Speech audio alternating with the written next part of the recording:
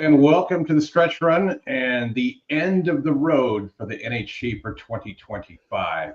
You are looking live at the NTRA's ballroom for NHC 2025, and we've got live on site Oldie and Justin.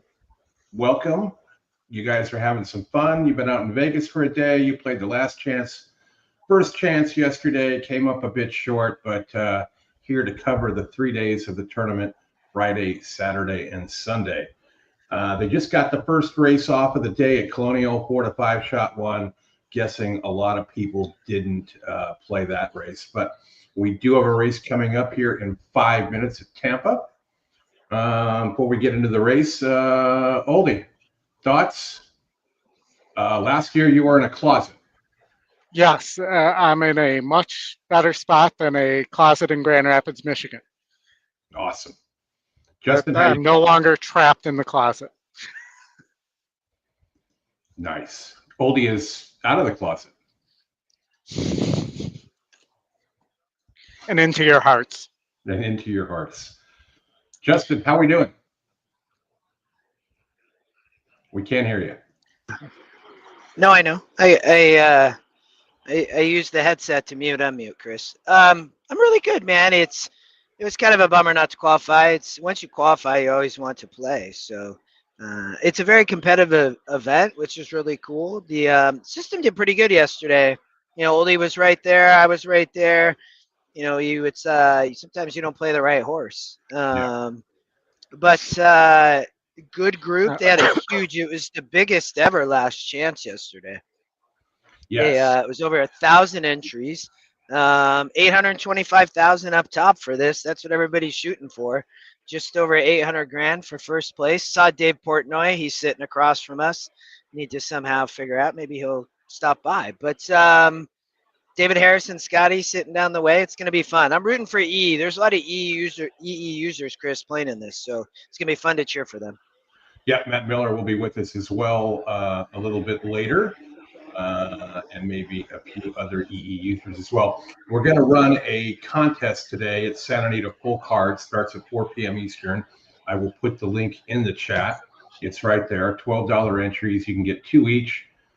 Whoever is is either not me, Oldie, or Justin that wins the thing, we're going to give you away some swag. We got some hats, we got some brooches, and we got some pterodactyls. There's the pterodactyl. We're not giving away the pterodactyl. We'll be giving away some coffee mugs.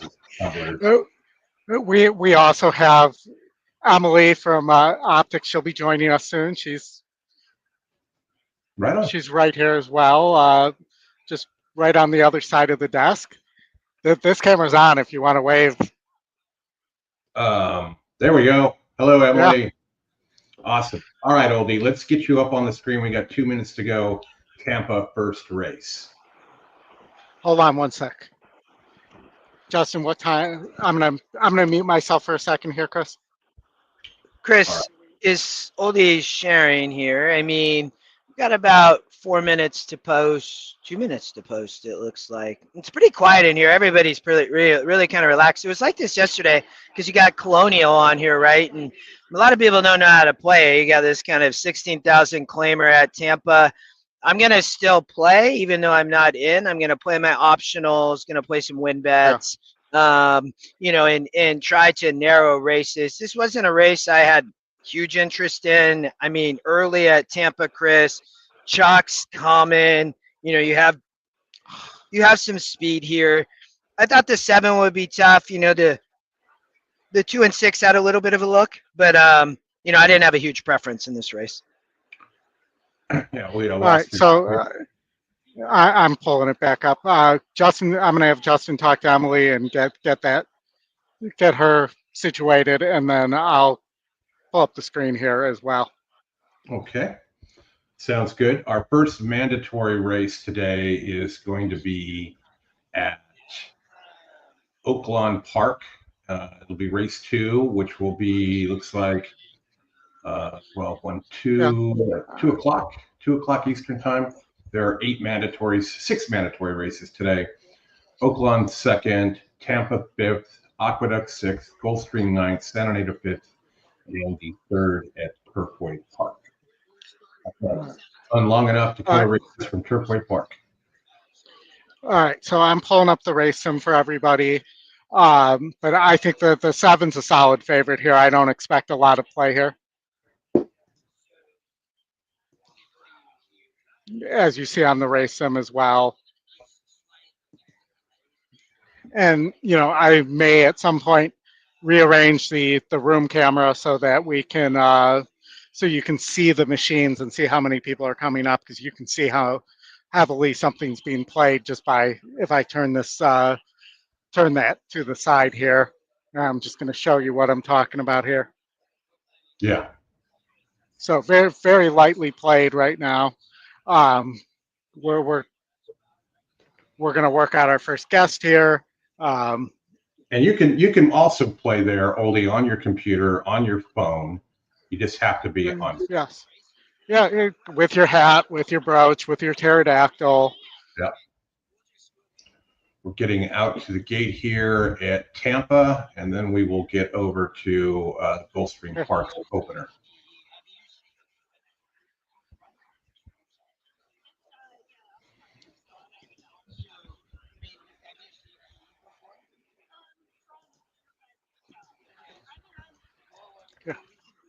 All right, so they're going to the gate almost at Tampa. How about a 7-2 exacta box here? Yeah, Willie's right, Oldie. For some reason, we can't see the Scotty picks on your screen. Oh, because I have the race sim full screen there. That's why. There we go. So how about the first pick over the long shot for an exacta here? All right. I think the 2 is going to be running late, either the 2 or the 6. So maybe a 7 over 6-2 is an option as well. I think the Willie, I'm not out there because I'm only going to be on Friday and Saturday. I have commitment on Sunday, and I got work stuff. So somebody has to run it from offsite just in case the whole thing bombs. Otherwise, we go back to the couple years ago where Oldie had to do it with COVID. Yeah. That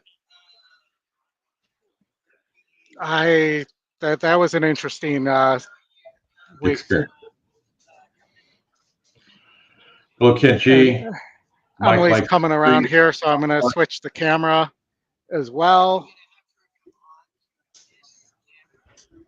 No, I got 2 cameras on here. All right, sorry guys, hold on 1 second. We're going to get Emily situated here, and all right, we're going to get the volume up here as we get into the gate and cover this Tampa race. Here's 7-5 at Theobara out towards the gates. Here's Belly Win moving up for Trainer Gerardo Show. Kitchen Trainer of the Month Award winner will present that first race. As Spark Joker moves in. We're going to pick 5 pools about to jump over $80,000. Of course, races today and tomorrow, part of the National Handicapping Championship out in fabulous Las Vegas event. Horseshoe, best of luck to all players out at the Horseshoe and NHC. Race 5 today, one of the mandatories for that contest. $800,000 up top for the winner at the NHC. Idiomara going in aptitude. Melissa Yorio on the outside. Ready to kick off this Friday program. We're fast on the main track, firm on the turf. We're racing under beautiful, sunny Florida skies. They're in the gate. Good luck, everybody. Yeah, the race is on. Idiomara starting well toward the outside. Goes after the early advantage. Point Liam at aptitude. They're out second, third. It's going to be Idiomara on the main track and length in front. Aptitude, Point Liam continue second, third. Will be up to the outside. Here's a Money in Motion with a big early move. Fourth, the red colors, 2.5 off the top. The length more than. Back to Smart Joker. Falls into a good beat back at fifth, about 4 off the leader. The 2 at the back are Road Minister and Melody Wins. They're coming 6 lengths. Up the back, favorite Idiomara is the leader. 23-2, a soft early fraction here for Idiomara. 3/4 of a length in front. Aptitude. Money in Motion continues. I did not see that, Willie, but that's awesome. Point Liam, who's only a length and 3/4 behind this leader. Smart Joker still fifth, about 3.5 off the top. Still those 2 at the back. Road Minister, Melody Win. All chasing Idiomara. Sunny Leon and Idiomara, 3/4 of a length in front. Aptitude in second. The far outside, Buddy in motion, trying to make some progress. Point Lead up toward the inside. Then Smart Joker. Indy O'Mara into the stretch. It's Indy O'Mara by a length. Map to 2 chasing. Point Lead and Smart Joker now looking for a seat. Going to try to go inside of Indy O'Mara. A final 16th mile to go. Well, you're too old. Still there. Smart Joker. Not enough. George is up to be second. Point Lead toward the inside. It's Indy O'Mara still in front. Indy O'Mara to win the opener. Second was Smart Joker. Third, Point Lead. And fourth looked like Buddy in motion over Map to 2. Yeah, that one looked chalky, Chris. So favorite wins. Not too much going on there. All right, we got Gulfstream Park coming up here in 5 minutes. Looks like they're getting out on the track. Yeah, Justin, I don't know if you, Willie just made me aware of this. Dave Portnoy, 28 minutes ago, posted a picture of Matt's book and said, a guy just walked up to me and handed me this book and said, I'm the guy you're trying to be. Portnoy's sitting like he's just like a few tables down. I seen him a little bit ago when they had the national anthem. So yeah, that's cool. Matt's sitting actually fairly close to him. So what do we got? Gulfstream 4 minutes to post.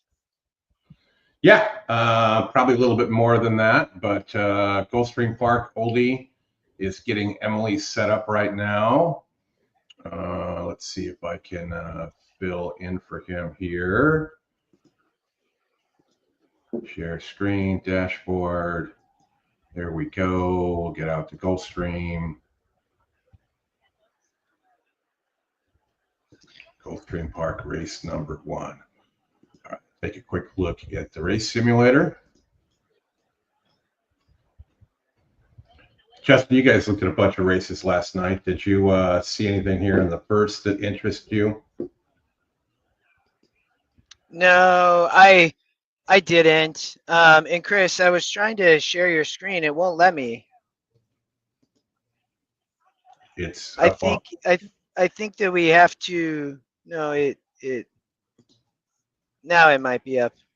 Yeah, there we go. Yeah, it's kind of small, FYI, but yeah, the one horse, the speed always dangerous on the dirt, and the one looked to be, this is not a great race. I wouldn't be playing this in the tournament.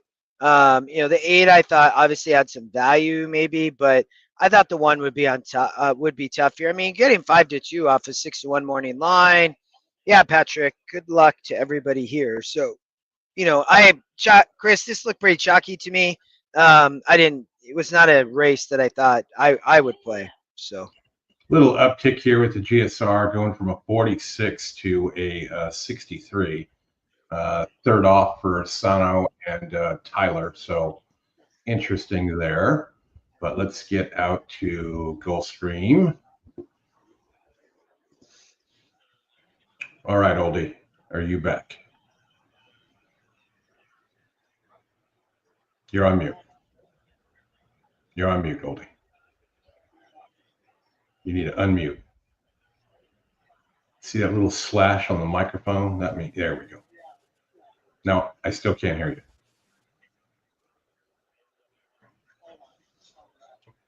Well, you got to go to blue. There you go. There we go. Yeah. And we're trying to get the Emily in here. Oh, that's right, Justin. They changed, StreamYard changed. You can't just add the stage. You have to remove what's on there now. Yeah, I saw that. That's what I was saying. It wouldn't let me do it. It's super annoying. Why would they do that? I mean. All right, I added Emily in here as well. It's more clicks.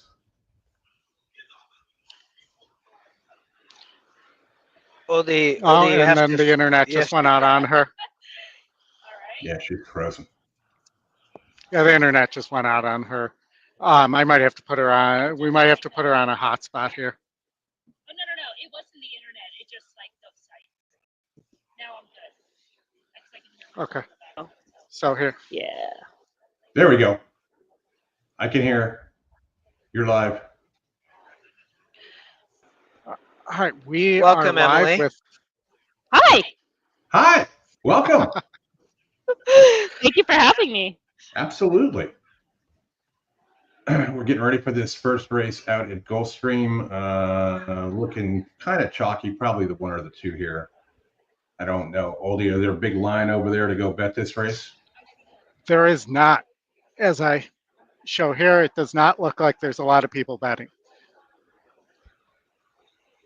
It is the start of the early pick 5 as well, if you're playing there.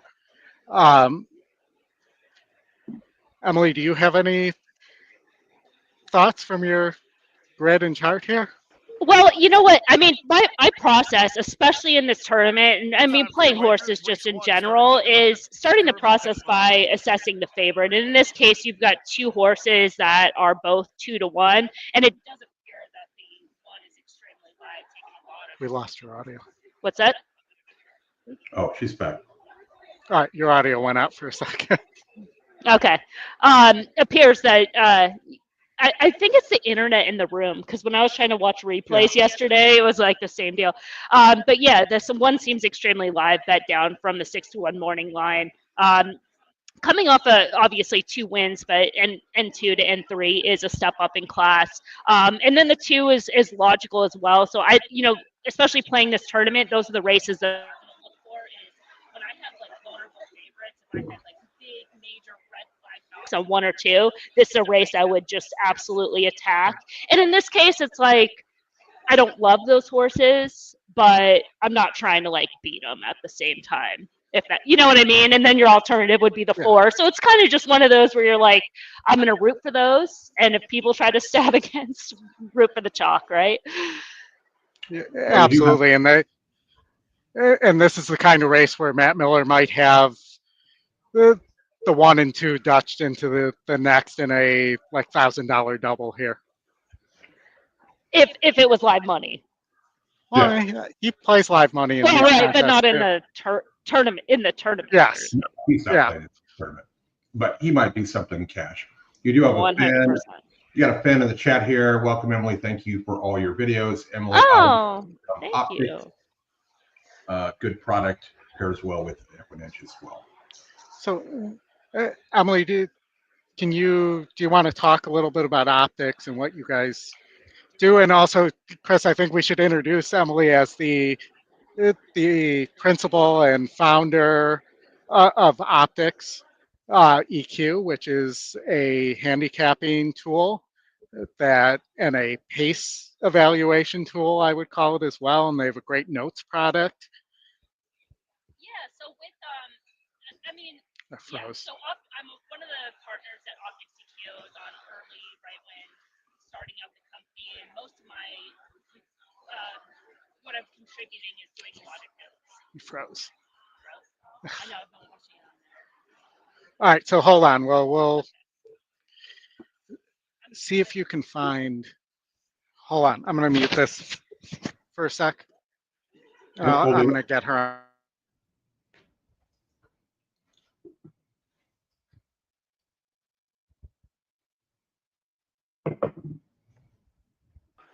Technical Hey, difficulties. Chris, maybe.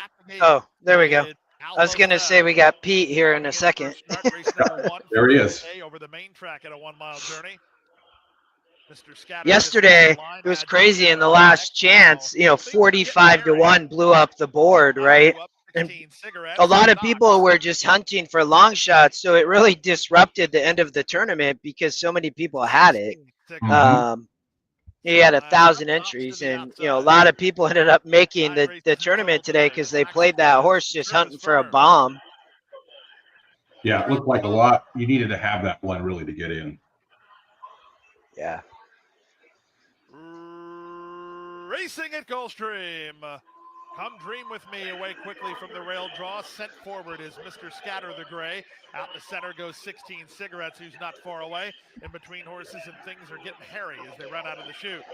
Things are getting hairy has a narrow advantage over 16 Cigarettes in second. Castellato has strong hold of Come Dream with Me, who's third at the inside. 2 in front of Magic Shadow, who races in fourth. Ridden into fifth, Mr. Scatter, hard at work early is he. Outside goes Knox, and then it's a gap of 2, the trailer Secret Lover. 25 seconds for the opening quarter. They race to the half-mile point. On the inside, things are getting hairy, and Jockey Miguel Vasquez in front narrowly. Right alongside is 16 Cigarettes in second. Magic Shadow moves a closer third. Outside goes Knox. Inside, Come Dream With Me. 2 in front of Mr. Scatter, and still at the back is Secret Lover. They swing around the far turn. They went the half in 48 and 2, and they move now 3 furlongs from the wire at 30-1. Magic Shadow makes a bid, and things are getting hairy. In between horses, 16 Cigarettes is still right there. Castellano still has hold of Come Dream With Me. He's traveled well into the race today. Outside, Knox is driven, then back to Secret Lover. Mr. Scatter was never comfortable as they reach the top of the stretch. 3/4, 13 flat. Off cover, Come Dream With Me, charging 4 wide at Magic Shadow, battling back 16 Cigarettes. They're an eighth of a mile from home, and Come Dream With Me surging forward now to take the lead. He's been under confident Castellano handling throughout, and he'll win it. It's Come Dream With Me, the son of Florida Derby winner, always dreaming, clearing off to win the Gulfstream 1 and opener 2, by 16 Cigarettes didn't do second, so Magic well Shadow there. third. Things are getting hairy Yeah. fourth. Yeah, that horse was extremely live. Yeah, 6-1 morning line, just constantly took action in every pool. Very well met horse there. Yeah. All right, I gotta remove this. Yeah, I mean, 5-2 seems like kind of a gift on that horse too. When we're all sitting here, like, yeah, that's gonna win. All I right. mean, it's the classic kind of they knew. All right, Emily, why don't you give, Yes, us your, exactly. give us your optics rundown here? We got 4 minutes to go at Colonial, which is probably a little bit more. And then we've got the opener at Aqueduct in 14 minutes. Yeah. So optics basically came about from John Doyle, previous NHC winner, started the idea of when he was going into the NHC, all the preparation that he had to do from watching the races and the pace, et cetera, saying there has to be a better way to do this. And that was kind of the idea behind Optics EQ. And really the basic principles is really simple fundamentals of handicapping, is being able to assess pace, being able to assess speed, being able to assess class, and a horse's form, and how those factors fit with today's conditions. So with optics, that's what we're looking to do. You have optics plot, which gives you a visual representation of the race shape. You have speed figures, obviously, and we code those with an optics figure range, so you can see, is this horse fast enough for today's condition? I think sometimes we get locked in and thinking like, I have to pick the fastest horse in the race, when it's sometimes you can kind of give yourself a little bit more wiggle room and just be like, is this horse fast enough to win under today's conditions? And class, are they at the right level? Have they been competitive under similar conditions in the past or similar race par? Are they making the right type of class change up or down based on form, where that horse is in their current form cycle? And that's where notes comes into play. A lot of times when we think of notes, it's dictating exactly what happened in the race. And with optics notes, what we're looking at when we're watching races is why a horse runs a good race and a bad race, and trying to assess that performance as to what's going to happen next time around, because that's what we're always focused on as horse players. Once the race is run, right, we're never betting the same race again. It's one of the most magical things about this game. So we're always looking at what's going to happen next time. So that's the idea with the notes. So those components come in together to create a handicapping product. All right, awesome. I know we've been using it for years here on our Saturday shows. We all always good stuff. Looks like we just lost Oldie. He is now spinning. All right, Justin, let me let's take a look at Colonial. Is that me? Yes, it is. Okay. There, we got 1 minute to post. This is not a race that I had a ton of interest in. There's the race sim. I mean, the 3 going to show speed, and I mean, that one horse going to show a little bit of speed on, and I think Paco on the 3 going to be very aggressive, right? Going to go to the front. We saw that. I never play this dirt track, but we saw yesterday it was pretty, speed favoring, which was kind of be expected. So I think it's probably between those 2 horses. You can see the 1 ends up winning, but the 3's right there. I thought that even the Rob, the 6 horse, probably had a look, Chris. So I mean, I didn't have a huge opinion between the 1, 3, 6, but I did think it was between those three. All right, they're getting ready to go to the gate here.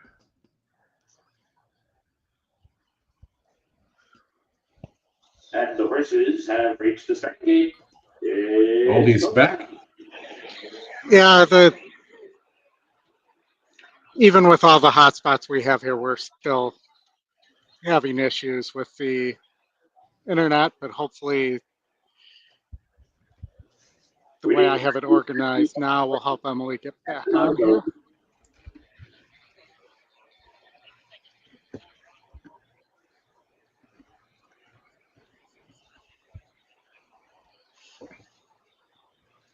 Justin, we did not have any issues with the internet last week. Waiting for another hope. All right, here we go at Colonial. And then, Oldie, if you could share your screen, we'll get out to Aqueduct. Game energy bouncing on top. Another hope for some speed too. Another hope coming out to grab the lead. So another hope in front. And we next time that's on inside second. Go ahead and mute Justin there. Moves it along fourth and works leading up along at the back end fit as they head to the fire turn. Another hope is up for a clear lead now. And crosses the features over Green Energy, who was forced to twist to the outside to come out again by second. Meanwhile, Seven is creeping up inside now third in this 2 lengths off pace, making another hope. And it's far behind it, leading Lord Lady, a dozen behind the other 4. Midway round the fire turn, another hope still holding the lead. The lead's a length and a half will come outside the quarter ball. Green Energy is throughout. And down inside, Seven Blaze is set down to the third, trying to come through and grab second. And trying to come after another hope. Looks like all chalk at for second and third at Colonial. Targeting another hope. Oh no, there could be. Hope's in deep water. Here Gonna comes be Seven. Seven Blaze up from the lead at the 16th pole. Another Hope's going to try and battle to the wire. Is indeed battling. Seven Blaze short lead. Got it. Got it. Seven Blaze hard fought with there. Another Hope. No cheering in the room, so no, I don't imagine too many people had that. Not a whole lot there. All right, Oldie, let me get out to you and Aqueduct, and I'll let you do the same thing again. Remove new routine. All right, Oldie, if you can make that just a bit bigger, that'd be helpful. I could make a hat, a brooch, or a pterodactyl out of it. I don't know if I can make it a bit bigger. All right, so, you know, the 3 and the 6 win the, I don't know why Amazon's opening here and what just happened there. So hold on, let me get it back here.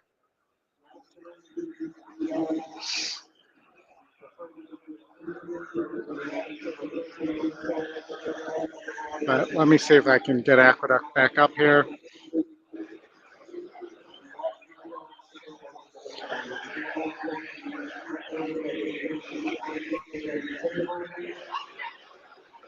Might need Justin to share Aqueduct right now.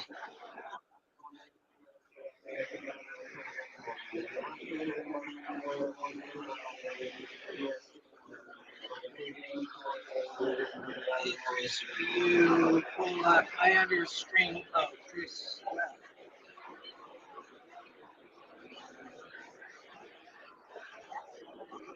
All right, Aqueduct race 1. I'm ready to talk if you are. Yep. So, Emily, when I looked at this,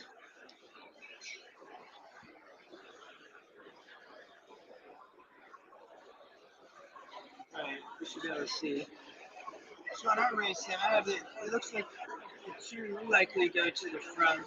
In my opinion, they probably like cheat speed. And the 4 and 6 might show some pace. And then I'm looking, can the 3, 1, or 5 try squash the trip? I can see the 4 is taking money.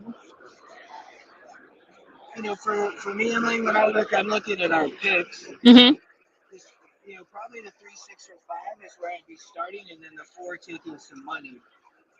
You know, from a strength of race, the 6 looks to come from the tougher races with the 3s. So I'd probably be starting to look there from the starting point. If I dive in and look at the 3 horse, has been facing maybe slightly tougher. Takes the drop. You know, I think probably fits here, can sell rides. And then I'd be looking at the 6. I mean, Linda Rice, second off the claim. You should probably get this horse to improve. Not taking money. And then I would look at Portos, the 5.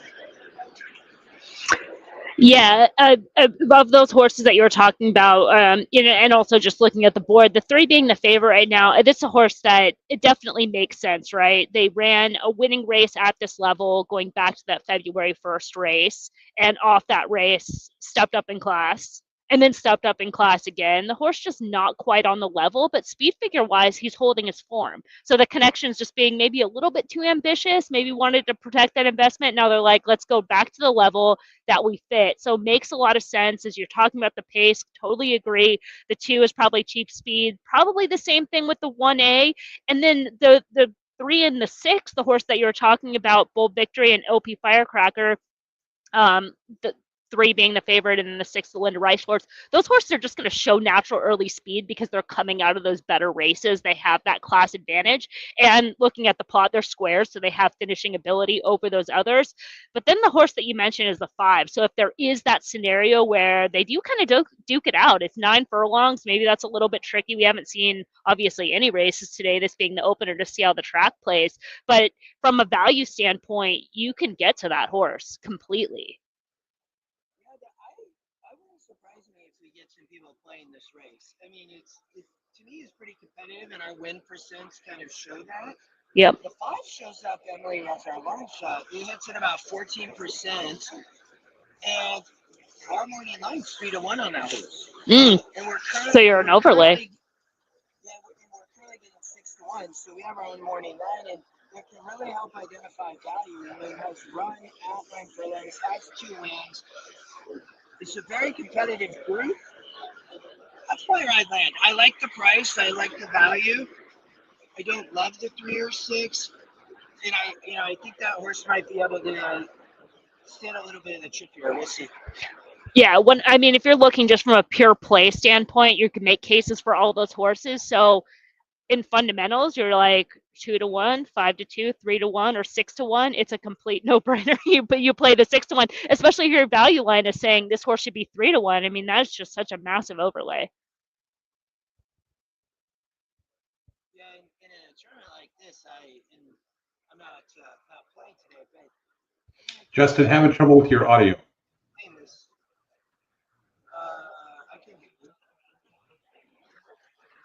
Is it still not good? Maybe put your microphone closer to your face. No, it had me muted, so I don't know what was going on there. So, but I was saying, go ahead, Oldie. I just don't think that. So I have a couple thoughts on this. First of all, don't bet Brooklyn Strong. That horse is not winning a race here. This horse has not won a race in I think it's like 3 years. So you can toss that horse immediately.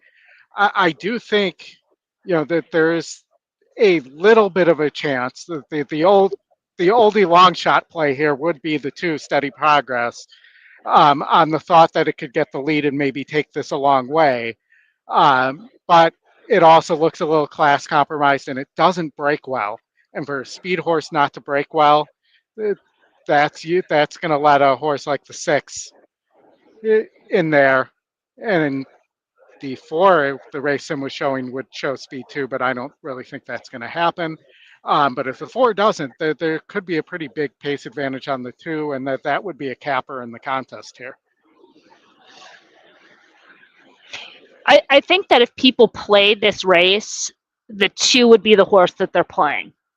Because I've just seen this a lot in these type of tournaments when you have these small fields and it's the 1 double-digit horse in a somewhat compact field, because it's 7 horses but only betting selection of 6, that's the horse that people tend to play. So if you know, you hear those cheers early on. It's also one of those in terms of a tournament that you kind of think in game theory that you're like, that's the one horse that would be dangerous in here. That if I'm not playing, I'm rooting against, and I don't care if anybody else wins this race. Yeah, sitting it out. And you know, if with our pace number, if you take Brooklyn Strong out, who breaks very slow quite often, you know, we have there's a 22-point pace advantage to steady progress here, even though the race sim thinks that the 6 will be a little closer than that. But if the 2 can get out of the gate, and that's the big question there on both those horses, otherwise it'll pull the 6 much closer as well. But I just don't think you can use Brooklyn Strong at a small price, so that pretty much leaves Portos as the only other usable horse in this race, I feel like. I think 5 is a better bet, and then 2 would be if you're playing the tournament, especially if it's late in the day and you got to stick for a bomb. But I mean, because it's a big hope. And then the 6 should be closer, because not only is the 6 coming out of those better races, but moving off the inside, they're just going to kind of naturally be able to get over. And the 2 races that they're coming out of, the 2 most recent starts going back to December 12th and then February 27th, those are races that had an extreme pace dynamic where one horse just spurted clear. And those spaced race shapes always kind of create weird dynamics. Yeah. For sure. It looks like they're about to go in the gate here. Start of the early pick 5. I still like the price on Portos. You're getting like 5 to 1. Bold Victory goes in. There's definitely a little more action. I think some more people play. Ice time. Well, they could be looking at Tampa too, because Tampa's about 4 minutes out, so that might be. Yeah. And Tampa looks like that would be a playable race. You've got 10 betting interest and some prices in there, a big heavy favorite, so pretty much everybody else is going to pay on that. And we have that heavy favorite getting upset in the race sim by the 7, who's the Scotty top choice there as well. And we also have the 3 running pretty well, but the 7 looks to me like it would be a great contest play at Tampa. And breaking outwards, Big Rich. Speed to the inside, steady progress. And OP Firecracker is hustled along. Wants to be up on the early lead. It's steady progress. So we'll take him into that first turn. Now OP Firecracker. Attempt on getting to the front end does. Crosses over. Is up by a length and a half. Steady progress will take back the second. Brooklyn Strong is close to the pace. Is now up close up third. Out wider, 3 wide. Second grouping up. Big Rich in the 4th position. Portos is the gray. Is right there in 5th. The 2 at the back, that's Bold Victory with Ice Time. They work to the backstretch here in the opener, 125.32 for an opening quarter mile. OP Firecracker, Ender Carmouche going to try to take them all the way. An easy tempo up front is up by 2, almost 2.5. Brooklyn Strong is to the outside here, steady progress. They travel in tandem. They're second and third. Towards the outside is Big Rich, just trying to make up some ground. Portos is on the move. Sets the slow tempo, and here comes Portos. 4 wide up the backstretch, 50 and 4. With a half-mile time, and the leader is getting away. The 2 still at the back. Bold Victory and Ice Time. They've got to catch OP Firecracker. OP Firecracker into the turn is still up by 2.5. Steady progress. A big number is trying to move in closer. Portos is all in. Brooklyn Strong starts to lose some ground from 4th, and from the back, Bold Victory is there with Big Rich. Trying to make up for Ice Time, 1:15 and 4 for 3/4 of a mile, and can they catch OP Firecracker? OP Firecracker, 4 mile left to go, and barely takes away.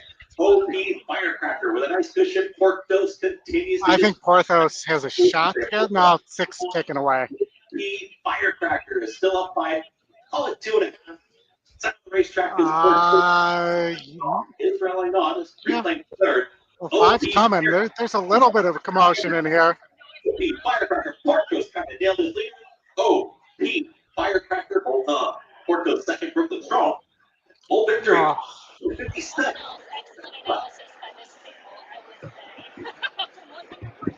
Yeah. All right. back? We lost with those late- Emily. We lost you, Emily. She'll have to check again. But we thought what we get 5-1 on Portos.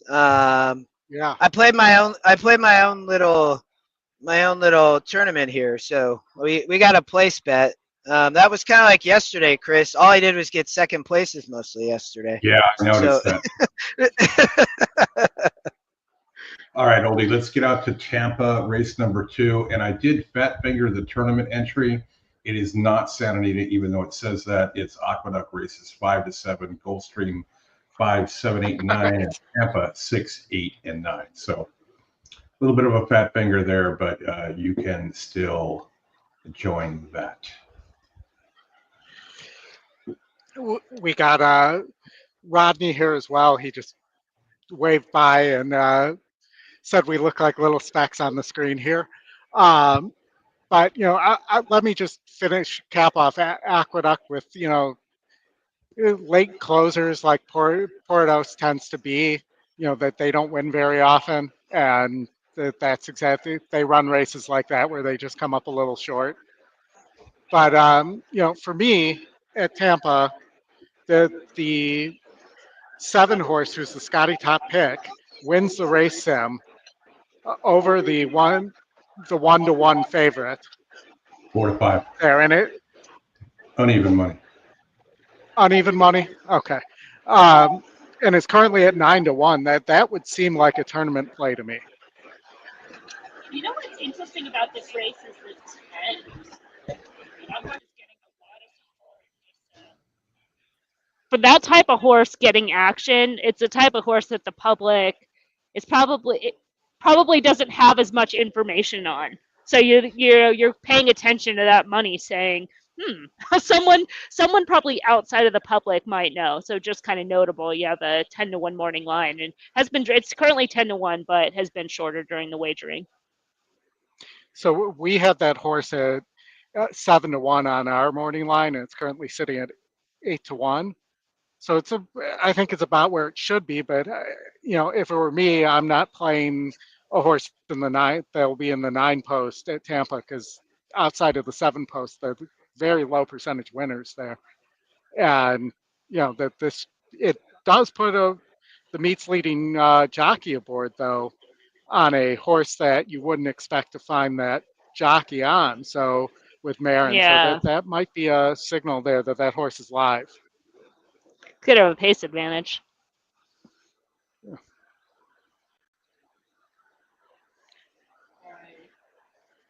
Yeah, I think definitely needs the lead as well. They're approaching the gate. Got about a minute. The 7 horse, being the top pick and it wins the race sim at 16%, I think just shows.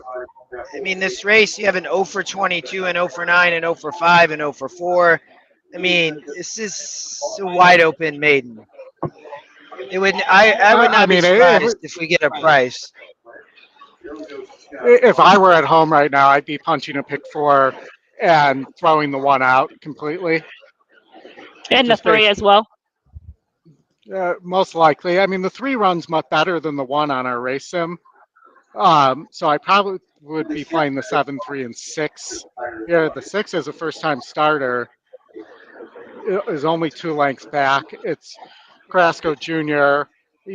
He hasn't won in the last year with any first-time starters, but only had 7 starts. And we do have an 11% win percentage on it. It would be worth some value there. Because unless you're going to play really slim there, and you think the 1 is a solid favorite, which I don't here. A horse like the 6 or the 10 has some value there on a multi-race ticket. Yeah, the only reason I brought the 3 is just because it was 2-1. So it was like one of those, Are you against both favorites in this case? And I would play that way as well. If you're going to take one on, you might as well take both, especially with price alternatives and at this condition. Why not? We've seen crazy things happen. I wouldn't be scared of the 1 or 3, and if they win, you just move on. Stanley Cat, Secret Empire, the 2 inside riders. And they're off. To the early advantage. Still Chef Bear can win And Arrow Ghost right there. That's flying away third, fourth, and fifth. Two more back to Hot Take Jake in the purple colors, pink cap. Race to sixth, about 6 off the top. Dangerous driver. It's another length and a half. Back in the first half. I did see Howard walking away from the machines there, so he may have played something there. They go at it from the opening bell. 22 and 1 was the opening quarter mile. They're 2 lengths in front. Arrow Ghost, who's got ahead in the third. Went to that one's outside. 3.5 more back, still sharp. Trying to get a move on from the back is Dangerous Driver on alongside that with Hot Take Jake. And a long last, Raise the Wagon. Around that far turn, Secret Empire, pressed by Stanley Cap. They come to the quarter pole, Secret Empire now 3/4 of a length in front of Stanley Cap. 2 more back to Arrow Ghost. Trying to come into the race from third, so has to make up 4 lengths. Another 3 back to American Win. Dangerous Driver trying to get a run up to the back. One is gone. Sharp. Into the front of Secret Empire, 5 each pole, 2.5. The other cap's still clear second. 3 more back to Arrow Ghost. Secret Empire, they don't clear here. Chuck. And of course, I would be wrong, and the one wins at 6 to 5. It looks like. Yeah, you know what? That's one of those scenarios where you're like, if I have to be wrong, that's the time I want to be wrong, right? Yeah. I mean, those are 2 favorites. I wouldn't ever play in a million years, and they win, and so what? You know, it's the ones that you're like, oh, I was between 5 and 6, and they were both 10 to 1, and I only used one, but not the other. But this one, you're just like, oh, okay, whatever. 4 minutes to Gulfstream, and you move on. Exactly. And, you know, the way I think about it there is with that heavy of a favorite, you potentially have more value than what you see in the odds with the rest of the horses, too. So if you're right, it plays up. Absolutely. Absolutely. All right, Gulfstream race 2 coming up. Justin, any thoughts here on race 2? I actually have not looked at this race, to be honest. So it looks like a great turf race, though. I mean, anytime I see win percents in the 5-10%, I don't worry about that. So I mean, it looks like Gaffleon probably going to get the lead on the front end. Normahito might have a shot up here. I don't, so, but I haven't looked. Emily, thoughts? Yeah, you know what? That's what's so nice about having a product like ours that has all the data there that you're like, I don't really have to do a lot of preparation. All I need to do is basically just like look at the board, look at the data, and I'm coming from the same position. So my approach is still the same. I'm looking at the board and seeing that the 5 is the favorite, and looking at that horse and thinking, is this a horse I want to take on? And obviously, looked like a turf horse going back to the January 18th race. Moved up on the turf last out, but had kind of everything go their way, had a perfect ride, and still finished second. So it's the type of horse that you're like, okay, this horse can win, but if they had a perfect trip last out, had everything go their way, and they lost, that's going to open the door. And even just from your first glance of saying, this looks like a good turf race, that tells me that there's opportunity in this race outside of the favorite. And the one makes sense to me as well because he has early speed. Another one that did have a favorable trip last out from the 12-5 non-winners to 2. This is a step up in class, but again, as long as there's price compensation, you can kind of justify it, especially if there's a softer favorite. There's nothing that really extremely jumps out from like a pace standpoint. Actually, the 2. More kind of looking at this. That horse looks kind of okay. Had trouble 3 back. I guess the turf is kind of the question, but has early speed. Was in the last out, was in the wrong position, the very slow opening quarter. I'm gonna dig a little bit while someone else kind of takes over and looks, but I would be kind of intrigued by that horse. The 9 also has some appeal. 2 and 9 are the horses I'm gonna take a deep dive on. Yeah, I just and in the chat, I can't remember who somebody mentioned. Oh, Patrick mentioned. I mean, the rail is out at 31 feet, so that should help Tyler for Brennan Walsh here on the 1 on Normahito. I mean, it's our long shot pick, Emily. It's 22% to win. Tyler going to be up there. Last year we played early on a race with Tyler. He sat the trip. I think it was on a dirt course on day 2, and I mean, it's a good play for me. A 4-1 E morning line. You have a 7-1 live price, so you're getting a great price to beat, which might be a vulnerable favorite in the 5. Oldie, any thoughts? Yeah. So second win percentage plus the Scotty long shot and the top pace number wins at 21% of the time. At 7-1, I'll take that risk. That's where I would be. The 8 runs well, and the race sim runs better than the 5 as well. So maybe if you're looking outside the contest for an exacta or trifecta, there you play the 1 over the 8-5, and then maybe the 8-5-3-4 in third as well. So I think there's a big shot for the 1 to go gate to wire, especially if the 6 doesn't get out of the gate well and goes with and can't go with the 1. So that's where I would end up. The data to me,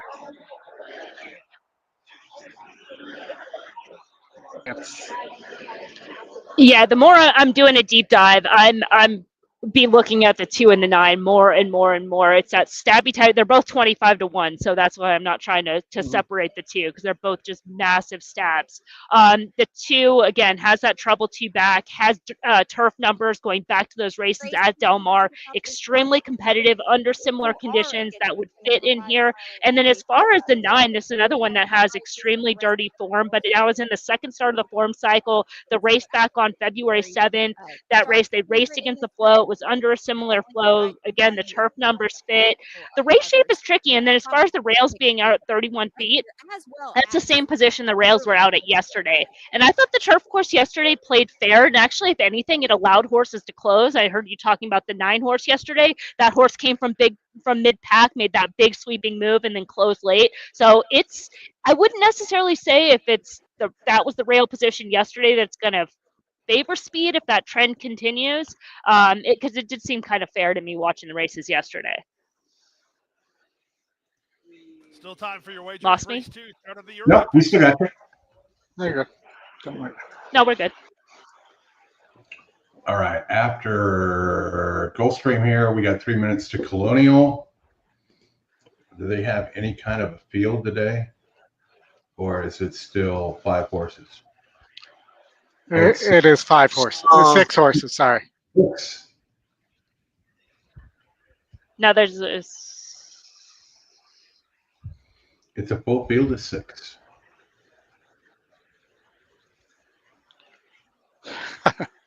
Hey, for Golden Gate, that's a monstrous field. Oh, yeah. If Golden Gate still existed. You're throwing strays at poor old Golden Gate? Aww. Golden Gate's catching strays. It's now post time. We used to play a lot of Golden Gate because we would cover the golden hour, and it was a lot of fun. Even money favorite is the Dylan Davis. And Matt Dinnerman, a friend of the show, was the announcer there too. So it was. We'll miss it. Maybe not as much as I miss Arlington, but over $100,000 yearly pick 4. In the line, Mia More. So, fun fact about Matt Dinnerman while we're waiting for this race. Matt Dinnerman used to do optics notes before he was a track announcer. Before he was the Matt Dinnerman we know now. Yes, optics notes taker. Nice. All set on the turf. And wait, I can hear you. Say something again. Level beginning. No, you're not coming through this. For Boston Rose, who heads off for the early advantage. The favorite Smiling Best Elliott year top right, and Mia More joins them. So the 3 favorites are 1, 2, 3, and they're almost in line. Okay, they're off at Gulfstream Park while you guys are reconnecting. I think I'm the only one. No, I'm live with you. Far outside. Just you and me, Justin and Oldie are not good. All right, Chris, it's you and me in this Gulfstream race. The one didn't get the memo to go to the lead, but it's up there on the rail. Yeah, sitting in the pocket right now. It's pretty moderate pace, 47. More than Glory. Yeah. 3 wide goes Ipanema Princess. Don't mess with Tess, saves ground toward the rail. Pemberley's at the back with Maria's Revenge. They're less than 5 furlongs from the wire. Up front, it's Mia More through a 48 2/2 mile after a 24-second opening quarter. Montanelli in a flanking role while racing in Just second. leave it on. Okay. Austin Rose is now between horses and at the rail, Norman Hito. Nope, I'm back. Start to get going here, the one. Of the race. Ipanema Princess moved 4 wide on the 3 favorites, so now they have to quicken. Montanelli the first to quicken. She shoves ahead in front. Boston Rose in the middle. 3 wide, Ipanema Princess dropping back tamely, Mia More. Underway while off cover is Norman Hito. Slaloming through traffic is Pemberley, and they're on their way home.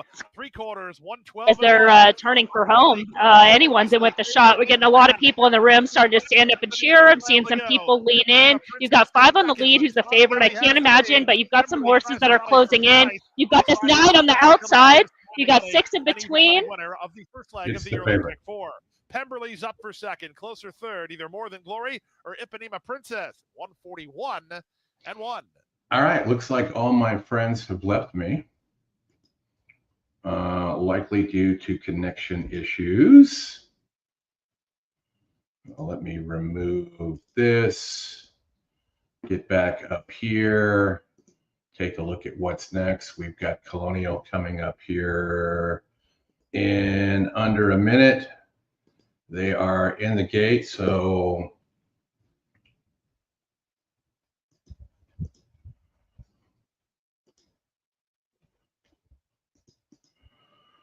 Race Sim's got the 4 winning over the 5. This is boy. Let's see who came back. There. Hey, you're back. We're going to Hey, Colonial. Chris. Going to Colonial. Okay, right away, right into Colonial. And I mean, we're going right in the gate, so we'll pretty much just follow the race and hope everybody can get back in the meantime. But just to check in from the room, it was pretty exciting. We got some people during when they won that place photo now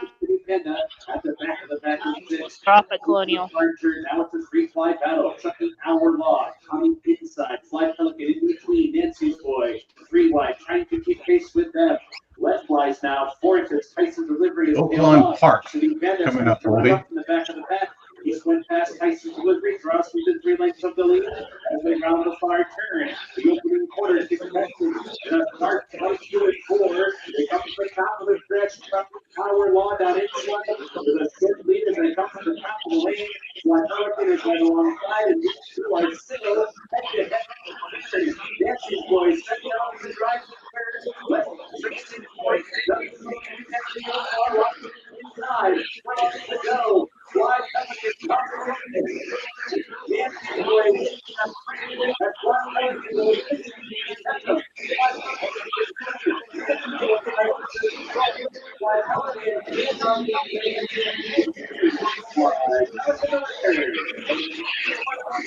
Hey, Chris, do you have me back? I do. You are back. I got Justin, Oldie, and you. Oldie, but I'm definitely getting audio from Emily. Yeah, so are you getting Emily and the oldie capper is the question. I'm getting you, Oldie, but not Emily. Emily is first. Now Emily she just lost her internet just went out. It's the struggles with doing an on-site broadcast and the number of people in this room. But I was 7-6-2-1 here at Oaklawn. Okay. But the 7 was my top pick here. This race did get decimated pace-wise by scratches, so that I'd give the 2 a chance on the front end. And Emily's got the 5 there as having a big pace advantage. Yeah. All right, so I would add the 5 there. So, if you have the budget to do it there, that's going to put you around 187.50 for my pick 5 there. But I'll throw Emily's long shot on there. I'm singled to the 6 in race 3. Scotty and I had a long argument that went 2 days over that race. Scotty likes the 4 there. I like the 6. I'm going to put my money where my mouth is there. I think on the drop on the single that the 6 just outclasses that field. But we will see. So and just a disappointing first race here too in terms of quality, low level, not the best horses. It is a 62 SOR. I do know that David Harrison really liked when we were all talking, really liked the horse in this race. I'll let everybody.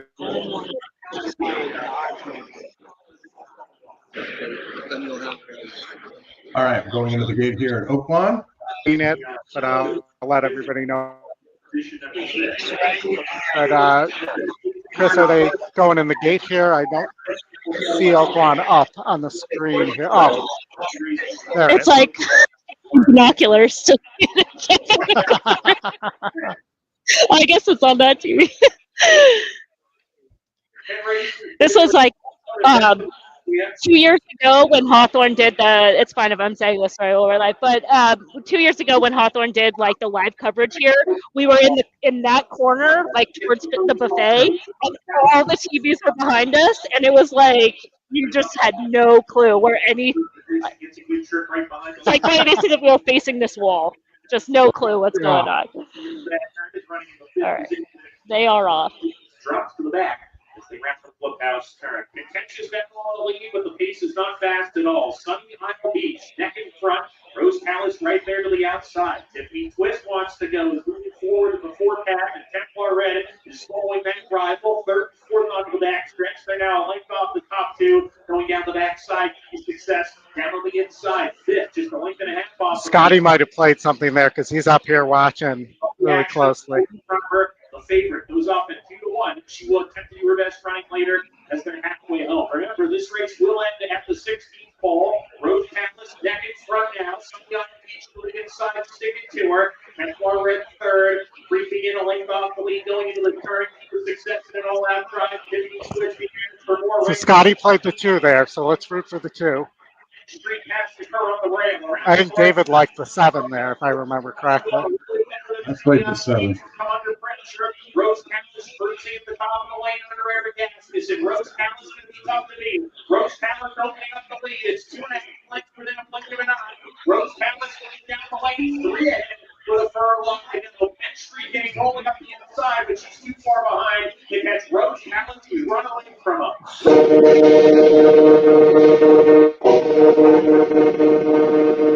Sorry, Scotty.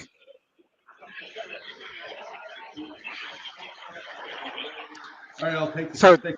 I don't know if David played it, but David liked it when we were handicapping. He liked the 7 there. Scotty played the 2, and the 2 I think finished 3rd, so he won't be getting the place money. It ran what, 7-1? 7-1. It looked like one came up the inside. Yeah, he might. Yeah, I think it's one of those things in this tournament, especially on day 1. You're looking at it and saying, I really like this horse, but is 5-2 going to get me to the number that I want to be at the end of the day? Because it might be one of those. Yeah. And it's also tough, too, because you can obviously go to the window, and I'm sure he made a good cash bet on it and did fine in some way or another. But you're always kind of like, am I going to need that $9 later? Or is it, oh, no, I want the bullet later? Like, how much is that bullet? How much is that bullet worth? Is it worth $9, or are you just setting the value higher? It's always tough early, especially early in the day. Race 2, Oldie, Aqueduct. Race 2, Aqueduct. Fast and furious here. Yep. And hopefully not all that furious, but fast. We got Fairgrounds Race 1 coming up here in 6 minutes. Wow. All right. So the 5 is second win, second Scotty, top win, 37%, 4 of 9 at the distance. That looks like a pretty solid favorite. I think that the biggest threat might be the 1 on the front end there, if speed's holding. Rudy, and I get Murad every once in a while by Romero Mirage there, but that horse needs to improve. Beat 56 SORs last time out, which is why you're getting a 6-1 price there. We do have a value mark there though with 7-2 on the morning line.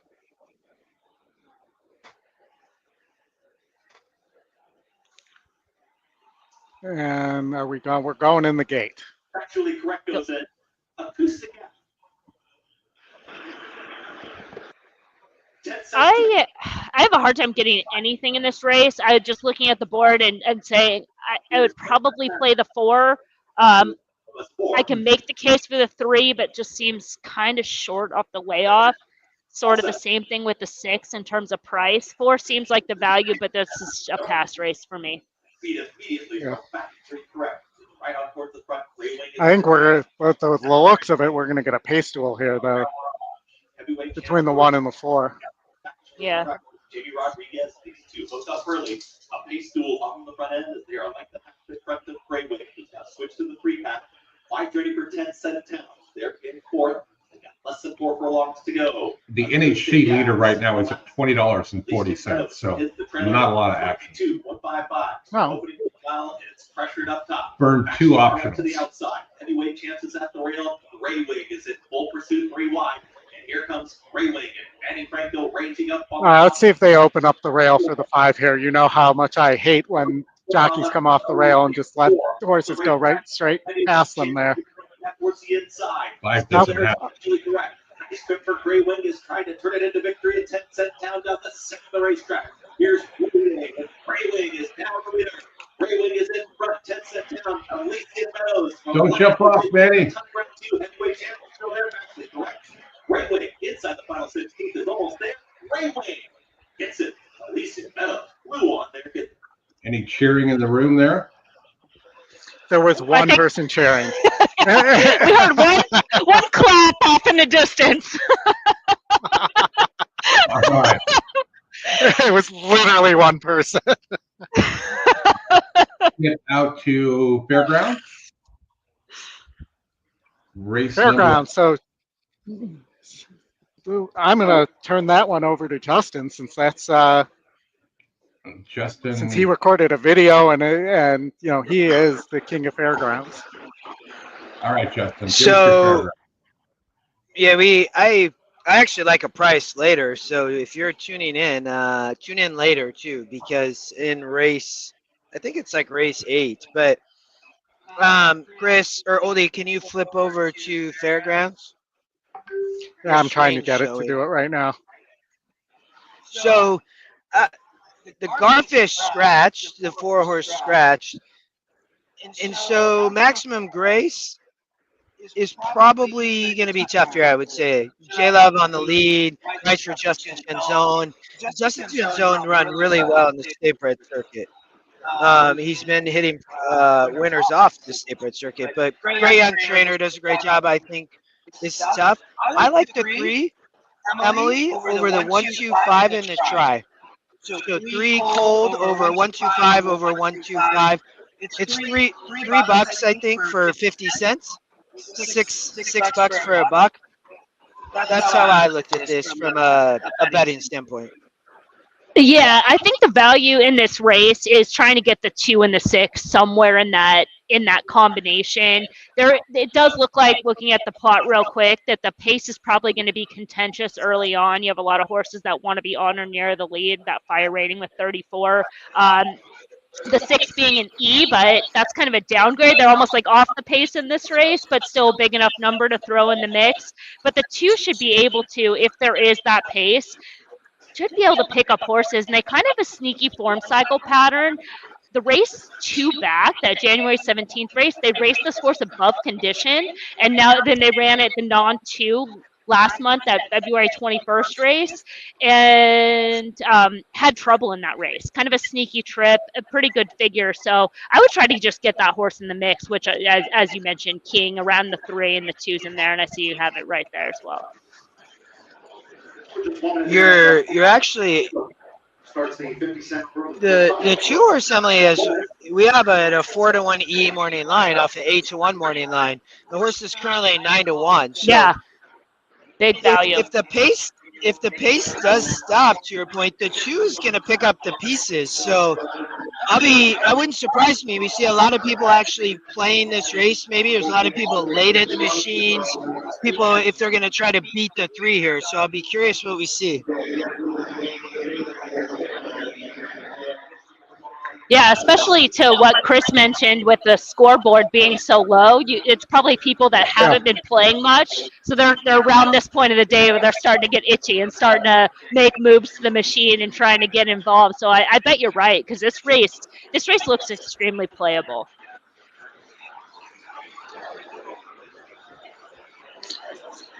All right, now I got to find where. Oh, now I found Fairgrounds on the screen. It's about as far away as you could possibly get in this room for where we are. Exactly. It literally is. You're right. It's 100%. It's the absolute furthest screen in any corner. The farthest wall, top right-hand corner. I guess it's straight ahead, but that's even further in a different direction. But if you think about it, it's kind of divided like an optics plot. Exactly. You know, when I've done the seminars, the handicapping seminars at some of the OTBs in the Chicago area, we have a TV like that, and we put the plot up, and it's like almost perfect. It's so funny to do the seminars. I guess it's again behind us. That's why when I'm sorry to everybody that's watching on YouTube, as I was watching the Oaklawn race, and you're getting a close up profile of me as I have to kind of lean in and turn my head to watch the Oaklawn screen. So. Apologies in advance. And since you're with us too, if you need to stand up, these are wireless, so you can walk around, do whatever you need to too. So great. All right. I can't see the race anywhere. Oh, yeah, it's way over there. Yeah. All horses have reached the starting gate. It is now post time. They're going in. I'm gonna watch this race. All right, go for it. Brady Truckstell rebind. Marcelo Mendoza Jr. with his ladder again, loading up. Charlie Wellington lost my bag, now rebind. Juan Vargas with Call Me Rip. Call Me Rip is in. Jared Mulberry, Maximum Grace, 3 to 5 favorite. Maximum Grace, Kylie Wellington with lost my bag, went in okay. Did Exhaustidia with Buying Your Biz and one more. Coming towards with BD Primary Arm. Eight track fast with some sun around 80 degrees in New Orleans. Here comes the first. They're in the game.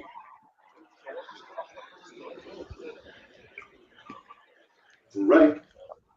There's some commotion in the room. A lot of people are punching stuff right now, but I wonder if they're doing it for Tampa instead. Yeah, I mean, Tampa's got options too. We didn't really talk about that one. I don't know if you want to flip it open. I guess there it is. It's on the screen right now. Tampa race 3, but it looks like a board that could definitely be playable. For sure, and you got a bunch of first-time starters here.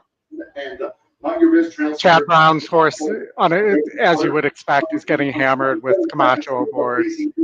Yeah, but no, I would pass this race at Tampa. So I'm thinking the action is maybe, yeah, it must be Tampa, I guess. Nothing else is really on deck. Into the furlong rounds from Lost My Bag, one more sleep. The outside, Call Me Rip, moving up between horses. They're running at Fairgrounds. Primary hours. Past the 16th with Jared Mulberry for Justin Jones on. That's a 3. Maximum Grace Yes. third with a Yeah, it's a 3. Off My Bag. One more sleep was third. It's 3-2. 3-2. Perfect execution. 3 with the value 2 underneath. Nicely done. All right, out. Thank you. Nicely done. We cover Fairgrounds, I've been covering Fairgrounds all meet, and I do a video. It's like 8 minutes a day, and we did that as one of our best bets today. So Chris, we might get like 10-1, maybe. I don't know. We'll have to see. I don't know, but Loveberry and Jensen does so well on the State-Bred circuit, and you get on the lead at Fairgrounds, it's tough to catch. All right, PE top picks here, only the 4.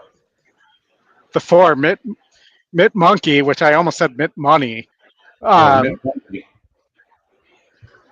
know, in my earlier days, Mitt Monkey was my nickname, as you know, Chris. But And then I was glove monkey, and Monkey just love. depends on the weather and whether you're barbecuing or it's cold out, whether you're a mitt or a glove. But They're now approaching the starting gate.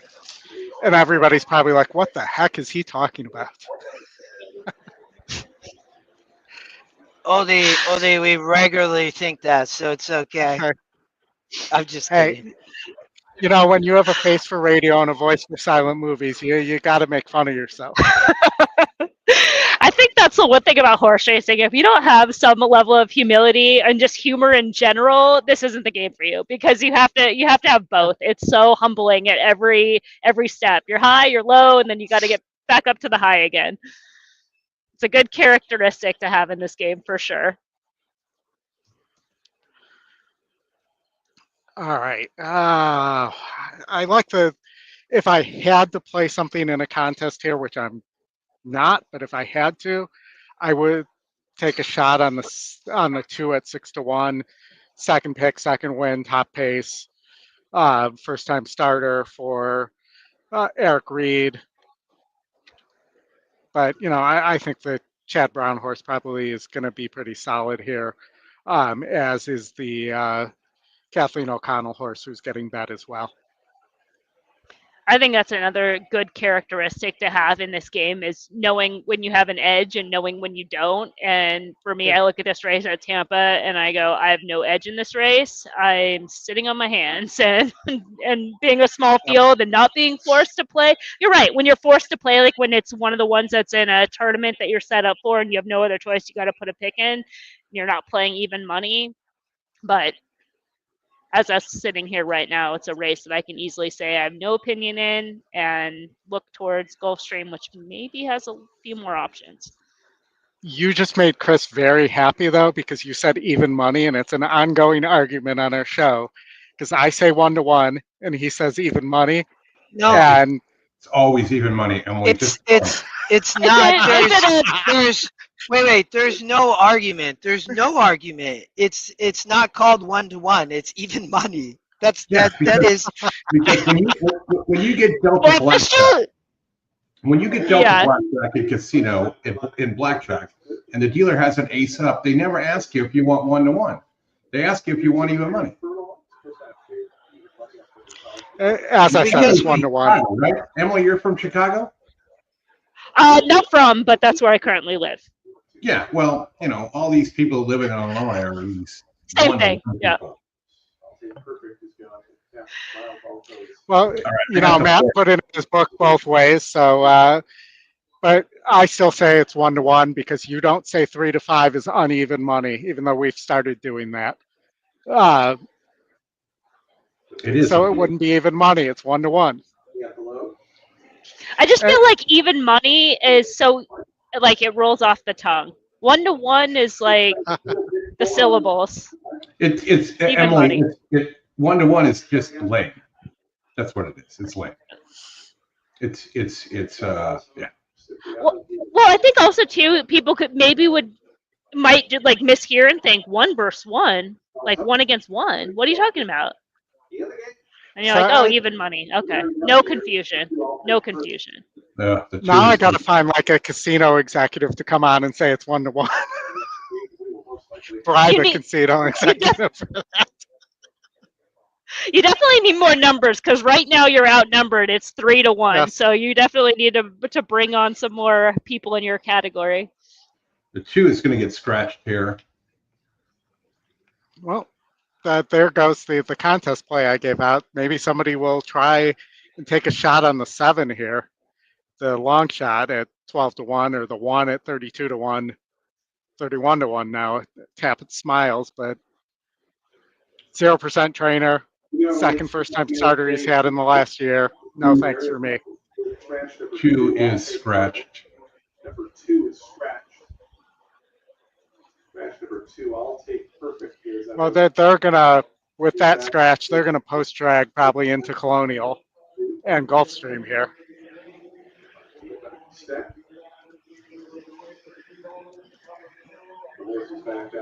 Is the first mandatory coming up, Chris? Do you have that list with you? 2-10. at It's Gulfstream 2, I believe. I mean, Oaklawn 2, right? Oaklawn 2. That's correct, Emily. Okay. Which as of now will be Khabib, of course, still have a few moments to wait for your left. Yeah, late scratch, number 2. I'm just looking at the batting on Oaklawn 2 right now. I'm going to put everybody that we eliminated last night back in there. So the 12's not getting bet. The 5 who we eliminated, we did not like that horse in our handicapping last night. It's currently the favorite at 3-1, but lukewarm at best, and plenty of time for that to move. Scratch here. Yeah, I was with you. I tossed the 5. I'm not surprised that horse is favored. I figured the public would make that horse the favorite. I think there's way more options in this field. That is not a horse that is interesting to me. The race that they ran back on January 17th was under similar conditions. They've been trying to run this horse longer. Now they're cutting back. Now they're dropping. The horse hasn't run in 56 days. Those to me are all complete red flags. That's just the type of horse I want nothing to do with ever. Like we've seen early on, if they win at a short price, move on, but not a horse I would touch, not a horse I would use defensively, a horse I would take on every single time, every single day of the week, has no advantage in this race. And there's so many more options. I ended up using I used a few horses in here, all with prices, but the horse I kind of led off with was the 6 Blowtorch. Was that one that you guys kept in the mix? Blowtorch? Yeah. Yeah. This is a positive form cycle pattern. Coming into this race, should get a good race flow. They're back in 2 weeks, slightly higher every other pattern. Coming off a wide trip on February 28th, the pace setters finished 1-2 together at the wire. The top 3 were together. It was a day the course was tough to make up ground. So I think that's part of the reason they're going to come right back to the races. They just really didn't get a chance that day. Current odds are 8-1. I think that's extremely fair. Yeah, and what I will say about John Ortiz is nobody tips their hand more as to whether a horse is live with the jockey they put up than Ortiz. You'll see a bunch of 0% low price John Ortiz horses, 0% jockey trainer combos today.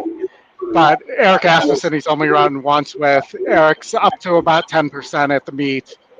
Now, I would say that he's the second best of the Asmussen sons as a jockey.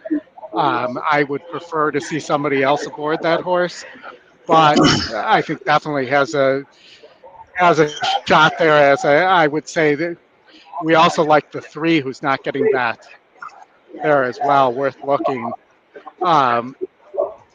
Has some back races. It's first off the layoff, going 6 furlongs. If they runs that race, which we had as having a more difficult group it was up against, I would think that horse in that race would be good enough, and coming out of California. Yeah, the one thing I will say about Eric Asmussen, just kind of as a blanket standpoint, is during his apprentice season, which was last year, he didn't really ride for anybody other than his dad, Steve Asmussen, who I think we've all heard of. He really only took, I would say, probably 5% of his other mounts were outside. So I think he's trying to get other business, and that could be part of the reason. But I agree with you that you'd like to see another rider. At the same time, I think if we did see we saw Christian Torres, for example, that horse would be 4-1. And now it's kind of people are like, oh, the jockey, because people bet jockeys, and it's impacted in the odds. I think there's a John Ortiz horse later in the card that Julian Leperou's aboard, and they're over the last 27 together as a pairing as well. But looks like the Chad Brown horse just won at Tampa as well. And we can come back to this race. Out to Colonial. Out to Colonial and then Gulfstream.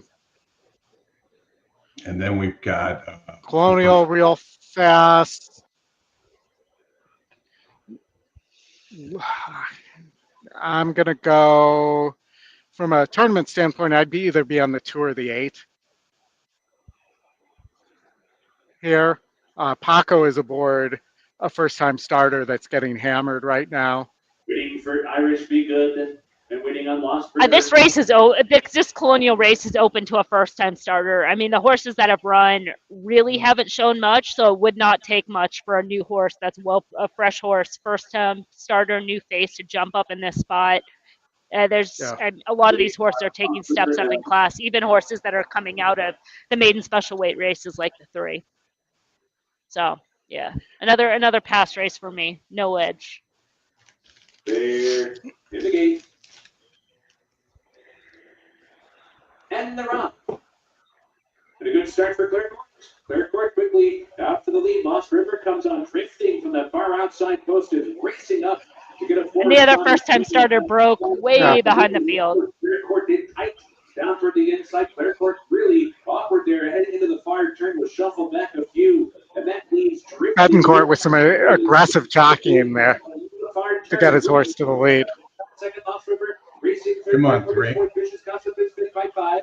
Irish Be Good and Valerie Street at the back of the pack. The opening quarter goes in 22-3. They come to the top of the stretch, and Drifting, who took charge off the turn, leads by 2. Drifting heads for home the leader. Moon Rocks runs up on the outside of Vicious Gossip. Vicious Gossip the whole second, and is now coming after Drifting. Drifting is holding second on the lead. The lead a half a length. Vicious Gossip draws alongside. Head behind, now head behind, now in front. I think Paco's going to get there. Takes over the lead. Drifting fights to the finish, but Vicious Gossip. And I'm going to say there is no rejoicing in the room. No, that was a pretty quiet standpoint. I think everybody's very much focused on this first mandatory race. Yeah. All right. Not a lot of people up and about. Everybody's kind of sitting down, looking at their stuff. So, yeah, we'll see a lot of action there. Gulfstream's going in, but I think it's kind of the same thing. I bet this is a race that's probably a pass for a lot of people. Yeah, I had this marked as skip for had I made it yesterday from the last chance to hear. But I mean, it's you can almost take like the same standpoint in this Gulfstream race as that Colonial race, where you have 2 first-time starters, and the rest of this field has not shown much. Granted, the 4 who's currently favored right now ran a winning race at this level, similar conditions, going back to January 22nd. But even still, it's a horse that has gait issues. I wouldn't want to take it. I would be willing, if I had to play this race, I'd be looking at the 5 or the 6, and they're both similar odds, so I can't necessarily say I'd take the longer of the 2, but those are the 2 horses that I'd be struggling to play against, just wanting a new face in here. I'll say on the 5 that I don't think I would take a 3% jockey at 9-2. There, that would be my. So that's also probably why the 6 is longer odds. But the fact that you have a lower percentage rider that's getting money, maybe that's a tell. Maybe that's a tell that the horse can outrun. It can have a sack of potatoes on his back and he can still run. Chris, I don't think we've had a sack of potatoes race yet. No, we have not.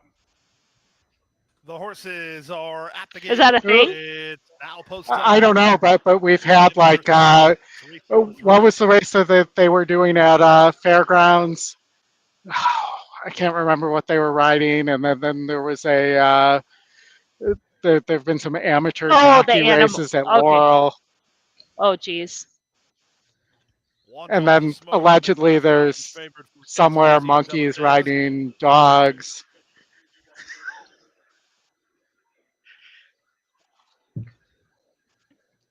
Into line, Don. Is there an inquiry at? Yeah. There's a steward's inquiry at Colonial, so hold all tickets here.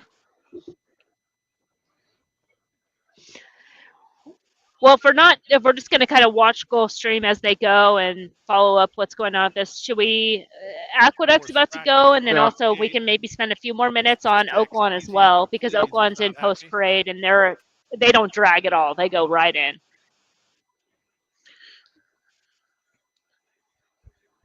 So your call. All right. Because we're getting a lot of static there. I don't know if that's coming from. Horses being backed out of line. Stand by There for we more. All right. Sounds like maybe a late Ladies and scratch at gentlemen, acting Gulfstream on too. vet advice and by the order of the stewards, we have a late scratch in this race of number 6, Easy As You Please. The 6 is a late scratch. Easy as you please. Well, now it's an easy as you please. Now it's a no-brainer. It's a one-horse race. We're taking that low percentage on the first-time starter and hoping for the best. Just don't fall off. Go fast jump and off. loft. Same. Yeah. We actually had that happen in a race. So we were in and many of our viewers know the story already, but Justin, Chris, and I, and a bunch of other people had a shared Aqueduct pick 6 ticket when they were back in 2021, I want to say it was, when they were doing mandatory payouts every day on a 20-cent pick 6. And we had Manny Franco turning for home on our single, past the horse, the only horse ahead of him. He was gone, and he jumped, and the horse lugged in towards the rail. I remember and Manny this. Jumped Yes. off, and that cost us we're going to estimate around $7,000 there. So, and the other thing that's strange about it is if you go into Twin Spires, you go into Aquabase, you go in to try to watch a video replay of it, it doesn't exist. There's no, the results are there, but there's no video. Oh, that happens quite a bit. So, yeah, that happens quite a bit. They're very lenient on that. If there's ever an incident like that, they try to get rid of it, and it's a big negative to me. I think they should put replays up all the time, unless it's at the discretion of a jockey that doesn't want to re-traumatize themselves or their family. I'm good with removing the replay, but otherwise, it's data. He jumped off. Right, but they just, you know what it is a lot of the tracks are doing it just for like image, right? They just don't want like a bad representation of the game going out there. But at the same time, it's also like, what are you trying to hide? So it's like this like constant give and take. I think it's one of those things that the nature of the sport, I'm on the side of, we need to keep the replays, put a content warning, or again, at the discretion of a jockey for their own trauma to remove the video. That's my All right, personal Oldie. Why don't you cover some of this Oaklawn race here, because Gulfstream's dancing around. I'm trying to get my computer up. Can you pull it up for me? I've got race 2. And Aqueduct are going in the gate right now, and there does seem to be some action here. There's quite a few people watching. I'll get Aqueduct up. They could be looking at the post parade at Oaklawn too, but another horse that's maybe a little interesting, especially based on the current live odds. I think the 4 could be a little bit sneaky, a horse that really hasn't had a chance to run their race this year. The 12 is a extremely obvious type horse, probably too short for the tournament. Yeah. And number 9, Cost Basis, who's I think looks pretty live in here. The 9 horse Cost Basis, with live odds at 6-1, which is right in line with the morning line. Another horse that has form this season that is extremely can be competitive in this spot. The last couple races, Cost Basis is now second start of the form cycle. The route race back on February 28th, they stayed on as the best of speed. That race shape was very fast early, very fast late. So he's a flow upgrade out of that race, cutting back to a sprint, and the sprint numbers fit. So that's kind of the way I'm looking at this race, and a 6, 4, 9, and then playing the race, including the 12. But for the tournament, I think the odds still are pretty fair on the 6. Yeah. So The 12 was my top pick here. I agree it's a little short for the tournament, but it depends on how you play your mandatories. If you just want to take the money here and, not give to other people, and what's a big race in terms of number of horses here, you just take that money and potentially run to the bank. I did have a long shot look note on the 4 as well as the 11 here as well, and that's more of a deeper long shot on the 11. But agree. I think that those two horses are going to be kind of popular tournament picks in this type of tournament format, because they're the horses that they're long shots, but they're not like the obvious long shots. They're the connections are a little bit under the radar, but certainly capable. Yeah, I think there's going to be probably the 12 probably won't be used as much as you would like the horse in this tournament. I don't necessarily think in this tournament that horse stands out in the field. Here we go at Oaklawn or at Gulfstream, 7-1 shot one at Grazing Cat was slow to go. That's great news for the favorite. No cheering in here for a 7-1 shot at Aqueduct. For the rail, it signifies not even the one clapper over in the corner. I think most people are honed in on the mandatory because it's the first of the day, right? So you can see a lot of people standing up. Still some late bets. This is where, Emily, it starts to get a little exciting, because once you have the mandatory, Mr. David Harrison walking by, good luck, brother. The trailer is still a Grazing Cat. We want to, David, while you're here, we want to know if you ended up playing the 7, in race 1 at Oaklawn or not. And we knew that you liked that horse, the 7 horse. Tries to fight back for second, then in race 1. You passed, it was too short of odds. That's what we figured. As she clears off, break the maiden by 4 decisive lengths. No Tiptony was second, signifying nothing third. So we analyzed your play perfectly. That's how we guessed that you would approach it. You'd probably maybe go to the window, make a trip to the window as a side bet cash, but in the tournament probably realize it's too early, too short. The bullet's worth more than the $9. Yeah. All right, Oldie. All right, good luck here. Refresh your screen, Oldie. He just stood up. Oldie, Chris, just share yours. Yeah. So, Emily, who were you on here? I think this race is wide open. I'm just going to stick with the 6 and hope none of the other horses that I give a look to make it, and hope for a little luck. 8-1's a square number that I'd be happy with. There's a few that could break my heart, but I'll stick with the 6. I really like the 2. I like the 2. I also thought the 2-3 exacta, you get really big value. You should get about 40-1, maybe a little bit more. So we'll see here. So I have David's plays here. He played for his 2 tickets. As soon as they go off, I'll let everybody know what he is playing. Awesome. Contest taking place today through Sunday. Getting a lot of people standing up. You can tell the excitement. No one wants to be sitting down. They've got a lot of interest in this. So we'll hear some action in the room. Oldie, I've got your screen up. To the outside post. And we go to Fairgrounds right after this. We're ready to go.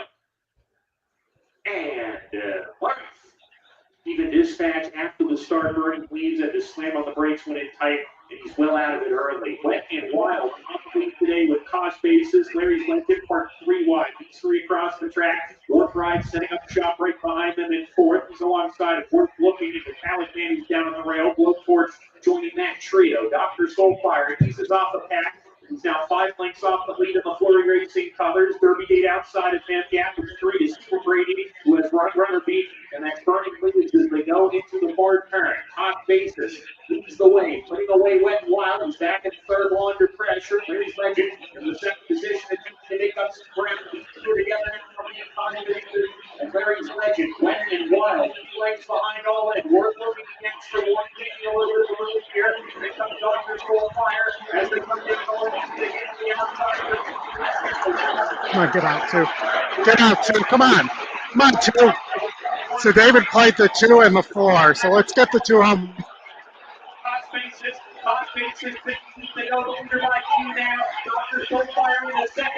And the 9 cost basis is going to win this. You're in a lot of cheering in the room. An extremely Tim back around. Cost base is extremely logical, you know, but probably one of those horses that you're like 4-1 in this big field. You know what I mean? There's probably a lot of people early on that's their top pick, and then when they see the board, maybe want to shift a little bit. But yeah, good race, very honest. Looks like the racetrack's playing fair at Oaklawn too. I know you follow Oaklawn a lot. Would you assess as well? Seemed like it was fair. Oldie cover it more than I You're do. Oaklawn. That's right. You're Fairgrounds. Yeah. Fairgrounds, Oaklawn. Okay, got it. Oh, yeah. Yeah, would you say it's playing fair? Seems like it. So far today, but Yeah. you know, it varies so much day by day too. Sometimes 100%. and I would say when you get the cheap claimers, you see more of horses that tend to go gate to wire. So Fairgrounds, Justin, what do you like here?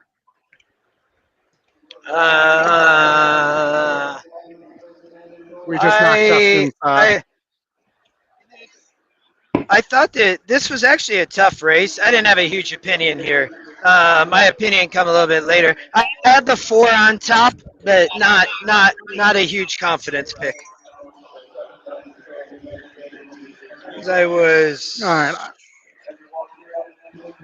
I was 4-3. Yeah, this I remember I us talking about this race. We thought there was a lot of speed here. Yeah, it's a competitive race. Yeah. Did they stay on the turf? They did. Okay.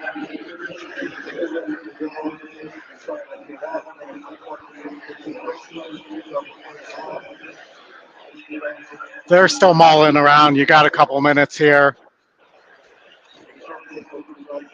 Fairgrounds will post drag.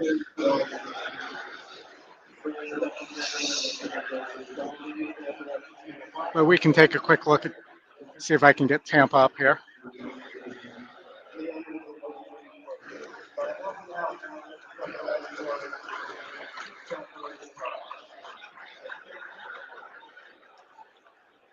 We got some booms in the chat, so some people had the 9s on whatever they're playing today. Dan, what are you playing there?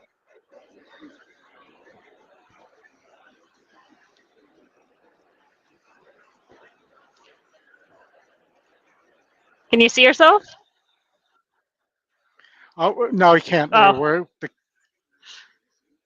No, the camera. I shut that one off because so it wouldn't suck up the bandwidth here right now. Because I think that was part of the problem. Trying to run too many things off the hotspots.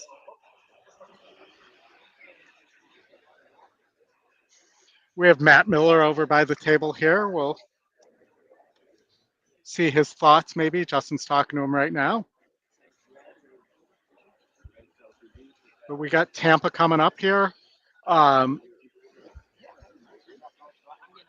Yeah, this again, so that this Tampa sequence is playing very Matt Miller cash contest play or Twin Spires contest play.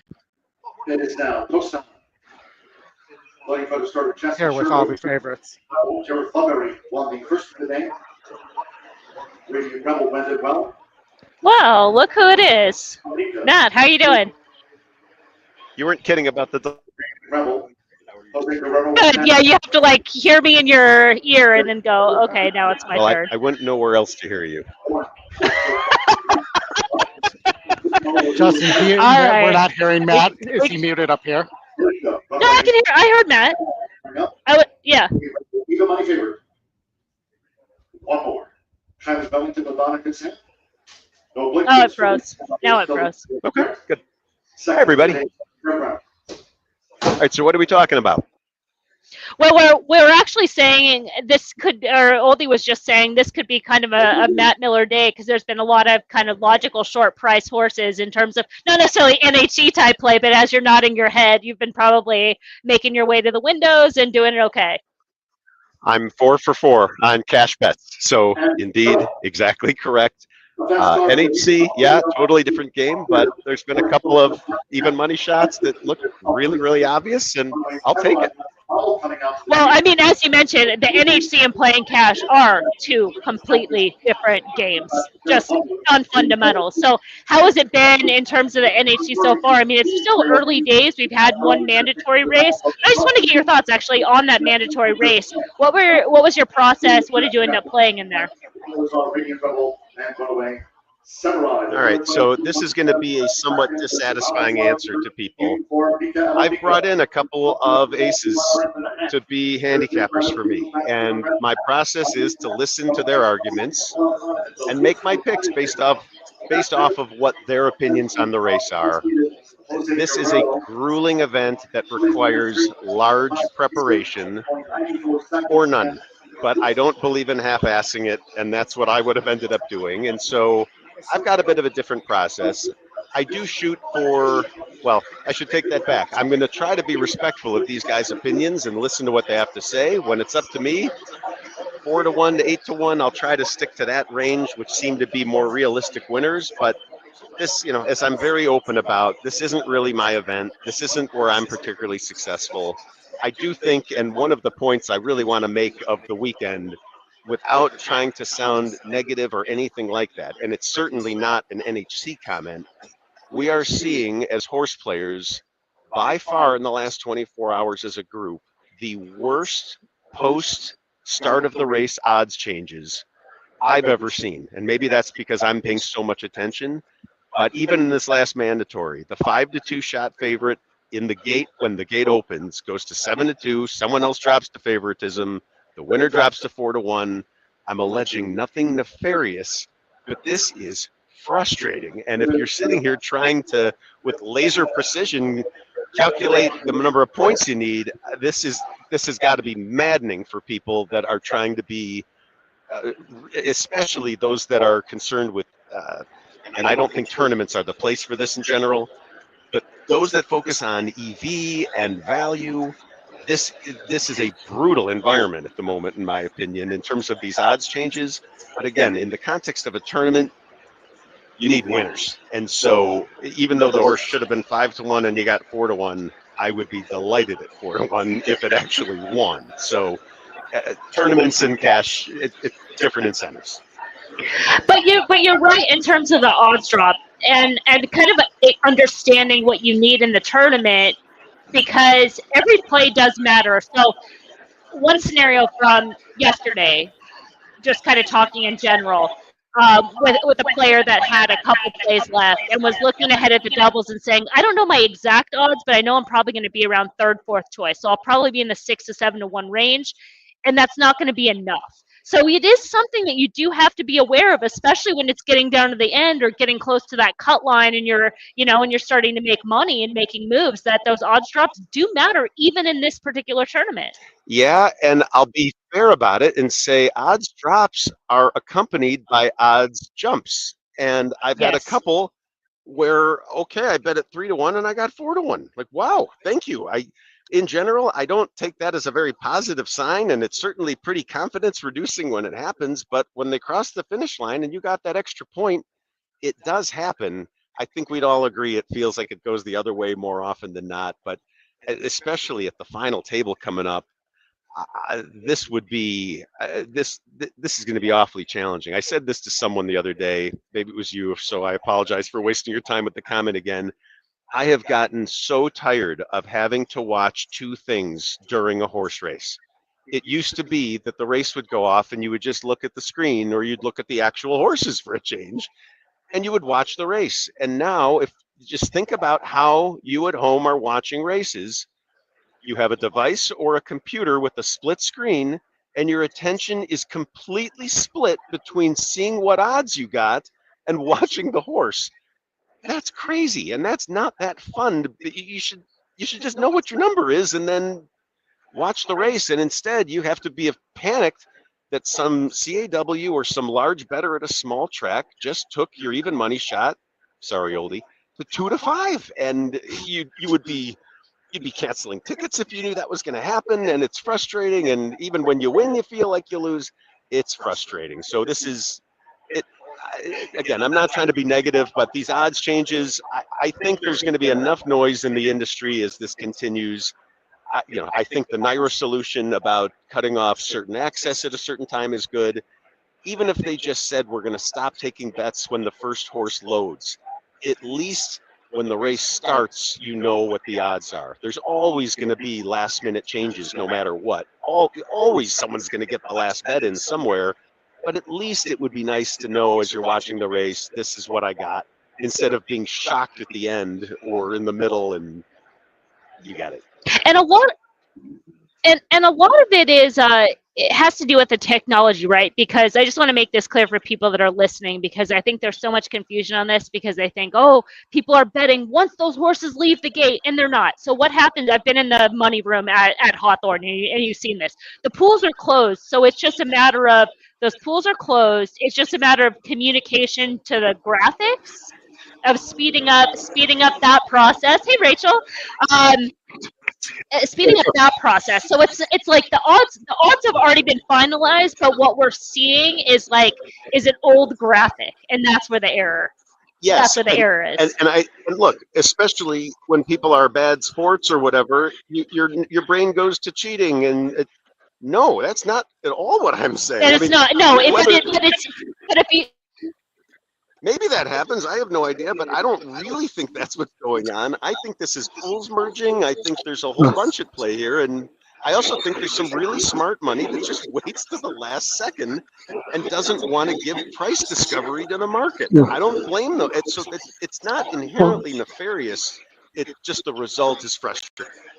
No, it's not nefarious. Well, and I'll also say on that subject that, I've suggested that you cut off the win betting at 1 minute to post, or when the first horse is being loaded in the gate. Great. Which gives the system time to update and makes people not feel like they're being cheated. You're still going to get the odds changes. That is what is happening. Not 1 minute per se, but it is closed before the gates open. Yeah, when the gates open, but I'm talking about actually when you load. Before. Right as I've seen it at Hawthorne, literally, I've literally seen it with my own eyes. We've been talking about doing this video at Hawthorne so people can see the actual timing, because I think it would be really cool for people to see it. But take this simple idea. How nice would it be? The horses start loading into the gate, the light goes off, meaning you can't take more bets, and something on the screen says final odds, and it would oh my gosh, would that be incredible? Where you just know it's all loaded in. Yeah. You've got your numbers, and okay. That's all I'm really saying. You still can't avoid the changes, but at least watching the race, it makes it more enjoyable to know what you have. This is final.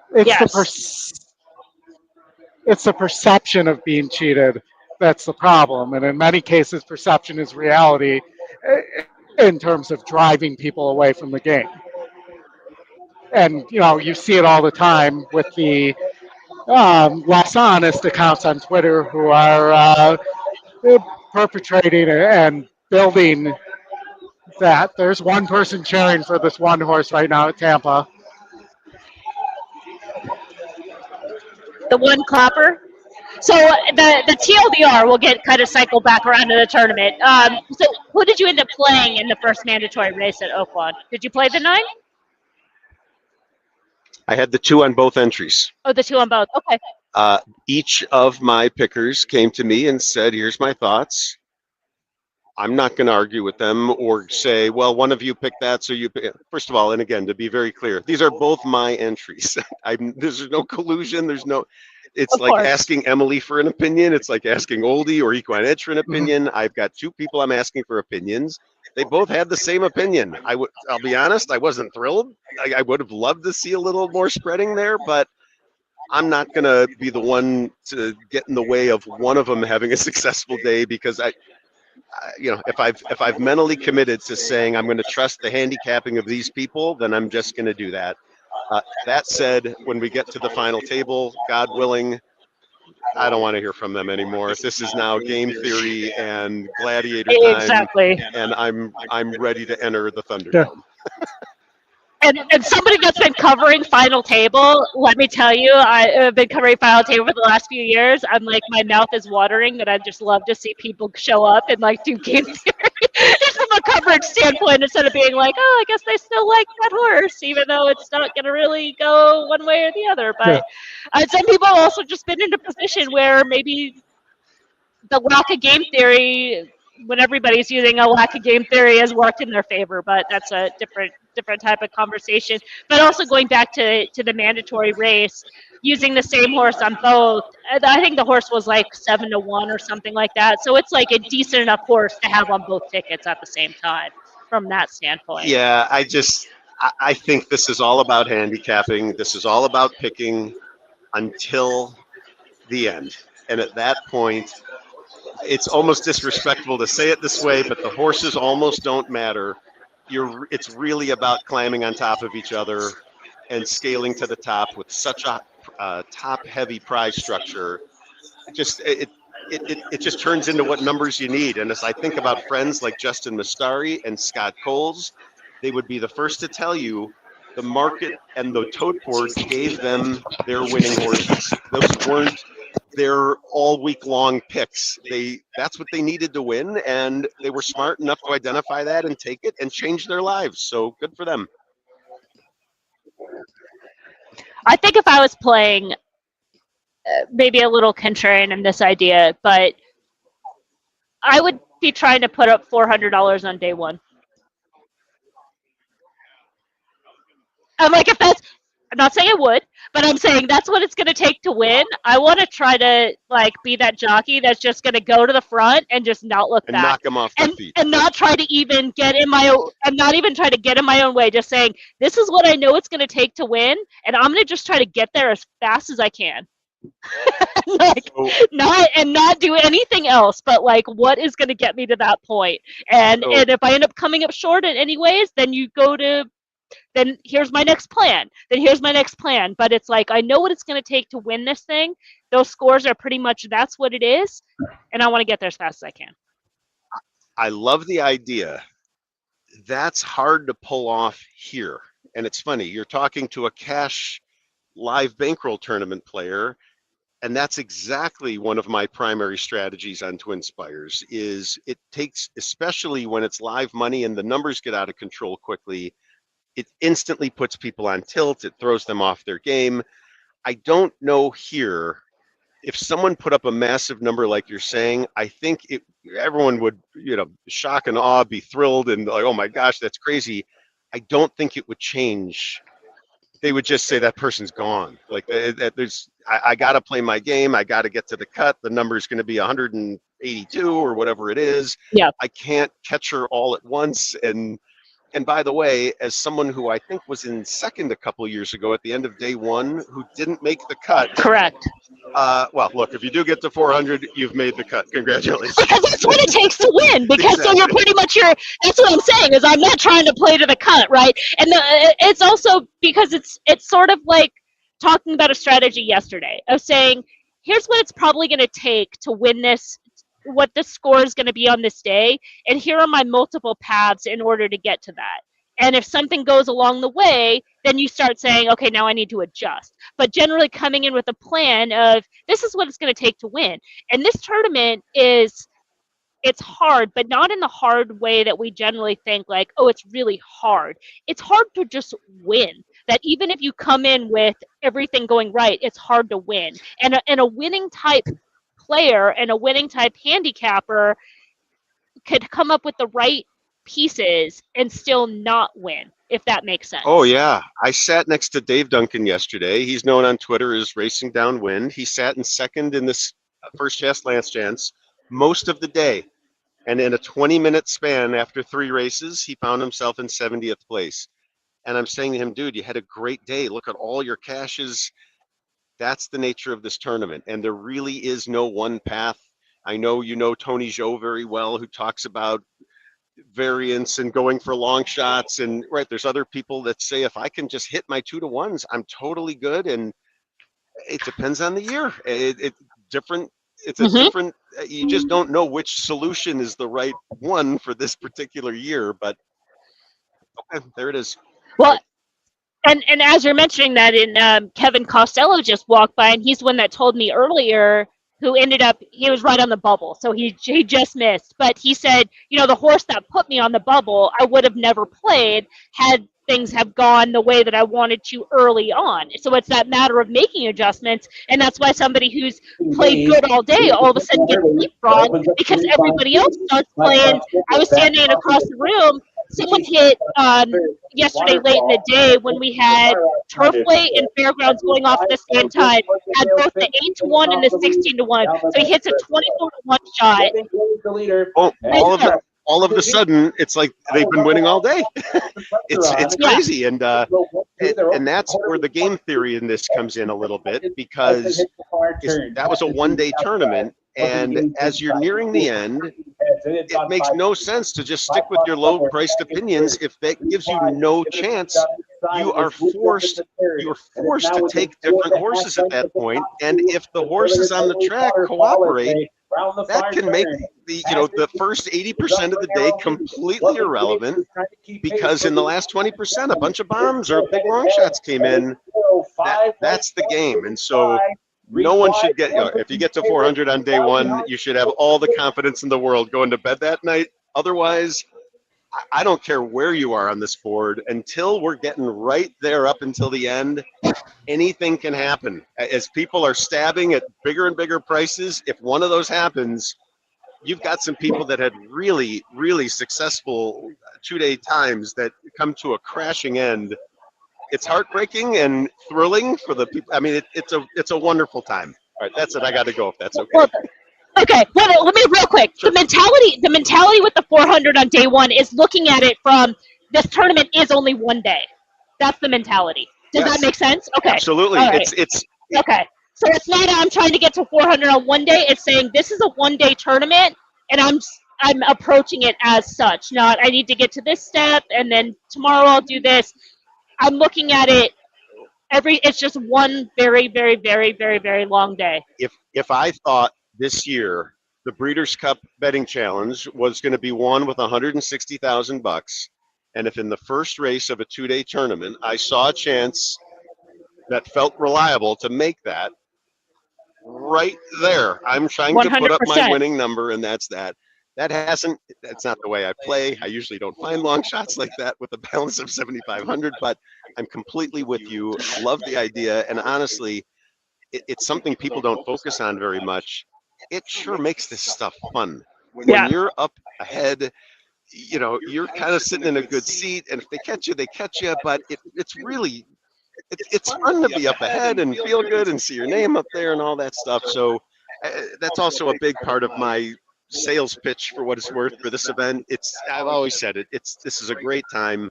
Even if you're not winning, it's okay, but to see your name up there and get some early hits, it's fun. And Howard's up there so far. So far. Oh, excellent. What did okay, you gotta go. All right. I will be back. Thank you for having me. Thanks, man. All right, Oldie, Gulfstream. What do we got here? I can't hear you. Can you hear me now? Yes. Gulfstream, let's see Oaklawn? Oaklawn. Well, Oaklawn's about 6 minutes away still, but Gulfstream I'd skip on this race. But if I had to play something here, looking at the odds board in the contest, I'd be on the 2 at 3-1, or everything's short odds here, or the 6 at 5-1 with a 3-1 E morning line there. But this would not be a race I think is going to be heavily played in the room. Well, I do think the three is definitely the top pick. It's got a pretty good look here. I mean, not for the contest, but the three's currently what, 6-5, 9-5? Yeah, I have the 3 as a money burner. Wins the race in by almost 3 lengths. It was. There's just not much value on this board, and I think I cut out. There's no value on the board. There you are. Okay, yeah. Yeah, there's just no value. There's no value on this board. It's like I'd be looking at the one and the 4, and they're both currently 9-2. But even that is like, it's so borderline fair odds. And to Matt's point, you're like, you just can't. I couldn't handle a drop at that point, you know. Yeah. And they're both 9-2. I'd be looking that way, but overall, if this is an optional race, just kind of move on. Take the higher of the two. It looks like the 1's drifting a little bit and the 4's drifting down. Maybe that makes the decision-making process a little bit easier, but overall, kind of a pass. Yeah, it looks like, Chris, we're having some more signal issues here, but you know, I just think that that the 2 has a chance to go gate to wire here. If not, there's a lot of pace here, and I'd be taking somebody who could rate here, like the 6. All right, I'll be right back. I do see some action here, but Oaklawn's coming up as well. And looking at Oaklawn, while we The horses see if I can get it are to come at up the here. There we gate go. in post time. Moving in for a start, race number 4, 7-5 on Olga, 4-1 Poema, 4-1 on Ganesh. Even money shot. Wow. Oh no, that's not. That's an. Oh no, that is live odds. Oh wow. Olga is the public pick here. Or 1-to-1 shot. A 1-to-1. A shot. 1-to-1 shot.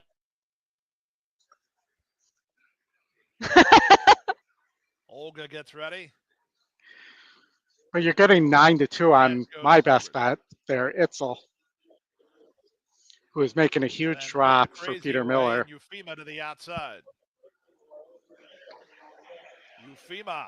Tyler Gaffleon for Steve Claceris to take the outside. I thought this race was really tough, and it really kind of starts with the horse that is even money or 1-to-1, however you want to look at it. Because number 1, Daisy Duke, as an individual, you can definitely make the case that they are the horse to beat. Now, the one kind of wrinkle in that is the fact, form cycle, is you're coming off a top in 2 weeks. And while this horse definitely makes sense, they're going to have to run back to another top effort. And if they take a step back ever so slightly, this race, you're making a case for anybody else. The horse that you like, Itzel, my real only knock on this horse was I just thought the number was going to be short because all the intent makes sense. It looked like a prep last out, needing a race coming first start on the circuit, and just didn't seem like there was that much intent going back to the January 31st race. This would be the better spot for them, just not the most exciting price overall. She's still in range, though. 4, you can maybe try to get creative with, or watching Gulfstream.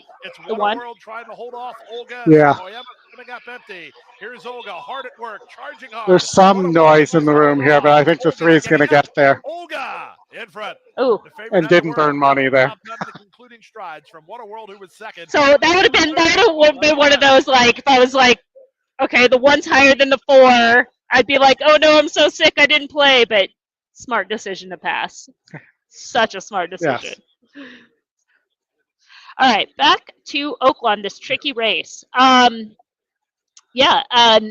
So your horse, I was going to talk about the 4. What are your thoughts on the 4? Because there's some back numbers that would make sense there. Miss Mikos, number 5, scratched out of a race last week. They're going to run here instead. Some intent on that front. The 3 is an up in class, but that race, I don't know if you remember or have a note on that race, but that January 3rd race, that was massive. That was such a huge effort. But sorry, I'm kind of moving around a little bit fast. As far as the 4. No. So this was the argument I had with Scotty for 2. We've been having this argument for 2 days about this horse versus the 6. I just don't think the 4 is good enough in the spot. I think it is kind of one-paced as well. And, you know, I don't think there's enough pace in this race for a horse that breaks slow and kind of needs to close. And when it breaks well, it backs up in the stretch. So, to me, the 4 was a pass. I think Scotty and I have a little bet, I think I may have said that the 4 will finish dead last.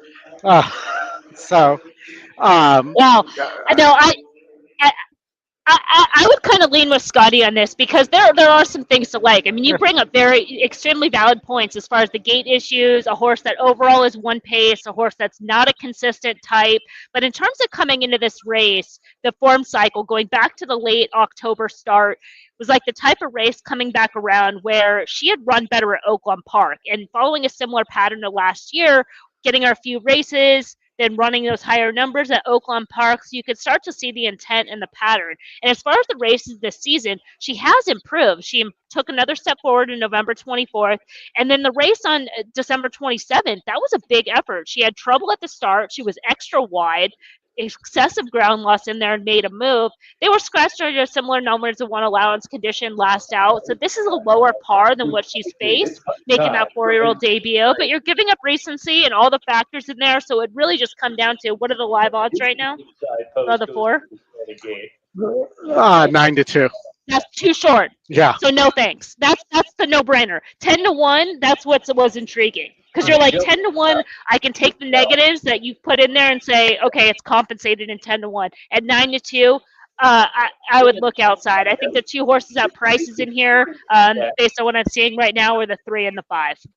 Miss Mikos and Zingin' Spitfire. Singin' Spitfire. Here we go. Spitfire working with her. Right.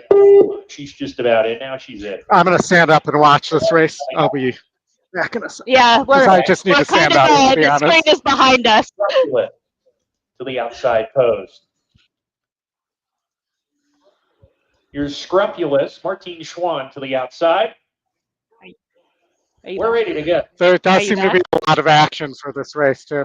And we're off. Daisy Duke from the inside off a half step slow. Itzel going right to the lead and clears off early. Itzel strides 2 ahead of Scrupulous. Daisy Duke getting involved now after breaking slowly has made her way into second with Scrupulous. She's not a joke. Finds herself between horses here. Our Keepsake in the mix as well. Gap of 2 to Copper M. Singing Spitfire inside of that rival. And Miss Mikos is at the back of the pack. Itzel is first. Itzel cruising on the lead. 1.5 clear. Now making 1.75, almost 2. On Daisy Duke in second. Our Keepsake alongside of her as they round the 4 turn. Scrupulous in fourth. 2 off the pace.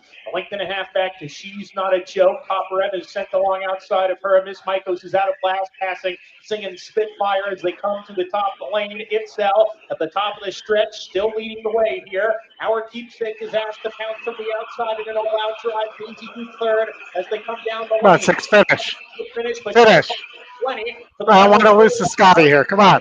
Not going away. Behind her, trying hard, but Itzel's too powerful. Itzel got the clear lead down the backside, and she took advantage of it. Itzel, Ramon Basket. Looks like 6-2-4 under the wire.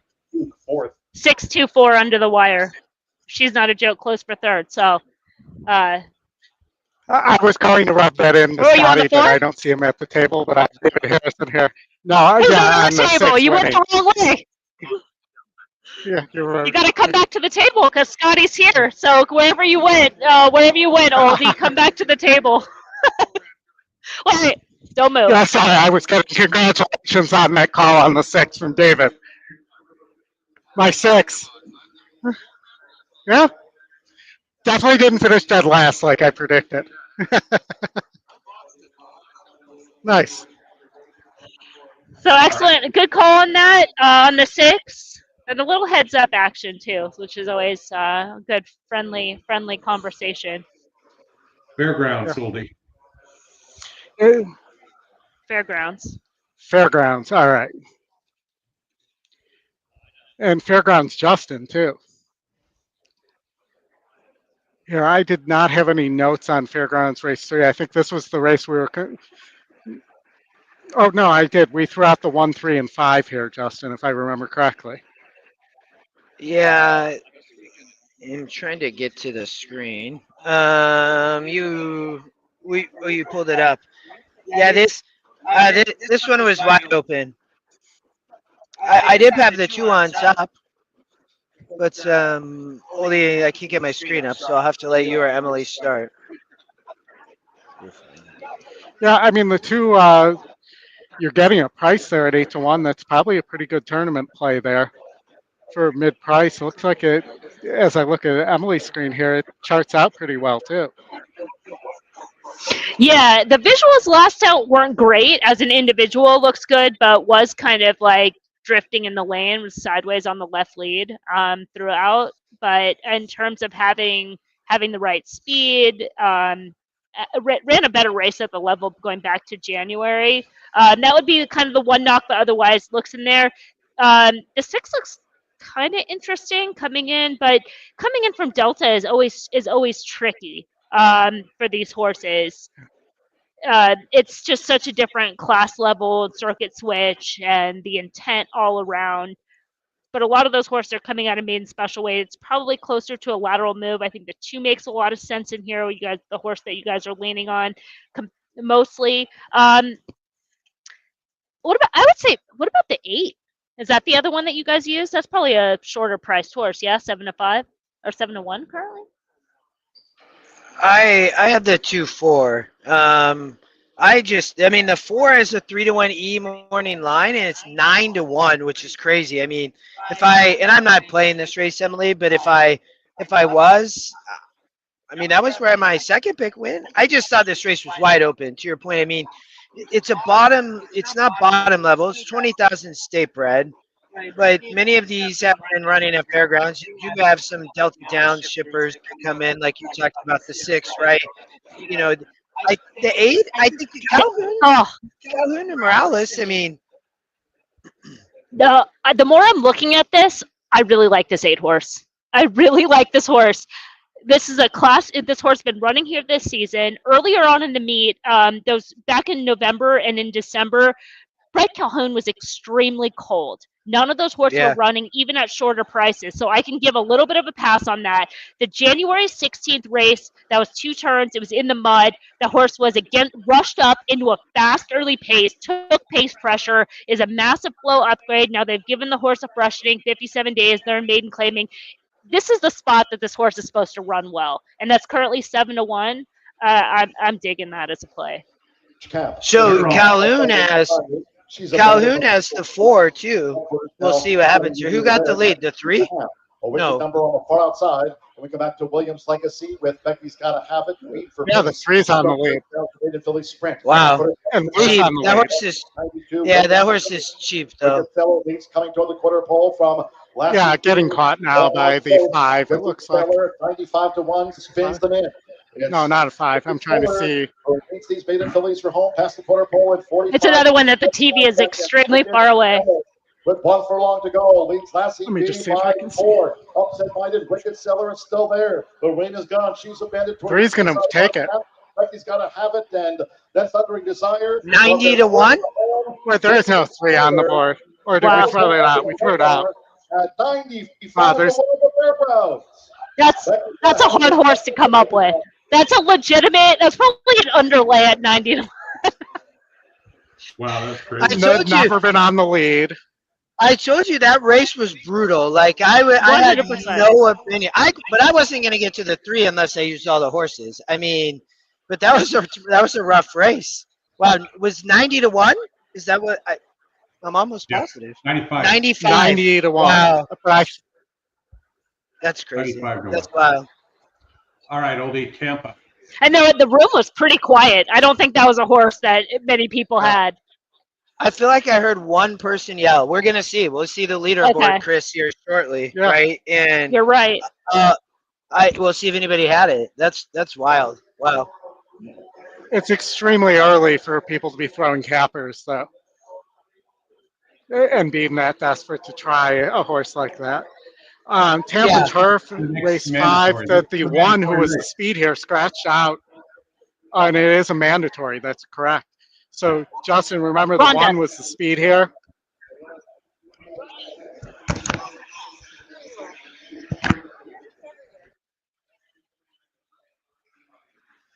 All right. But so the 1 was the speed, oldie. Now the 6 is the speed, though. Yeah. I mean, I think the 6 has a big chance there.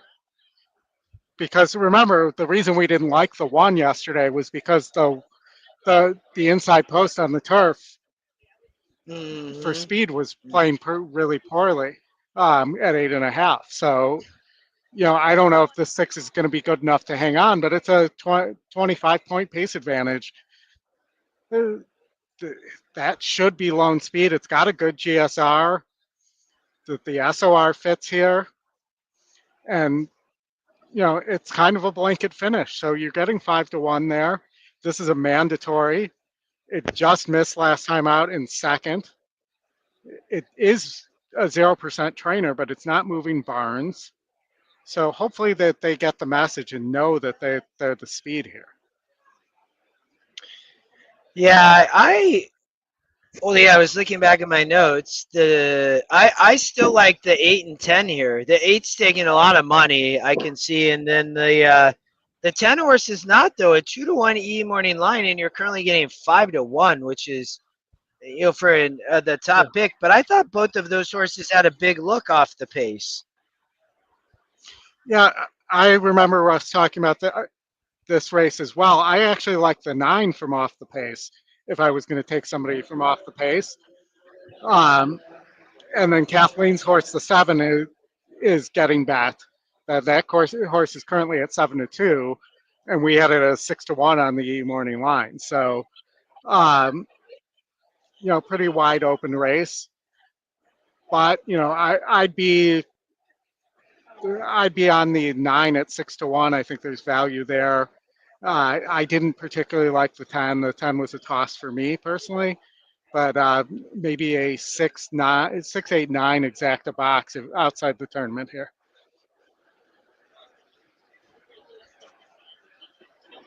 And we're still mulling around, so we'll be a few minutes here. I think they're going to post drag for a few minutes here. So but it is a mandatory. We should hear a lot of cheering in this room pretty soon here.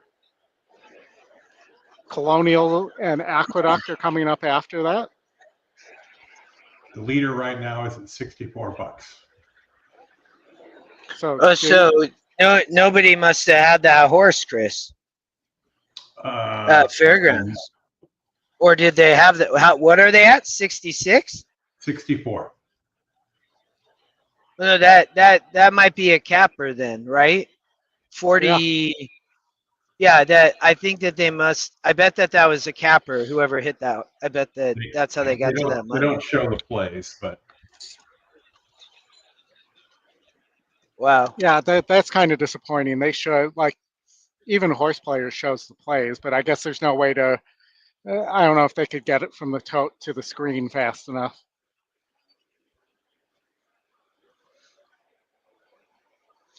All right, we're coming behind the gate here. We have Colonial coming up after that. This hopefully is where Colonial starts getting more interesting because it's been all chalk, but it looks relatively chalky again unless they just go too fast there. And even then, the 2-1 second choice probably wins in that case there. So Colonial probably is going to be passed mostly in the room as well. And you got Aqueduct race 5 coming up, which is a 6-horse race and nobody over 9-1. So nothing too exciting outside of the mandatory here. Now for today's 5th start of late pick 5 on the turf here at a mile 16th field of 9. Your slight post time favorite number 3, E minor 3-1. Fans, this 5th race is the second of 6 mandatory races at today's National Horse Player Championship. The handicapping contest taking place today through Sunday at the Horseshoe in fabulous Las Vegas, Nevada. 800 entries are competing for $825,000 top prize. Best of luck to all the competitors out at the Horseshoe. Hope it's a great day out in Las Vegas. Hope the lunch buffet is on point at the Horseshoe. And best of luck to all the great horse players out there. We so appreciate you guys and gals. Here's Mr. Crowley, Jesus Castanon coming up. Fatima's Blessing, Samuel Marin to gate 9. Waiting on Yes This Time, and Woodcock Flight will be all set for a start. Late pick 5 time here on a beautiful sunny afternoon in Tampa. Woodcock Flight, Cipriano Gill to the outside draw. Going in. They're in the gate. And the race is on. Napoleon's War got away well. Mr. Crowley asked for a little bit of early speed. So I did talk to Matt real fast. He's got one entry on the 9 and one on the 10 here. Up from the outside, yes, this time, try to work over, but maybe caught out 3 wide as they bend into the stretch the first time. E-Miner's down toward the inside. You talking to me in the line colors between horses is 5th. It's 2 more then back to Eddie the Great, who's having a bit of trouble there in the 6th spot. Artie's Angel 7th to the inside. Then comes Woodcock Flight, who is 2nd last. Fatima Blessing is the early trend. The leader in Napoleon's War. A lot of pace on Napoleon's War in front by about a length. On the outside, Mr. Crowley, 24.39 the opening quarter mile for Napoleon's War, and Sarah Hess on the engine. That lead is a length to Mr. Crowley. E-Miner stays tucked in toward the inside from 3rd, just 2 lengths behind. Right outside that one, you talking to me. It's a length and a half more, then back to yes this time. Artie's Angel. They race as a pair 5th and 6th. Right there between them, Eddie the Great. Fatima's Blessing starts to move through down to the seam to the inside. Fatima's Blessing, who was last, is rallying all the way up down to join him in that 2nd fly to join 4th. The new trailer is Woodcock Flight, 49.97. So again, not a lot of pace here as E-Miner going to come through down toward the inside of Napoleon's War. Mr. Crowley pushed along out 3 deep. Then comes a lineup of 3. Fatima's Blessing, Artie's Angel out wide, you talking to me. And behind that comes Eddie the Great, who tries to get a move out to the back. E-Miner, Napoleon's War, those 2, 1-2. Mr. Crowley still a length and a half back in 3rd as E-Miner comes to the corner just in front. With E-Miner off the turn and up by a length and a half. On the outside, Napoleon's War up the fence, Fatima's Blessing. And then good speed toward the inside. Still has to make up 3 on E-Miner. E-Miner and Pablo Morales 5-16 pull a 4-length advantage. 3 long gone. Late run, you talking to me? It's going to be E-Miner to win it here easily. E-Miner by 4. Yeah, that horse got loose on the lead. Yeah. This time. All right. Long gone. To Colonial. I mean, what happened to the 6th there? I think I might have missed the beginning, but nobody went with the 3. No, didn't the 3 just wide the 5 got field? the lead. The 5 got the lead initially, and then the 3 just middle moved on it, Tim. So the 10 here at Colonial, and they're off. Looks very dangerous. On the hustle, chasing them 4th. Sheila's War Cloud comes out of there 5th. Hattie T to the inside 6th. Still Grumpy's running long 7th, and You're the One is at the back in 8th. They hit the far turn, snapping buttons after that sharp beginning. Rounds the far turn with a narrow lead, but here comes Vinny. Vinny comes on to put some real pressure on, and these 2 round the far turn together. Mary Q in behind them 3rd, just 2 lengths off the lead. Sheila's War Cloud starts to rally. Sheila's War Cloud now 4th and angling to the far outside as they come for the top of the stretch. Vinny rolls off the turn short lead. Snapping buttons trying to hang tough. Sheila's War Cloud, steady progress, and is now coming after Vinny. Vinny's in deep water. Here comes Sheila's War Cloud. Sheila's War Cloud's up for the lead. Mary Q comes on through between, in tight there with Vinny. In the meantime, Sheila's War Cloud got the jump and opened up. Mary Q trying to get back on track. Sheila's War Cloud, Mary Q. Sheila's War Cloud won it. 3rd choice there. Second Scotty pick there. I don't know if you call that opening up or not, but 4 to 1s or 7 to 2, whatever it ended up, was a decent price for what has come through Colonial so far. So, all right, oldie. I think that's the highest price of the day. Aqueduct. Aqueduct. I mean, this 6 looks like a little bit of a money burner to me. Last time been at this level, just keeps missing.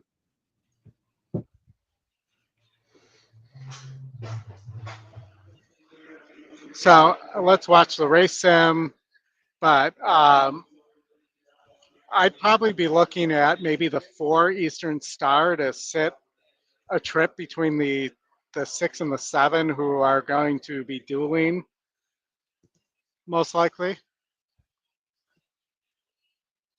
And with the short prices on the 6 and the 7, you can possibly get a price elsewhere if it's not the 1 in this race. This starts our contest here, which we will have Aqueduct races 5, 6, 7, Gulfstream 5, 7, 8, 9, and Tampa 6, 8, and 9. 10 races.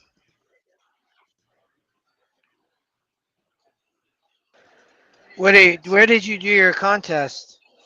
Horse tourney. Oh, nice, cool. That'll be good. How many people you got playing? There's $177 in the current pool, so $124 for first. So divide that by like 10, give you a pretty good idea. Approaching the gate for race 5.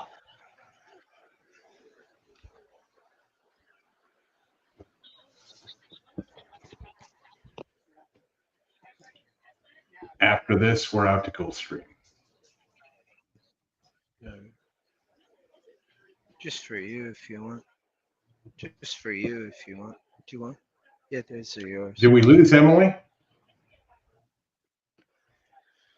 No, she's still here. She's just chatting with a friend, I think. I'm sure she'll be back on. What we got? They're loading this race, and then the next race is a mandatory at Aqueduct in about 30 minutes. So, you got to get lost. I know. I can see him. He's like 4 tables, like directly in my sight. Like I'm looking right at him. Eastern Star. Moving forward. All right, let's look at Gulfstream in the meantime. We did not like this race because of the distance, but you could potentially get a price here if the 4 and the 5 Shaman Princess don't win, because the next best price on the board is 5 to 1. Mia Nipatina. This 8 was a little interesting. First time in the country for Graham Motion there. Graham and his motion. No, Graham's been in the country for a while. Mia It's Nipatina the horse. goes in. All set. Yes. Someone in front of the gate there, Mia Nipatina.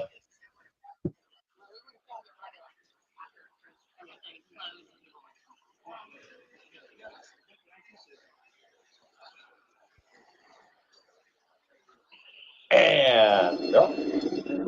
Short shift has the early speed right out to the front, is challenged by Shaman Princess immediately to the outside. At the rail is Troubled Luck, is content with 3rd right now, and hustle along is Eastern Star. And we're getting that pace duel that I mentioned here.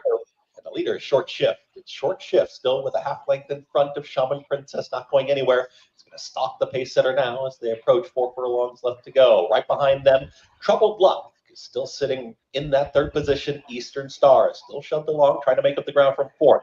The 2 at the back, it's Dream on Kara with Mia Nipatina. Less than 4 furlongs to travel, 23 seconds flat. For the opening quarter mile, short price favorite and Short Shift is in front. Shaman Princess continues to give chase, but it's Short Shift who has the advantage, and Short Shift, quick look back here from over, and Short Shift is approaching a quarter mile left to go. It's in hand. It's going to hug the rail and kick away. Short Shift shows that early speed, 46.79. Half mile time, and Short Shift is opening up that margin once again. Shaman Princess continues to battle on. Dream on Kara. Mild right here from Mia Nipatina. 6 much the best there. No cheering in the room. Short Shift is well clear. And Short Shift. Short Shift. I don't think anybody played that horse. No. Shaman Princess tight here for 3rd. Mia Nipatina to the outside. Dream on Kara in 1 minute 20. All right, only Gulfstream. All right, we got Gulfstream race 5. We had this marked as a skip in our handicapping, but I think that the 8 has a shot here. Top set, the 3, the long shot, I think has a big look as well at 9 to 1, which is currently showing value over the 6 to 1 morning line.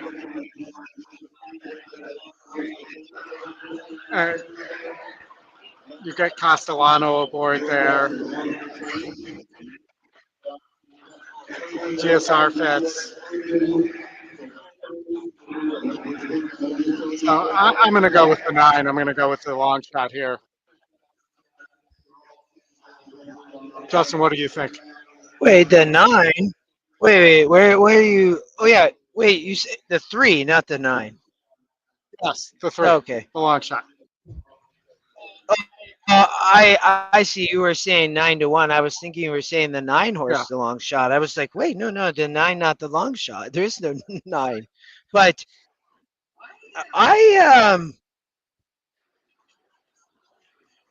mean, they're going 11, Oldie, right? And Yeah. I'm not sure who can actually get the distance here. It's gonna add some question marks. What's happening even with a horse like the 6 horse? I mean, I feel like if I had to play this race, I'd throw a couple bucks on the 6 in a win place format. I think this thing is pretty wide open. I know it's a low win percent, but the win percent's only you're getting kind of hogged by the 254. So, I do like I'm not really a fan of the 5. I think you could try to beat the favorite here. So, but I don't have a huge opinion, but I do like a little bit of a price.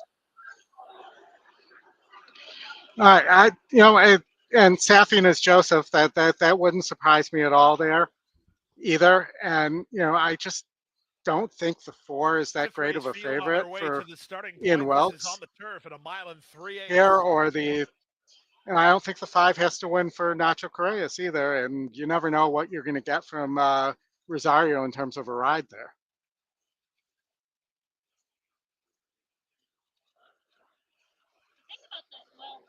You're muted, I think. You're muted. Click the thing on your right. There's a thing right here. Emily's going to join us again. There's a little red button right here. Huh. I was showing her where the mute button is. That's why these headsets are so amazing. I'll tell you what. There's this little red button like right on the side, and you don't have to. You just press the button. Well, yeah. No, that was clever. But now I know going forward. I was gonna wait till it comes out and then be like, oh, it's muted the whole time. Like, oh, I had the winner, whichever horse that is. Yeah, I'm kind of with you guys. I mean, the 5 obviously makes a lot of makes sense in here. It's a short number, but has class and has been running long and just kind of seems well met. The 7 is coming off a better than looked effort, but this is just such a big step up. Yeah, the 5 just seems to have a massive class edge in this group. I guess the trip going back on the 8, but yeah, not an exciting race. At the gate. It's now post time. Moving in for a start, race number 5 on the turf, 1 mile and 3/8. 6-5 favorite, Balados Beach under jockey Joel Rosario. So, did I miss anything else exciting while I was away? We got 11 furlongs of horse race coming up. Sugary going forward. Bourbon Thief will be next. No, well, we did have a mandatory. So there was mandatory there. Well, we saw the bomb at Fairgrounds, right? So, yep. That horse was 95-1. I don't know how that person had that horse. But, There's some. Sorry to cut you off real quick, but some people in this tournament in particular, that's like the one type of horse they play. They look for those just absolutely bomb horses because they're like, nobody's gonna have it. And then that one time that it hits like that, they're the one that moves up. So that's kind of how they get to it. Not like I've been watching the replays and I see something. It's a complete just contrarian type scenario. Yeah, no, that makes sense. We'll see if anybody's. I bet we got some action here on this Gulfstream race. And they're off. Yeah, no, I think so too. I think that I think the 5's vulnerable here. From the top shelf, Sunny Spell looking to get over. But not if everybody gets in a pace duel. Lands the advantage. Going 11 furlongs. Sunny Spell comes away in second from Tarnima, who's a pocketed up third. Show Off comes away in fourth, then it's Bourbon Thief. I think if people were playing this race, don't you think they'd be playing like the 7 or the 6? I don't know if I'd want to take on a favorite with the 4 at 5-2 or the 2 at 4-1. From a tournament standpoint, not like a who you like, but Bourbon Thief racing inside of Show Off. And I kind of like the 3 as a tournament play as well there, but the 7's just going to run the top off. Live odds at 13-1. Yeah, 3 is playable as well. You're right. Yep. From between horses, it's now Tarnima, who's on the inside of Sunny They really run wide. 4, Then back to going Bourbon 11 Thief, furlongs. up and traveled well in this early stage here. Second last is Balato's Beach and Sugary Trails. They went to half and 40. They did, Oldie. Flying. That's insane. Boeing and Miguel Vasquez intent to make But they all. did slow Leads it down by- the second Sunny Spell is second. quarter, Impatient but to still. up on the outside show off. Going to try to force her to move a touch, and Tarnima stays parked at the rail. Bourbon Thief is following Sunny Spell intently, and she's only 4 lengths off the lead. Meanwhile, Balato's Beach angled to the far outside for a backstretch improve. The trailer is Sugary. It went 3/4 in 1:13.2, and they have less than half a mile to journey. With the advantage, Starship Boeing by half a length.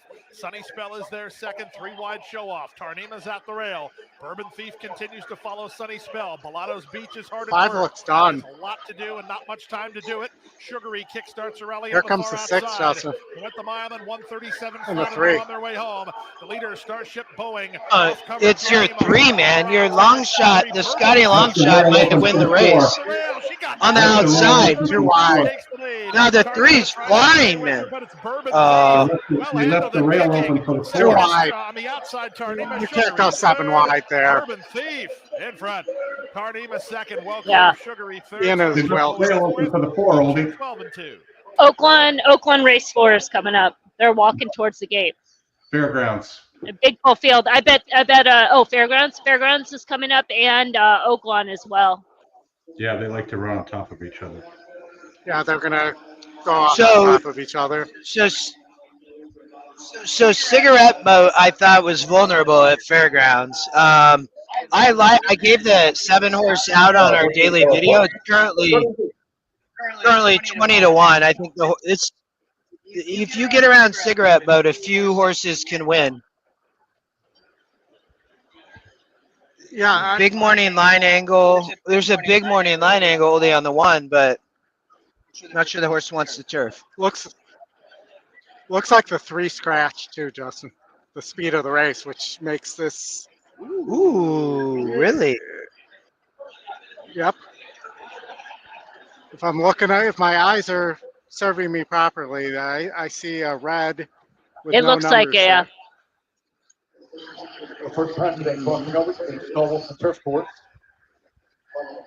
Final approach. I also thought Ben Curtis riding Frost Mountain had a look. It's a great turf race. Well, Horses you know, now maybe the. starting gate. I don't like the GSR on the 1 Germania here, but the other speed here is the 2 Spanish Wells. First time turf might have a little bit of a look now. The horse, the 2 physically looks like a turf horse. I have a turf note on this horse going back to Hawthorne in June, but giving up a lot of recency. But this horse, the 2 is definitely a turf horse. Yeah. I'm gonna go watch this At race. 11-1, that's a good tournament play. Yeah, absolutely. Start to the pick 6. All Yeah, you've got really good connections. And I'll say at Oaklawn, I was down to the 3, 7, and 12 here. The 3 would be the closest thing to a tournament play. Running in third. I thought the 7 has a back race good enough to win here. It's a big drop there. Yeah. That's the half mile pole. And if they go too fast, the 12 should be able to clean that up. 28 feet, then Princess has drifted back. Yeah, the 12 and the 7 are extremely logical, just in terms of the class drop, in terms of the current form that it's on par. The 3, I see what you're seeing on the 3, has really speed as well. The horse who's straight away in third. maybe a little bit too much. The horse that has more than they've been able to show is the 4, but the problem is the connections are just so painfully but yeah, kind of not big full field. They've had people get involved in there, but the favorites are logical. Cigarette Boat then to the inside, Sassy D and Cigarette Boat in a battle that's come down to a nose between them. Third's close to between Marcus Gift and Fulcro Boat and Princip. That's a price. Look like, but again, I think I need binoculars to see if it was. That said Sassy D, so it was the 4. Yeah. Yeah, I mean, a Double-digit horse. Yeah, 32-1. I thought you could upset Cigarette there. The 7 didn't break gray and like Yeah. shifted all the way to the back. Came running at the end. I think ran 3rd or 4th. But I think the 9. I think Cigarette got upset. And the runners have now reached the starting gate. It's post. I'm watching again. Oh, I God. thought the 9 hung on there. Yeah, the 9 hung on. Dozen runners. 9, 4, 5, 8. 3/4. Oh, the 9 hold. The 9 held. Okay, he called. I heard. I only heard the call because it's impossible to see from where we're at. So I heard the name Sassy P. Post position 8. Southern Spite. All right, going in the gate at Oaklawn. In the yellow jacket. Got some action by the machines here. Last gasp coming up. Sky Raven at 63-1. Is that what you put? Do you have a 3-7-12 box? Is that what you played? I didn't box them, but it would be. I didn't play anything here. Yep. Go again. Grismo. I like that. But I did like give that out a play. pick 5 earlier that those were the 3 that that's still alive. That Looks like Next over that 6. mandatory is Aqueduct coming up in 16 minutes. Still working with Grismo. in 16 miles or minutes. 16 minutes. Rosie Cotton, post position at number 5. You know, Kelsey Haar is the Pirates' favorite jockey because it's Kelsey Haar. Josephine. Haar. And to the outside post. Did you make that up? Did you make that up? Yes. That's quite good. I really like that. Oh, that's low-hanging fruit for Leona. Feel free to steal it. The 2 of them, they come up with all types of stuff. It usually flies over my head most of the time, but they'll come up with all types of things. Not sure if the door's open, but she tried It to lunge. was like it's like in that really good dad joke category. A very awkward break for her. Hey, they have them all. Cotton moving up to come and challenge. This was a good Oaklawn race. You can see a lot of people, I think, played this race. Yeah. There's quite a few people standing up. There, a neck behind. Smoke show. I mean, if they could stop the race right now, it's 3-7. Big long shot, Sky Raven outside of her. Then comes Grismo, the favorite, flat storming. Oh, no, it's not. I can't 5 tell. lengths off the lead as they're strung out. Southern Spite has come under a hard ride. Hey, Last look. gap right behind her. The Air Castle Zandora is giving way to the back of the field. She's done. Honduras 7's on the lead now. Still has a lot of work to do as they come to the top of the lane. Morally Complex set sail for home and puts away Rosie Cotton at the quarter pole. The only one with a chance. Justin, we should have played that pick 5. Stormin, Morally Complex has asked for a finish in the final 7. furlong. Outside 7-12. Should have boxed it, like you said, Emily. Deep left to go. She's got a 2-length edge. Flat Stormin not making up ground. And Morally Complex, she will break the maid. Morally Complex. We should. You know that pick 5 I had up on the screen, Justin, now is 4 legs in. I mean, it's not gonna, I think it'll only pay probably about $1,500 based on what I've seen, depending, unless there's a bomb in the last. Yeah, it was a good sequence. Okay, Oldie, Tampa. Yep. All right. All right. What do you guys got? All right. So Sandpiper is top win. E long shot 8-5 on the E morning line. I don't love this horse either. This is another one of those horses that just doesn't seem to get home and burns money. So far, those horses are having good days today, though. I'm going to go with the 5 Sing Scat here, who I think is the other speed, or possibly the 4 Murumbi coming late.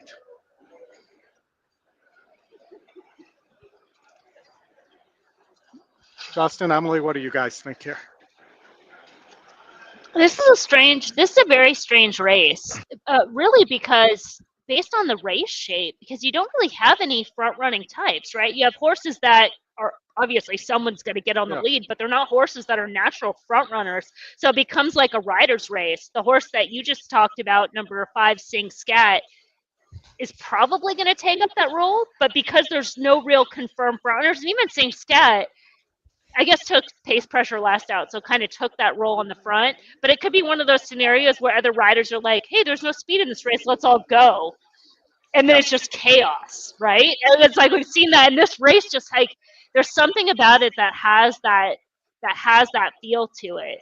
Horses that haven't really run at this condition. A horse like the 3, who's obviously in form, that 2-1 is not exciting on a horse like that. That it's for horses at this level to start stringing a lot of wins together. It's on the rare side, you know. So you're always skeptical of taking a shorter price in that case. So 9 to 5, you want to look for an alternative. Who's the horse that's kind of sneaking away on the board? Is it the 2? Was the 2 good enough to win this? Coming in fresh? I guess the race, the 2, you could get to the 2. The race back on December 28th, the one-turn race. That was a competitive race for the level. Yeah, and Yeah, maybe you I'm get going to give a look at that. and you got Camacho there. So if it's a rider's race, he's one of the better riders there. You know, I think he's going to finish second at the meet this year, but typically wins the rider's title there. So I think you'll get a pretty good ride. Yeah. Yeah, 5-1 is extremely fair. I think that's right. The horse is going to come back from a freshening. The race back on December 28th is under a similar pattern, that extended sprint distance, under similar conditions, ran a good speed figure, maybe finds a similar type trip in there. Could just be the right horse in the right spot at the right price, 5-1. Yeah, and I think that I'm going to go back to the 4 as my long shot tournament play too, just based on the price there. Did in our strength of race rating did beat 52s. This is a 54, so they're pretty equal, pretty par. You know, I think definitely needs some pace to run into. Is going to be a little closer than the horse normally is. You know, I think Maldonado could get this horse home. I think 8-1 is fairly fair here. This very competitive race, Oldie. I mean, there's all these horses have been claimed. I mean, it's one claim after another, kind of after another. It's pretty crazy. So I think I'd land on the 1 here. I think Sandpiper Memories, Oldie, at Tampa. I can see they're going to the gate. I mean, this horse, I think you kind of sit right off the lead. I mean, it's 5-2. Don't really love the price, but that'd probably be where my pick would go. But this is a competitive race. I would not be playing this in the tournament for sure. Like, I have a big opinion here. Yeah.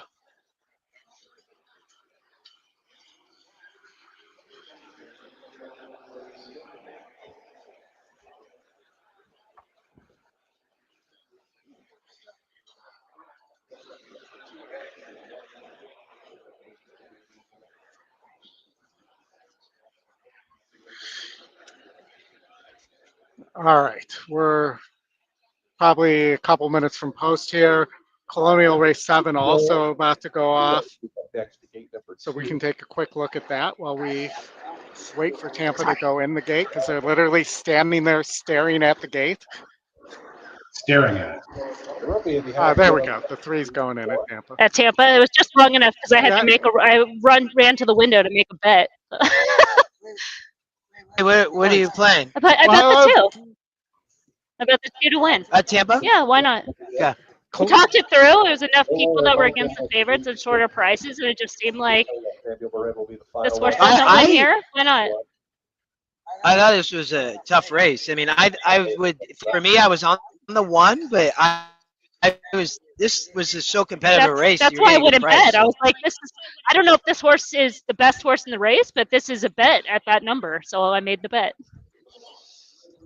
And I'm going to call out Colonial for a second here. I don't know how you let 8 horses scratch and have a 3-horse field. It could be. Do we know the reason for it? Was it vet scratches? Was it Stewart scratches? Was it? I could look on that case, but 8 horses sounds suspicious, like they're just trying to dodge Book'em there. But you know. Between them, those 3 line up in behind. We know who's the leader. Maybe we'll know this story. Maybe we won't. Who knows, right? 5-4 back to Pure Elegance. Yeah, like yesterday From that outside at run, all the Colonial. way down the fence, 3/4 of a length in front. Up the Osa Katrina, who chases in second. Solaire is back third. And the 8's on the lead. The aggressive jockeying by Marin there. The Blue Colors from fifth starts to gain, but it's going to be 4 wide as they run to that turn. The Roby's in behind them, about 5 or 6 lengths adrift. Well, I think I'm on a losing bet right now because my horse is going the opposite direction. The leader, Sweet So Nola. that's that. Sweet Nola fled by just over a length. Solaire and Sting Scat. They chase second and third. It's all right. My 4 looks like it's got, well, maybe it's moving a little bit, but Roby on the outside. I thought it might have the anchor out there. Sweet Nola, Samuel Marin cruising up top. It's Or the Sweet Nola tractor beam, as we call it on the show, too, sometimes. The inside, Sandpiper Memory starting to make a bit of a move. Then comes Sing Scat, Solaire, but will be out wide. A final furlong to go. Sweet Nola's still there. Sandpiper Memory's 2.5 lengths back now. We talked about it being there's there's your 4. It's coming on late. Yeah. Sweet Nola by the 16th pole of 4 lengths. It was just such a good race. It was a good race to bet because you kind of had to say the 3's probably at this point not going to string 3 wins together. So at that point, it opens up the race, and there was no horse that had any overwhelming edge. Right? We're trying to look for who's ever going to make the lead. Probably going to be the 5. It wasn't the 5. It was the 8, and that was that. Yeah, it was a good call on your part that one of the riders could be aggressive. And if you go back and look, the only thing I saw in the 8 was that Marin and Aragata are 24% as a pair. So, and they were the only real positive one there. Welcome, Dano, going to win at negative 1 to 2 here. Yeah. So a good case of, you're kind of looking for a new face, and while this horse isn't necessarily a new face at the level, is a new face for the connections with the barn change. That's all it took. For sure. All right, Oldie, Aqueduct. Yeah, this one's a mandatory. So this is a mandatory. My pick actually scratched, Oldie. Me too. I was on the 5. I'm bummed. I really like that horse. I was excited. Yeah. So, Oldie, go ahead, because I think you were on actually a different horse. Yeah, so since this is a mandatory, I'd be on mandatory, the 3 horse, who I was on anyways. Lascano is riding for Kimmel and wasn't on either of the Linda horses here, which I definitely took notice of on the 3 here. Older horse, though, maybe you could argue isn't the same after those last 2 races, but if it runs back to the 3 wins in a row there earlier last year, I think mandatory has a big look here. It's 4 to 1 in a mandatory. I think it's a pretty square price when only the 2 is over 10 to 1 here. The 2's playable. You don't love the barn change, but I feel like the 2 is going to be the most popular contest pick because you can't really take the entry, and the entry could have a pace advantage. That's fine. And no one else is really, I don't know. It's not really playable. The horse, like I said, I like the 5. I found this I don't know if you saw the same angle, but with Linda Rice horses this year back on less than 10 days. Is extremely high ROI, and it's a smaller sample, but 30% winners, 54% in the month. It was like this is the horse, but you can't win if you don't play. Your 3 horses, the trainer is 6% off the layout. So I thought it was Sophia riding, and Linda had claimed for herself and owned that 5. I was like, they're up to something here. I thought it was a great play in a race like this, but scratch, and the 5 was also dropping. I actually, if I was in the tournament, I would play chalk. I would not. Well, I don't know if I play chalk. I would play the 6. That was my second pick. I thought it's the other Linda that's actually still in the race, and Kendra Carmouche ride. Even though Lascano is not riding for Linda here, she used Carmouche all the time. I just thought was a horse that probably fits for this group. It's a pretty questionable group. I didn't really love anybody, so I would probably take the 6 and just hope to get through on a mandatory race. You know what? And as you say that, I bet that's probably the other thinking with a lot of people is just try to get through this mandatory race, because the only horse that's going to do a lot of it's either that or you play the 2, because the 2 is the only horse that's going to hurt you. But then you also know that's what a lot of people are going to play as well. I don't know. It's a tough race from that standpoint in terms of the tournament, because every single horse has pluses and minuses and no real value. Like they said, Chris just gave out the stat. It's low percentage off the layoff, so you're not like going to go to the window and put down 4 figures in the tournament. You're like, I'm going to take a swing with 6-1 because I don't really like anybody else, and 8% trainer angle isn't going to hurt me one way or the other in this format. Well, I also want to say I don't think both of the entries battle on the lead, because they both want to be near the lead. Your plot looks similar to what we have in terms of their pace number as well there, but I just can't see. I mean, it would be they'd be costing themselves. I think we like the 1A a little bit better than the 1 there. The 1 we've seen had trouble at the distance, but so maybe the 1A gets away at 6-5. But for me, it was the 1A, the 3, and the other one I had a little bit of interest in with the 5 out would be the 7 for Dutrow, but I just think that horse is a little class compromised. And it's so cold on the board for Dutrow. Yeah. Wouldn't you say? Like, that's a barn that gets bet, and the fact that they're not touching that horse is just such a sign. You see him warming up right now. He's class compromised, doesn't have a pace advantage, and it's cold on the board. And it's a type of horse that would have to turn things around, and if he was, it seemed like there'd be some steam that you'd see, and it's not there on the board. All right, they're going to circle where we're going to get a few more bets in here. I'll see if any of our friends come up here to watch. I'll try to get their picks as well here. But still people. Odie, who are you on, the 3? You're on the 3? Yeah, the 3, mandatory and the mandatory. I love it. But not because of the name, actually, but because I thought this was the best horse. Not that they're all not nice horses. 6% is the trainer on 279 days off. Yeah, but 6% means there's at least one winner in there. Yeah, 1. There you go. How many gumbos? So you're saying there's a chance. But no, actually, I like the works also on the 3. Seems to be working very sharply for the return back.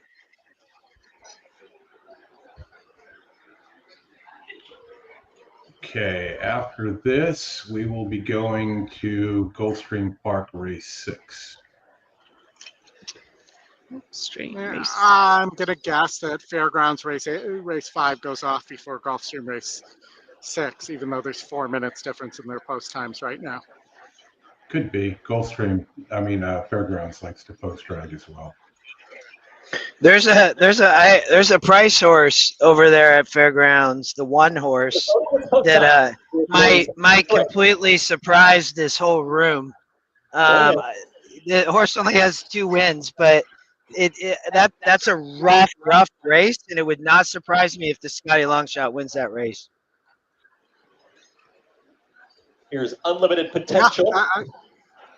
Total overlay right now there. It's I talked about this morning on the daily video. I'm like, if that horse gets the right price, it's a great play, and you're getting like 10-15 to 1. Yeah. I think you're getting a price on a winnable horse at Gulfstream too.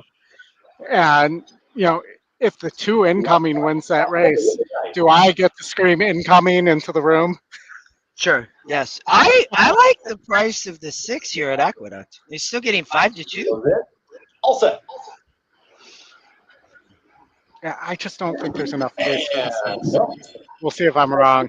From the outside draw, flashes that early speed with Magnolia Midnight right there. Reddington is chasing in that second grouping with Magnificent Mile up on the outside now. So David's on the 4, Reddington. Magnolia Midnight and Manny Franco up by 3/4 of a length. Chased by Magnificent Mile is right there in the center of the racetrack and stalking second at the rail. Presidency. Now back to third with Reddington, who emerges, is out the center of the racetrack from fourth. It's a length in front of a tight hold on limited. Oh, I'm going to say Mandatory's not winning this race. Mandatory is lost in Rome. 6%. He's got the tractor beam out. 6%. Now it's even lower, Chris. He just knocked it down even lower. Reddington with a rally on as well. Unlimited Potential starts to warm to the task. Red Cap is looking for a seam. Far back to the two trailers, Lost in Rome and Mandatory. 46.35 for a half-mile time. They approach a quarter-mile left to go, and still there is Magnolia Midnight. Unlimited Potential does get the split, is chasing the entry mate. It's Magnolia Midnight and Unlimited Potential. It's like the dual entry. I don't know, the 3 is closing. The 3 is closing. It's coming back. Reddington is in the yellow cap center of the racetrack. These two shoulder to shoulder, and now Four might run second. Unlimited Potential. Yeah, Four got up for second. The entry mate. That was dual entry. Yeah. Reddington. Well, you're right. I forgot about the dual entry. It's a pretty quiet room. I heard somebody go. Yeah. That was about it. There was a little excitement, I felt like, early, and then everybody just kind of sat there and watched the race go around the track. You're like, yeah. All my horses are going backwards. No one's going forward. Okay, moving on.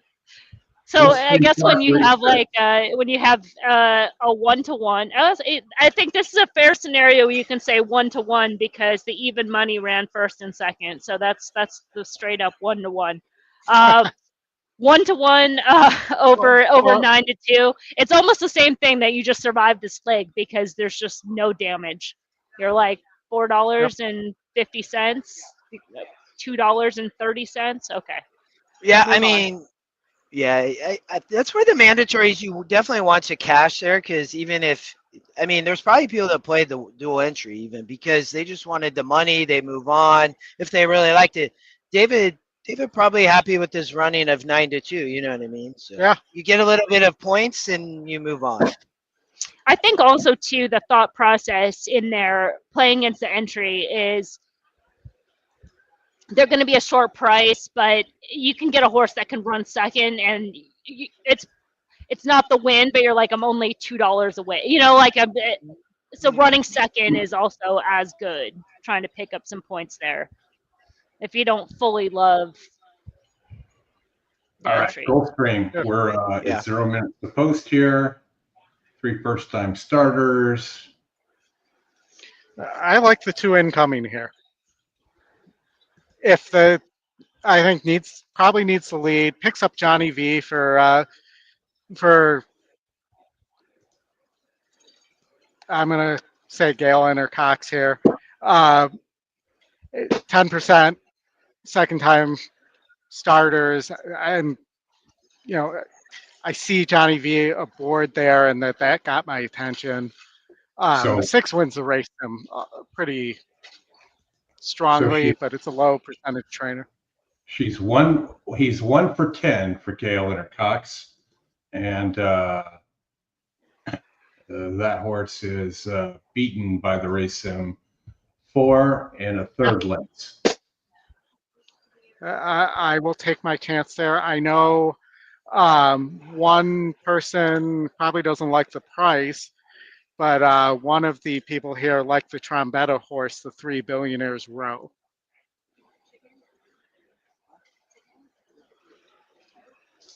But I doubt it's playing it at that price. And, you should maybe not throw out the Cassie horse, who was the favorite in the previous 2 races here in a 7-to-1. That's a pretty decent tournament play as well. The 5 horses making a debut was taking some kind of sneaky money in here, and the trainer stats aren't bad. Now, they're not at Gulfstream Park. Hasn't had a first-time starter here at Gulfstream Park in the last year. But overall, with first-time starters, hits at 23%, 38% in the money, and a positive ROI. And this is the type of race where it wouldn't take much of a new face to jump up. The horse is 8-1 at the gate. right now. It's now post time. Moving in for a start, race number 6, start of the late pick 4 here. Well, I'm not in a tournament, so I don't have to worry about those things. 8-5, go win 1. I wouldn't surprise me if you see some people play this race. It is a maiden, but just Emily, I say that because our win percents have the 1, 2, 4, and 5 all very competitive. And if somebody has an angle on any one of those, then you're getting 7, 10, 20 to 1. Yeah. I would consider taking a stab with the 5 in here. Playing this tournament, that would be a serious at this point in the day. I think I would, you're looking at bullets, kind of looking at what's going on later. I would consider it. Riders off the 1, Distinguished Gent. Zayas tied back on.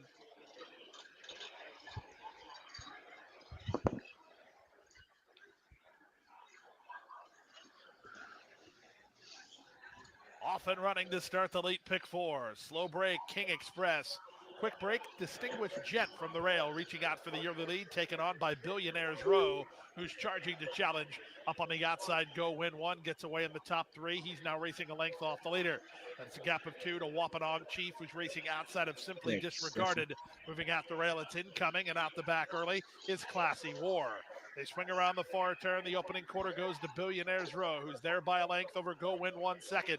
Distinguished Gent is at the rail in 3rd, getting started. Yeah, it's going to be very dangerous from Red Cap surging forward. On there. 5th, Yellow Blinker to incoming, then wide Classy War. 3 looks pretty strong. Oh no, he's getting tires kind of going. So hard to tell with this. Billionaires Row still the target. Being this far from the TV. Tries to kick away. Look at the 2, 13 to 1. Be too late. Too late. I don't think so, man. No, maybe not. Come on. He's getting there. He's going to get there. Yeah.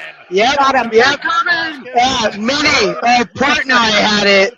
Dave Portnoy had it. There's a lot of people all in that same area were on the 2 horse. There was actually quite a few people that had that horse right there. Wow. So at Fairgrounds, if I was playing a tournament and I'm playing on the side, Emily, I told Oldie I was going to see. I really wanted to play, so I'm like, I'll just do it myself. I would play the 1 at Fairgrounds. The price is massive. I talked about this horse this morning on my daily video, getting 16 to 1. This race is wide open. The horse gets back to 2 turn on the dirt. Has late in its career only has 2 wins. Everybody here has 2 wins, but I mean, this horse always hit the board. I think it's a great trip today. Saves ground from an inner post at Fairgrounds. So we'll see. Let's get this 1 home for you. I'm happy to root this horse home for you. That's for sure. And I don't know if you remember, when we were handicapping the other night, Justin, I gave out that 2 horse. Right there? Well, that's why everybody had it. No, I wasn't there because remember I hadn't gotten in. That's why yeah. I don't know if Scotty played it, but that was one of my top plays of the day there. Guerrero up after the 2nd race. Here we go, Fairgrounds. Still. Here comes the 5th of the Fairgrounds. They're in the gate. And Thoroughbred.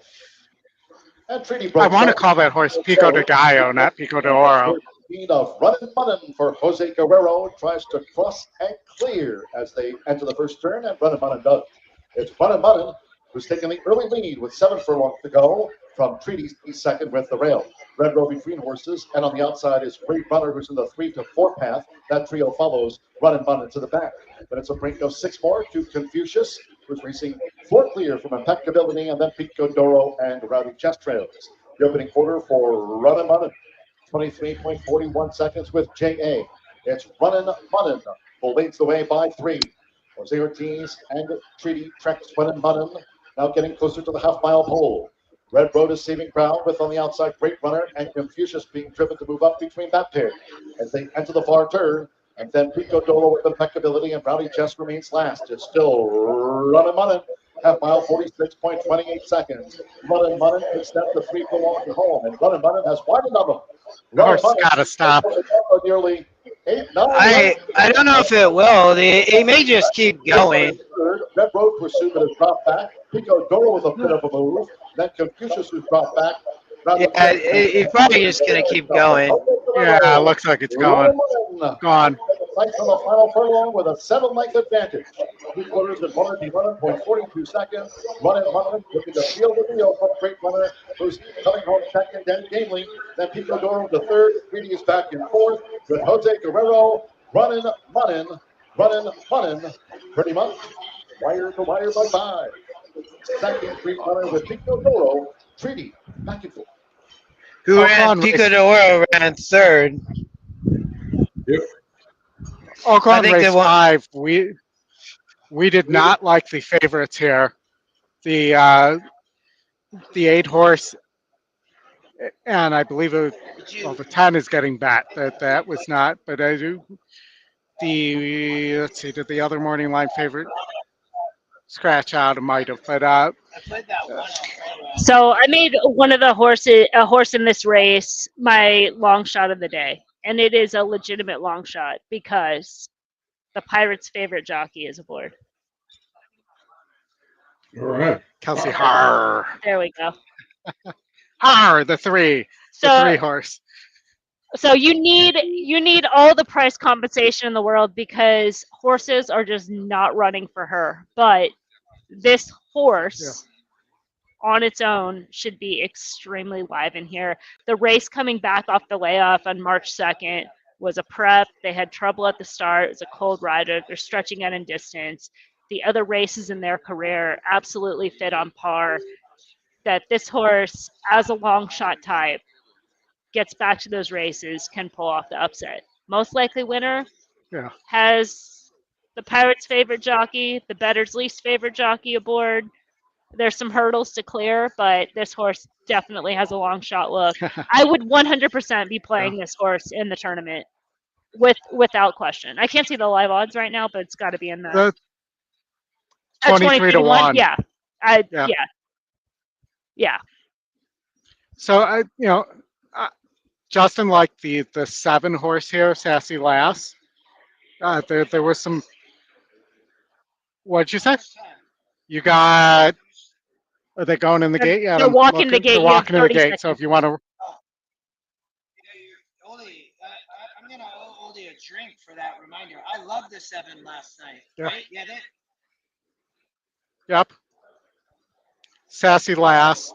I also think that the Marquette horse has a look here, as well as the 2 Sensible Choice. I just don't think there's enough pace in here for a horse like Silent Revenge to win. Walking up. Might get in the money, but has no seat at all. Blue Ember, post 4. Sorry, I was forgetting about the delay. The thing is that's tricky about this race, you have so many horses that are stretching out, like the 7, like the 5. There's so much that it's like that pace could be there, but you're right, it's so tricky with those stretch out runners. One back, adamantly to the outside post. This race will start and end at the same spot here, the green and yellow pole. Adamantly go again. We're ready to go. I bet a lot of people play this Oaklawn race. Yeah.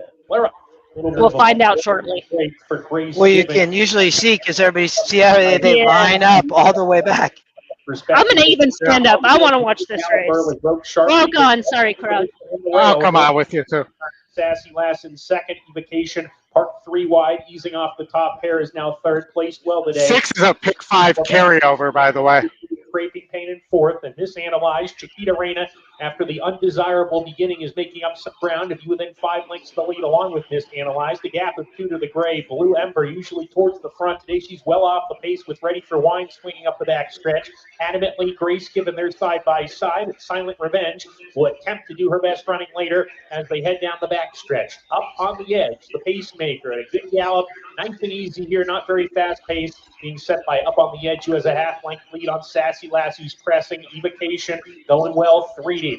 Sensible Choice stays on the rail, length and a tail behind going into the far turn. 2.5 back to Chiquita Reina. Blue Ember has come under pressure. Miss Analyzed is totally given way. She calls it a day. Blue Ember is losing position as well. Grace given past her in an all-out drive with adamantly as they round the far turn. Remember, this race will end at the 16th hole. Evocation looms large. Evocation just took the lead from Sassy Lass and up on the issue weekend. Sensible Choice into the second position, chasing Evocation, who comes off the turn with the lead. Sensible Choice on the outside right there. It's the 2-horse race with a furlong to go. Evocation joining Leopard, asking her for more. Two's got him.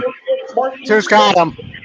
Ground. Here's Sensible Choice on the outside, running by. Sensible Choice scores. Evocation. Anchor. Oof. I heard one. There was a lot of people involved in that race, but I heard a one clapper right as they hit the wire. Maybe a two clapper over here. Yeah, there was a lot of action in that race. Yeah. You can definitely see there was a lot of people playing. A lot of entries there play optional. Maybe they were looking for a price, but not a lot of people seem to have that winner. All right, Tampa Bay Downs. That's why I said there was one guy that right as they hit the wire did a clap, but it was a race that it was kind of a shorter. What was that? What were the odds? 3-1. What was the odds on the two? 2 was 6-1. Oh wow, they got an overlay. That's actually a good number on that horse, all things considered. And Justin, the pick 5 that we didn't play, the one that, right? What did it pay? $3,700. Yeah, that's a bummer. Yeah. Tampa Bay Downs race 7. Kicking myself for that one. All right, Tampa Bay Downs race 7. You're not going to let me dwell on that, are you, Chris? No. So the one for Belmont, second time starter, not getting bet, but looks like a pretty good play against the Chad Brown here, who is 4-5. Starting game, just 1 minute. If you were playing in a tournament, you got to make a decision here. Do you just let this race run and not do something? You're also getting 13-1 on the second pick here, but I don't love that here. How about 25-1 on the long shot for Dini? I mean, I'm playing the Dini horse at 25-1. That's my pick. Like the morning line's 4-1 for EE. This horse is 23-1. I don't think of Belmont at Tampa, but this year he is killing it there. He's 25% winner, 67% in the money. With first time starter, he's got a first time starter and the second time starter. He's the horse on the outside. But he saw 5 first time starters. 4 of the 5 have finished in the money. For what it's worth. Well, I mean, it's worth something at 13-1 for sure. I mean, he's got two. You don't think of him this time of year at Tampa, but I mean, those horses it's a pretty live, smaller sample. Yeah. Yeah. So I'll put you on the 10. I'll take the 1 here. We'll take both Belmont horses, and Justin's on the 7. Yeah. 20. Chris, any thoughts on your end here? Go ahead, Justin. I guess Chris departed on you. He just disappeared. That happens when I'm looking at my EE screen and not at the not at the StreamYard screen. So Story of my life. The next mandatory is not for about an hour. Gulfstream race 9. So, but I do think it'll start to pick up. I think a lot of people probably haven't fired a lot of optionals yet. Maybe they've only fired 1, maybe 2 or 3. Back out turf here. 9 set to go mile to 16. Everybody,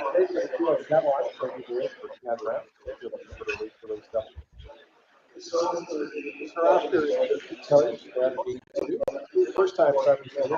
Justin, we should have just split that and punched it. No, I will. I know. Yes, yes. Here's on Cadillac. Are you guys on here? Hopefully somebody watching punched it. Halfway goes. Are you on here, Aldi? Bill, it's not. What? Bill and his mott here. We're on the motts. I got it bookended. 1 in 10. We got him bookended with Bill and his motts. Not from the 10 hole. Bill's got all the motts there. Except for we don't have Riley there, but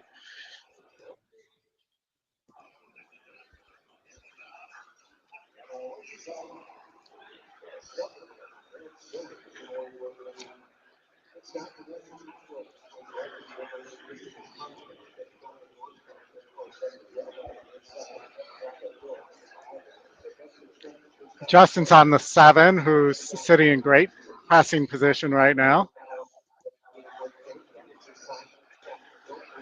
Yeah. What did the odds get hit to? I can't see that far. The win percentage is hitting at 50%. It's like, it looks like it's double digits of some type. 31 to 1, yeah.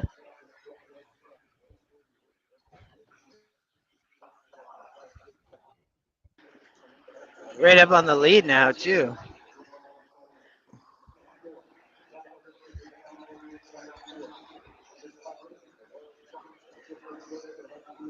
The one, it looks like they have Run down inside, but it's kind of not comfortable behind horses.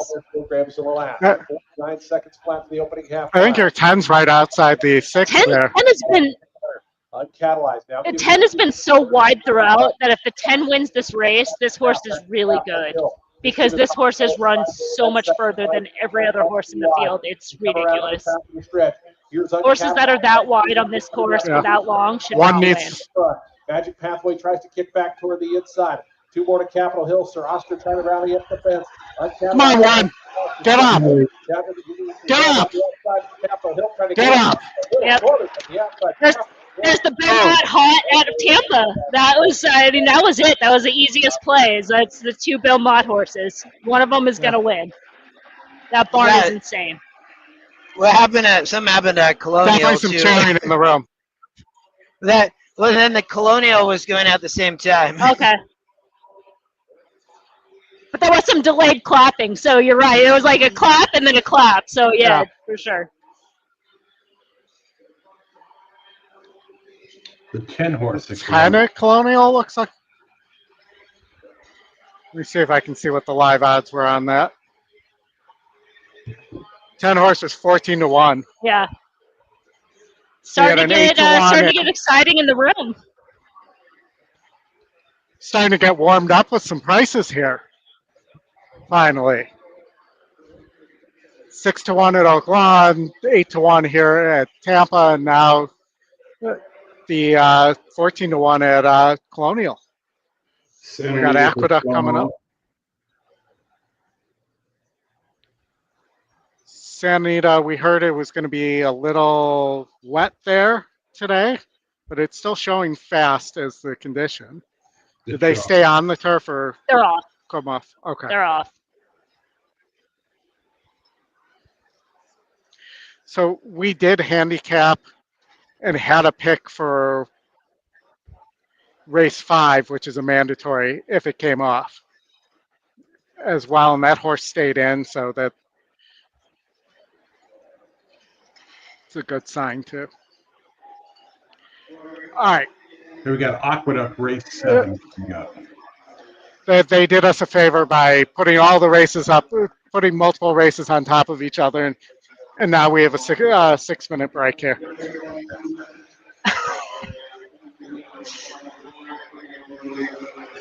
Very, very interesting here, Justin. Have you looked at this Aqueduct race yet?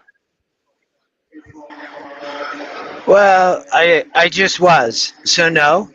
But I mean, there looks to be a lot of speed. And why is the 5-horse 1-9? Well, winner of 2 in a row. Looks like it needs the lead, though. I don't think it's going to get it. Well, there looks to be a lot of speed here. I think the 5 will get the lead, but so both a little bit of both. The 5 could be able to get the lead, but there's a lot of speed in here that he's going to be pressured. Yep. So maybe, if the 5 isn't kind of the best of the speed, it could set up for something closing, either 2, 3, 7, if it's not the 5. So interestingly, the 3 was our top win percentage here at 21-1. Yeah. Off the claim. Or not off the first time with horse, but I don't really, well, I guess this horse can rate. Here, and it is making a move to a higher percentage trainer. And the 2 for sure, but complete overlay there on the 2. Wow. 3 should be in better position. 3 should be sitting right off that first flight. And it's just going to come down to that point. If they do try to send the 3 and it puts more pressure on the 5, that will increase the chances of these. But those are the horses I'd be looking at is 2, 3, or 7. And yeah. I mean, on our race sim, the 1A, the 4, the 5, and the 6 are all pretty much equal at second call.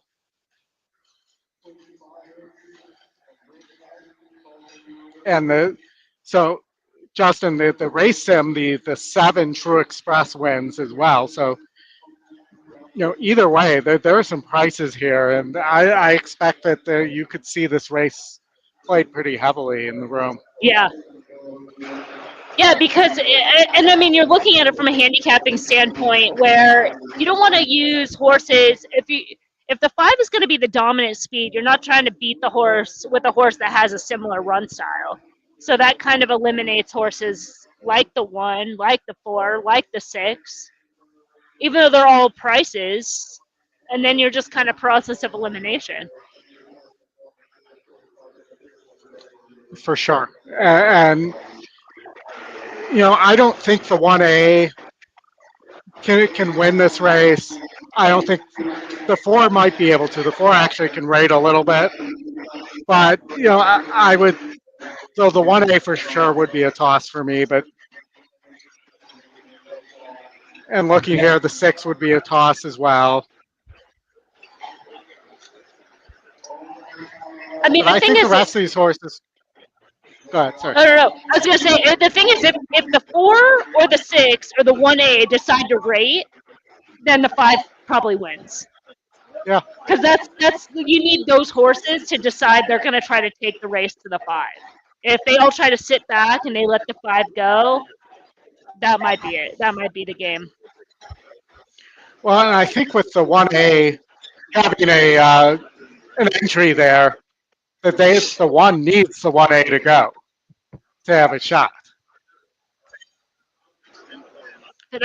Is the 1 good enough? I think that horse is kind of slow, right? He had kind of a favorite tread last out. He's stepping back up in class. When they were at this optional claiming non-winners to 2 condition, going back to the December and January race, he wasn't that effective, wasn't as competitive. Yeah.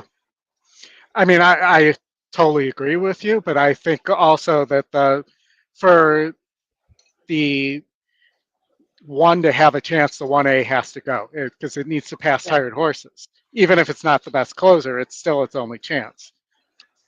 Correct.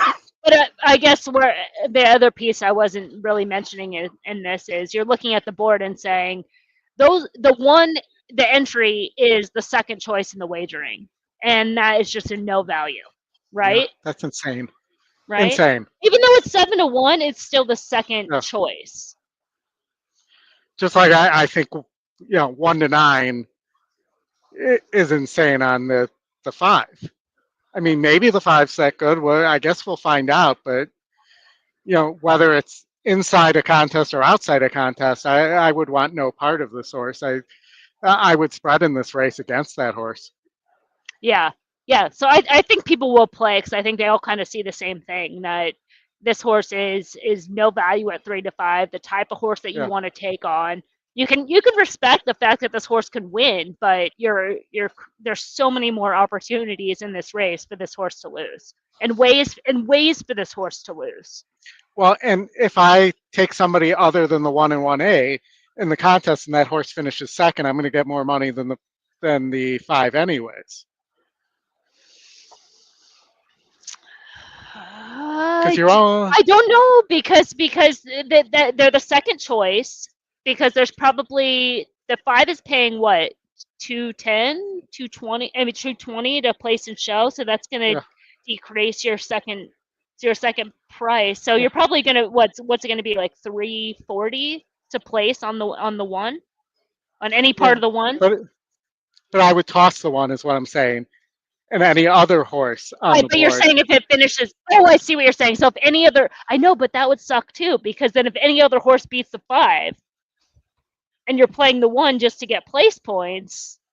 No, I'm saying don't play the 1 at all. Throw it out completely. Got it. Okay. And play the rest of the board, something off the rest of the board. If that horse finishes second or wins, you're going to get a huge play. You're going to get more money than if the 5 won anyways. Just from the place payout. Correct. So tossing those 2. So again, it's process of elimination, to where the 4 and if the 4 and the 6 are also, even though they're big prices, they're tosses. It comes down to 2, 3, 7 again. Yeah, I tossed the 2 by accident on my screen, but there we go. Gulfstream 2 is getting bet down late. May take some late money here. Gulfstream Park race 7 coming up after this. Horses are at the gate. It's post time for race 7.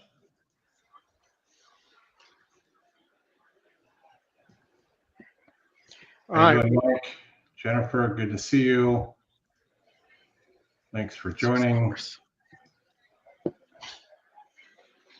Do we lose Justin? No, he's just eating. He's taking a pit stop. I'm going to do that in a few. La Benqueta moving forward. Nolita. Peak of Chic. Peak of Chic goes in. True Empress to the outside. True Empress is in. All set. And they're off. Step slow. Well, the 1A went. The speed is with Sue Ellen Michigan. The 5 is going to try to raid off him and get first run. We'll see how that works out. Outside with La Benqueta. In between them is now back to third. 2 lengths in front of Mozienko, who's traveling in fourth. They're in tandem with Amazing Doty, who's got some more momentum now. That's the top 5. Towards the back end, Nolita is trying to keep up with that early group. Mozienko's on the move, and True Empress, the trailer. 22.48, the opening quarter mile, and Peak of Chic has taken the lead from Sue Ellen Michigan, who's back to second. La Benqueta is in full pursuit. It's Peak of Chic and La Benqueta. They're 1-2, trying to keep up with Sue Ellen Michigan. Mozienko is trying to rally on. Also under a full drive is Amazing Doty. Nobody's coming from behind right now. No. And leader is Peak of Chic. La Benqueta is right there chasing. Then comes Mozienko and Jackson's Dixie. The 3 is starting to, but it's got too much to do. Yeah. Benqueta quickly up by 3, 4 widening lengths. It was a great ride on. Who was on the 5? What's going on? Field, that was Peak of Chic. Yes, correct. That was a great ride. No doubt, La Benqueta, a short price winner. Jackson's Dixie second, Mozienko, then a 3-horse photo. That was Amazing Doty with Nolita and Sue Ellen Michigan in 1 minute. All right, Oldie. Gulfstream race 7. Gulfstream race 7. So I like the 4 here. My Sunny Valentine, currently 5-1. It has some really nice back synthetic races. Is shortening up here. Gets Dylan Davis. I'm just going to throw out the turf effort because this horse clearly, if you look, didn't want turf before going to synthetic and didn't want it after.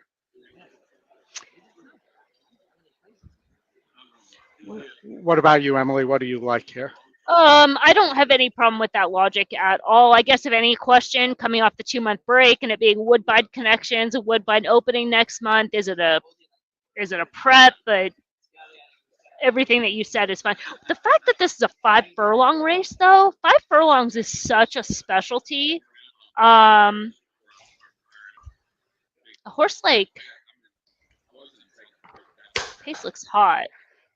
Yeah, that's what I was looking at too. But even at 5, at 5.5 furlongs, closers do okay. Horse is sitting off the pace, but even at 5 furlongs with a fast pace, it still feels like speed can still crush.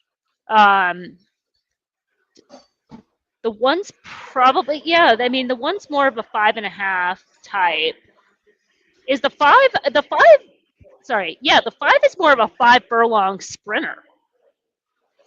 Yeah, but it has been stopping the last 3 races. Has been on the lead on both synthetic and turf.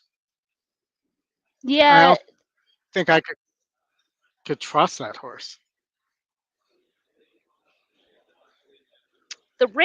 the race 2 back is questionable because 5 furlongs on the turf and a horse stopping, I get that. Yeah. But the race 2 back, he's now second start of the form cycle, dueled last out, Emil back aboard. Yeah, might just be the type that needs everything loan, and if there's any type of pressure, backs up. And the same thing with the 6. Yeah, I don't understand why the 6 is the favorite. Of the speed horses, the 2 is the one I like the best. Showed a little bit of grit and having to battle on the lead at 5.5, but maybe he prefers 5.5 to 5. Yeah, that's what I'm thinking too. And this is a big step up in class. Just looking at in terms of the race par, it's much higher than last out. Even though the number fits, the race par is higher. The 1 is kind of a closer. That's pretty tough at 5. Let's go back to your horse. Your horse, what's the odds? 5 to 1? 5 to 1. Yeah, it's not impossible, but 5 furlongs is probably too short for this horse. Ideally, not to say they can't do it. It's just like in a perfect world. I mean, I'm looking for it to sit kind of like it did in the last 3 races on the synthetic there at 6, 6.5, and 7, just kind of right behind the speed. I know. And then pouncing when they stop. Yeah, I guess the question is if they can be that close at 5 furlongs, they can at 6 and 6.5, which is not always a given. I think I would still stab with the 5. I don't know. Had to make a pick. Yeah. You know what? Here. Look at this with the 5. Look at the big purse that those last 2 races are. Okay, I'm back on. I can get back to the 5 now. $96,000 purses in the last 2. Okay, now it's in for 46. That's a big change. This horse has 0 excuses today. That it's on a no bet list from then on. There it is. Yeah, the no bet list.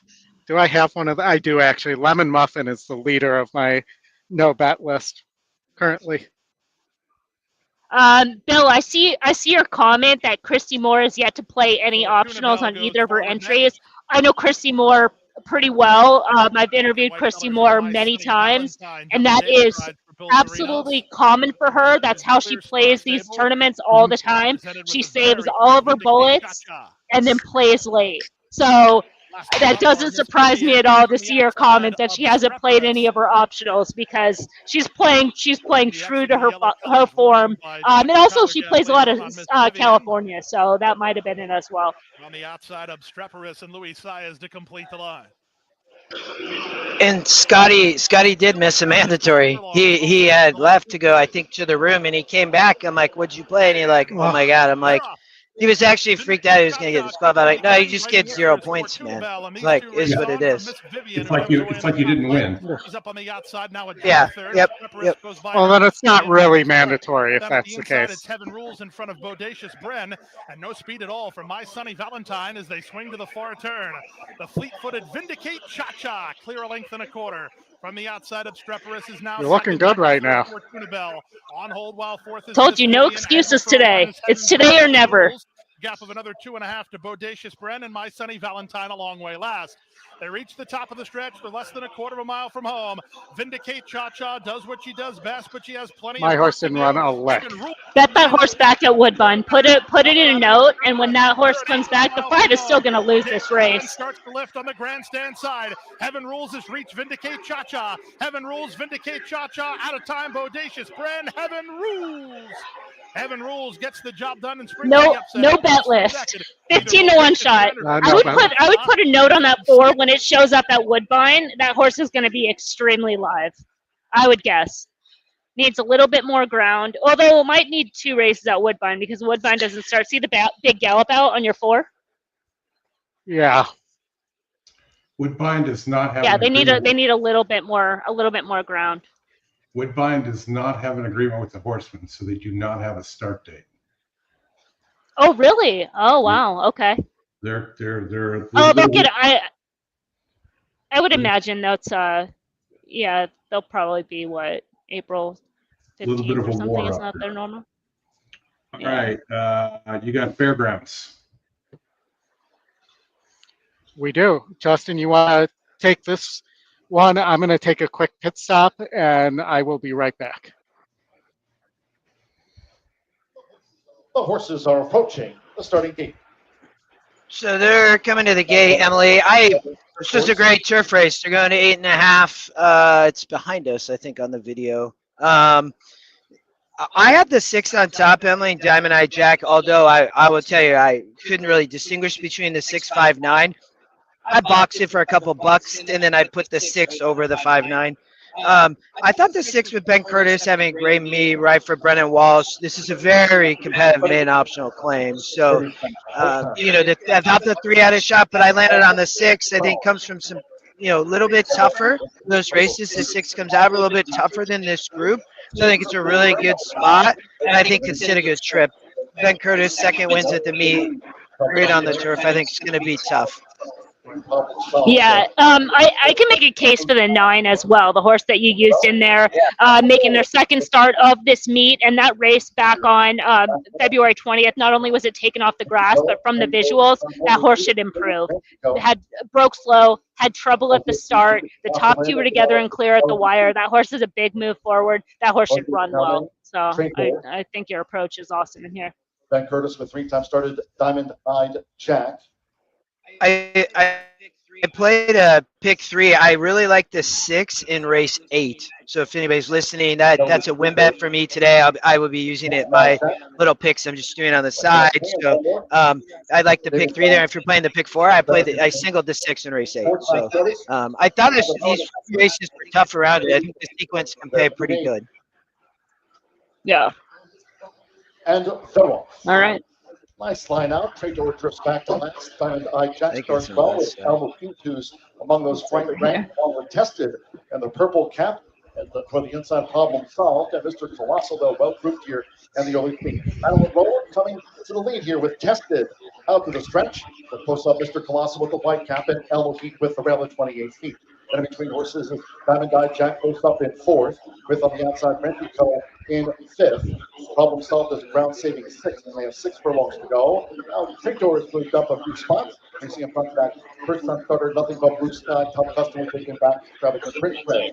The opening quarter is 25.17 seconds. Off the back of the course. And it is Mr. Colossal leaping outside of Tested the rail with Hogan team. Mr. Colossal has a short lead.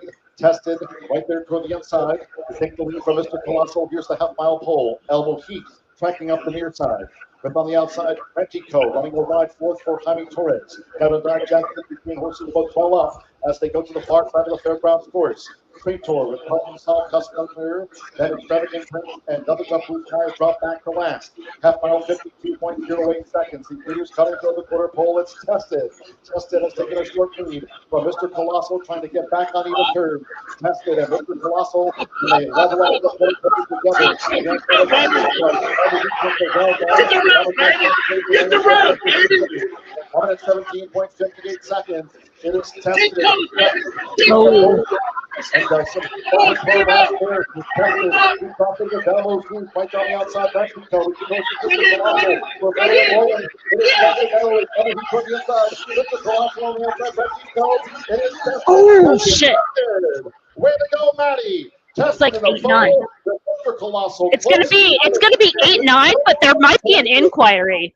There might be an inquiry because there's some bumping in the lane in there. Then the 9-horse ran a big race, huh? That was the Jose was riding for That was the Adam Rice. Yeah. That was for this horse. That horse that I said was going to improve last out, so I can start off the layoff. Had that off the turf race, broke slow, trouble at the start, moved, big improved visuals. Justin, that's the one I liked last night. And I said that because of the price too, because we had a winner yesterday just like that on the turf at Fairgrounds that fit that same profile and was getting Jose. Yeah, that was just crazy. I mean, but so did the eight win? It's tight, but it looks like it's 8-9, but I think there'll probably be an inquiry. Oaklawn, oldie. Oh, Oaklawn. I have a note of a 6'4" exacta here. Yes, oldie. You know, Justin and I both liked Crew Dragon the 6 with the Baconator aboard. And the 4, here comes Braylon. For Fincher, I thought was very suspicious here. You know, Vasquez typically rides for Peter Miller, and instead Santana's on the favorite, the 3-horse without borders. And I think it's very suspicious that he's aboard that Fincher horse, and I just think that horse might be very live at 17-1.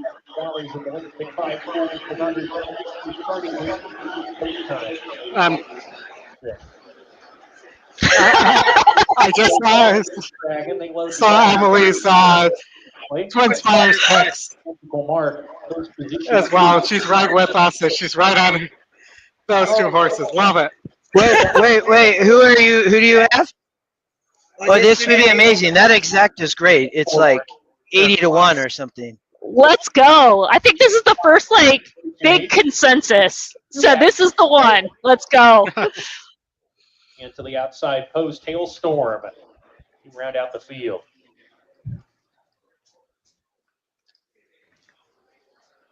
There's definitely action here. A lot of Howard's playing this race, Oli, you can tell. Lend It To Me was away. I didn't get it in time. Side post. Magical Mark had no problem. Darts to a length and a quarter lead without borders taking second. Here comes Braylon outside of. David's over here too. Let me see if he played anything. 3 are pretty much together without borders. Aggressive strides to a head lead as they hit the half-mile pole. So we'll get back to the lead here. Without borders, a half length in front. Magical Mark easing off of him, but pressing from the inside. Here comes Braylon, his third. Then Pass Loin. Crew Dragon joins him. Want to hold here. Crew Dragon keeps going. Six looks to have a lot of horse. 4 seeing a good trip.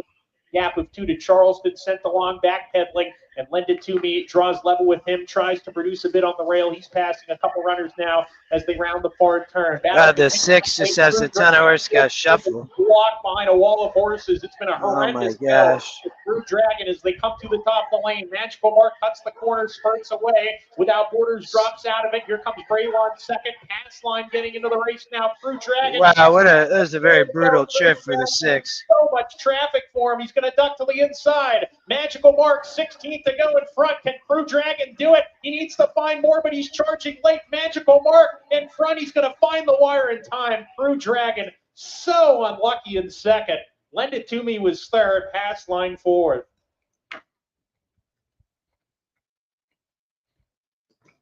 That wasn't what we wanted. Yeah, and Chris, it's just you and I don't know what happened. You guys have to check your connection.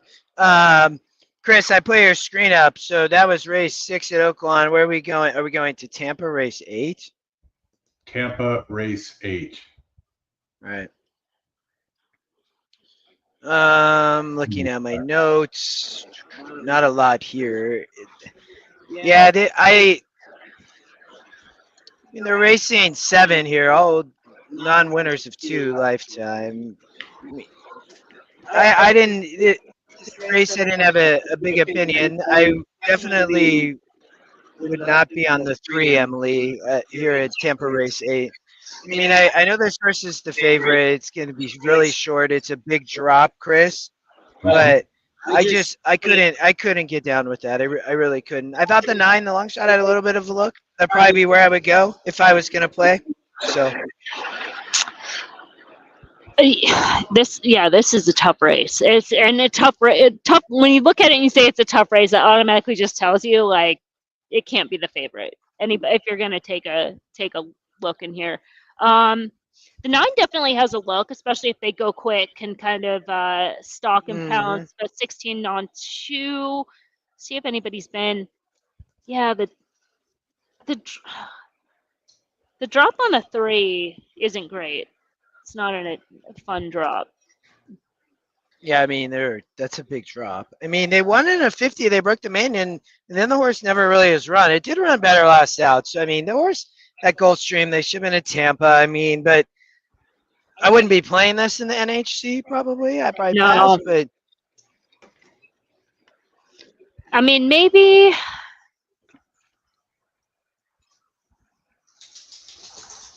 What's up, Ray? Yeah. This feels more like a pass. And if you're trying to, I mean, if you're really trying to get like crazy and like hoping for chaos, which I guess essentially that's what you're doing with the 3 being such a big dropper. The 7 might be too slow, but there's some things to like. I mean, the horse broke its maiden for 10. They ran for 8, ran a good race, dueled against the flow, and they stepped up to 25. Obviously, the horse isn't on that level, but now drops back down. Maybe.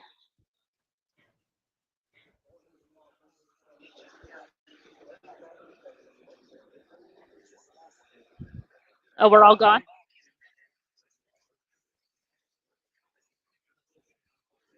Oh, yeah. What am I on? I am on your phone.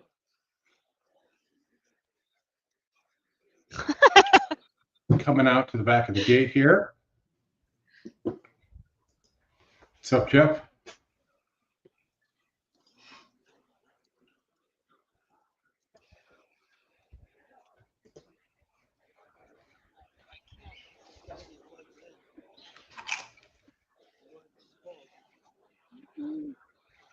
We seem to have lost Justin. We lost Justin and Oldie, and they're trying to reconnect. They're trying to reconnect right now. There's some issue. We got a lot of wires being reconfigured, so hopefully we'll be back soon. Are you able to get on your phone? All right. Tampa's at the gate. Didn't seem too exciting, like with the dropper, probably a pass race overall, though wouldn't be playing the favorite in here. Making a little case for Justin, making a little case. Somebody came back up. No? The screen there. Are you on the 8, Chris? This is a complete pass for me. Yeah, it's got that kind of look. I mean, it's the 3 is hard to trust, but at the same time, I mean, this horse is. If this horse doesn't win here, where is this horse going to win, right? We've got Santa Anita going. Is that one you have? Santa Anita in a minute. Favorite number 3 cools on. See if we can. Let's see. 1-9 shot over there. All right. So that's probably another pass race. Yeah, we've got a Baffer. The one horse that's a little bit interesting, I think that the Baffer horse as the favorite is the one, but in terms of looking for a horse to run underneath, maybe with a lot of luck and upside is the 5. Only for the fact that they've been running this horse longer, and the 5 wants one turn, is a one-turn horse. Race 2 back wasn't that great, but you can just see in terms of the speed figure, is a higher number. So they're getting back to the one turn. Maybe as a horse, you can kind of try to hook up with that. That one to juice a little bit of value out of it. I think everyone's back now. Yeah. All right. I don't know why I'm showing that. Yeah, that was just a little bit of trouble. Sorry, Chris. Who's on the favorite with the way That's okay. between horses is Colors is close up. Trying to get through it. Colors. Go Woke, Go Broke. Little Lukey also part of the early. Okay. Lukey, Go Woke, Go Broke. They're now 1-2. Cools on out of third. Colors is fourth. That's Colors. huge. Remember that movie from the 80s? Colors. That's the kind of Prince outside of that. I don't remember what it was about. I remember hearing the name. It's not exactly stripes, that's for sure. Little Lukey does battle with Go Woke, Go Broke. 22-3, the opening quarter mile. Little Lukey on the inside of Go Woke, Go Broke. James J. now moves to take over that third spot. Cools on. Robert Duvall and Sean Pennis Cox in Los Two more than Angeles. Don't Be So Grouchy, who moves inside of Picata Prince. Wizard of Ease is back 7. Two more to Colors, who starts to retreat. And Grand Park View is the trainer. Wish I could play the song. James J with a big 3-wide sweep. As Cools on is still waiting for room in behind horses. Go Woke, Go Broke tries to go with James J. Those two separate now by 2 lengths. Cools on now has a steam is up to third. Also making up some ground. Don't Be So Grouchy on the outside. James J floats wide, but it's just in front. Go Woke, Does Chalk like not even get a call? Oh no, there he is on the outside. Wait, the 9 or the 3? It's both. Okay, there's 3. That's a 3. 2. Cools on trying to close in. Not gonna.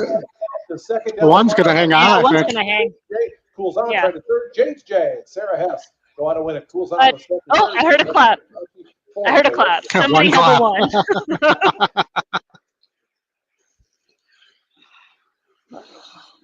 All right. So Sanita. No, we're passing. It's a 5-horse field with the 1 to 9 horse.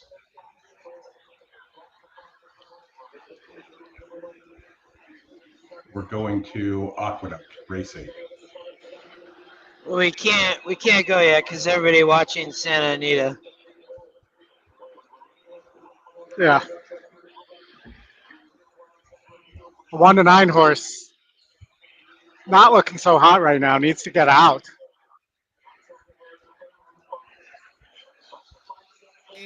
Seismic Beauty is down at the rail in third. Then Fayette Fox. Yuki drops out. Top of the lane. Mirinda behind her. Seismic Beauty still awaiting room. Trying to get through a narrow opening. And now fully extended in second. In the meantime, Wish They All Could Be. And Fayette Fox is running a big. There's some money on There's this some in good this money round. to play this race, that's for sure. But the Chalks on the rail has got out of it, but no, they got it. Who's on the outside too? Big long shot. The 4. Way to score under Okay. Relu Gutierrez. Yeah, it'll be nice too because the big favorite ran out. So, there's some opportunities there for sure. 17 to 1 that horse was. And the chalk running out, so that place price is going to be it's probably going to be a full capper. Yeah, I think so. Wow, there's definitely a few people must have had that horse. Wow, that's crazy.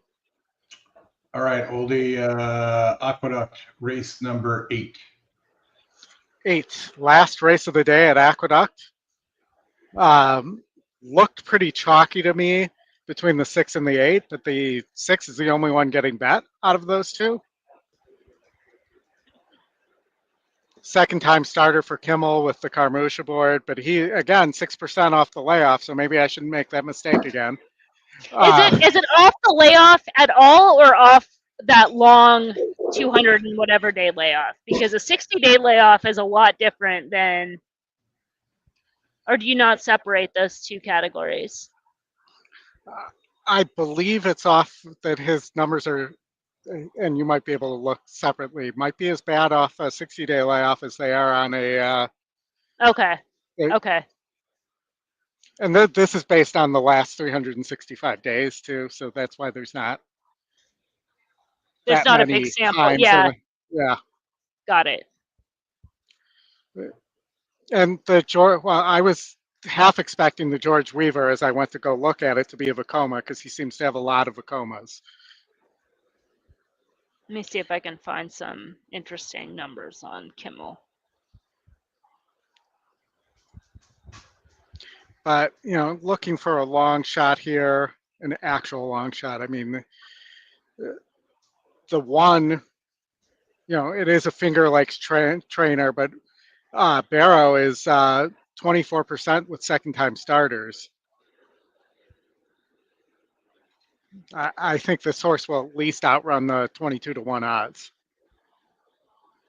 There, and probably maybe would be the horse that would bomb people out of pick 5 or pick 6 here. So this is John Kimmel's numbers. That's the right trainer, right? John Kimmel? Yeah. Okay. John Kimmel's numbers in the last year for horses that are between above 45 days but less than 90 days. That's pretty solid. Okay. 16 per almost 17% winners, 58% in the money. If we look at, I mean, this is going to be a really small sample, but it's going to look a lot prettier. No, it's the same. Oh, wait. Oh, I didn't do the thing. There we go. That's just looking at Aqueduct. Okay. So that's pretty good. That horse can run under today's layoff. And he's getting Carmouche as well. Yeah. There, and he's getting off the 3 and the 4. He was aboard a couple of those. I like that. I'm on board with that. What are we on? The 8? Is that the horse? The 6? Yeah, the 8. The 8? The 8. It's 5-1 right now.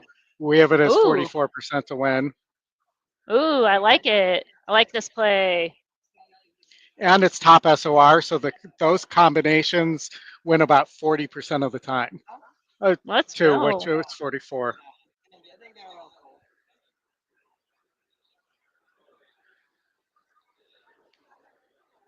Let's see, how close are we to now? That still 3 minutes to post here at Aqueduct.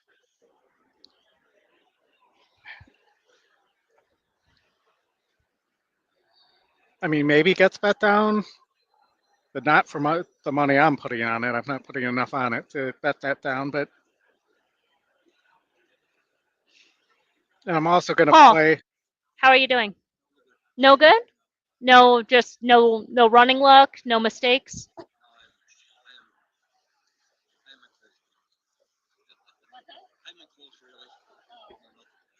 I'm going to play an 861 exacta box as well. Where are you at? Aqueduct, Oldie? Yeah. Jeff likes the 8.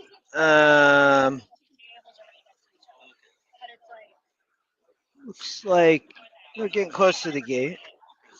I think the 1's super sneaky there. Trainer's 24% with second-time starters.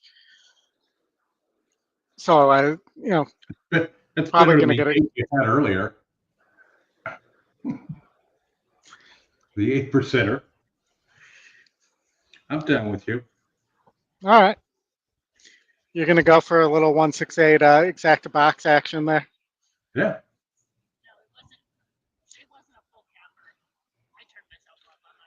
Okay.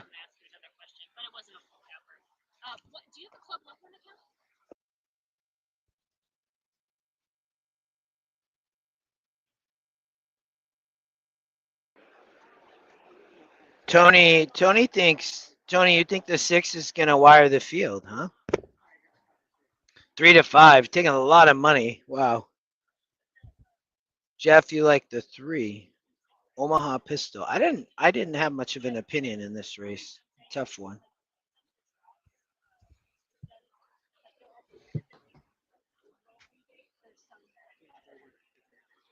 Definitely a little bit of action at the window, though. More now you see people get really active with their optionals, Chris, and now people are going to be like, okay, I got to start making a move. You can see a lot of people only played a few optionals so far, so there's still we have the Santa Anita. We still have Gulfstream mandatory, Santa Anita, and Turfway mandatory. We still have 6 races at Turfway tonight. One of your favorite places. Yeah, no, not one of my favorite places, but the leader right now is at 124.80, 105.60 in second, and $100 in fourth. Pretty close leaderboard right here. Approach the gate for racing. Wait, how much did you bet? Because I keep seeing the odds on this 8 drop down. So that's good. I don't know. Talk to Matt Miller. Yeah, Matt Miller. $20 on that one for me. So it probably is Matt Miller. Or are the computers locked out yet? Yeah, the computers should be locked out. So maybe it drifts up. Then maybe that was the computer hit, and then everyone's like getting involved. But am I seeing, did the 6 drift up? I'm trying to reload the odds here. No, I mean. Horses at the gate. It's post time for racing.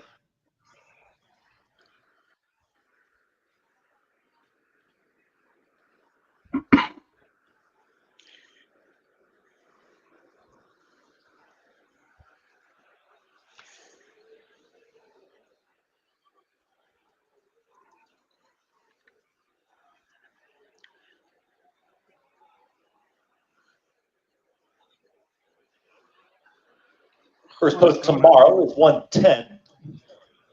10 races on our Saturday afternoon program.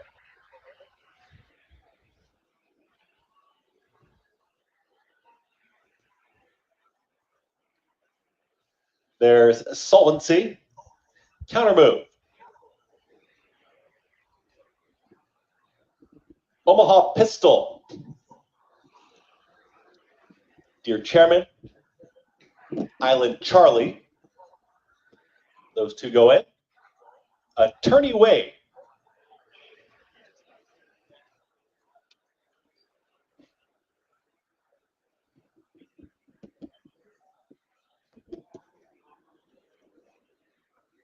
Island Charlie.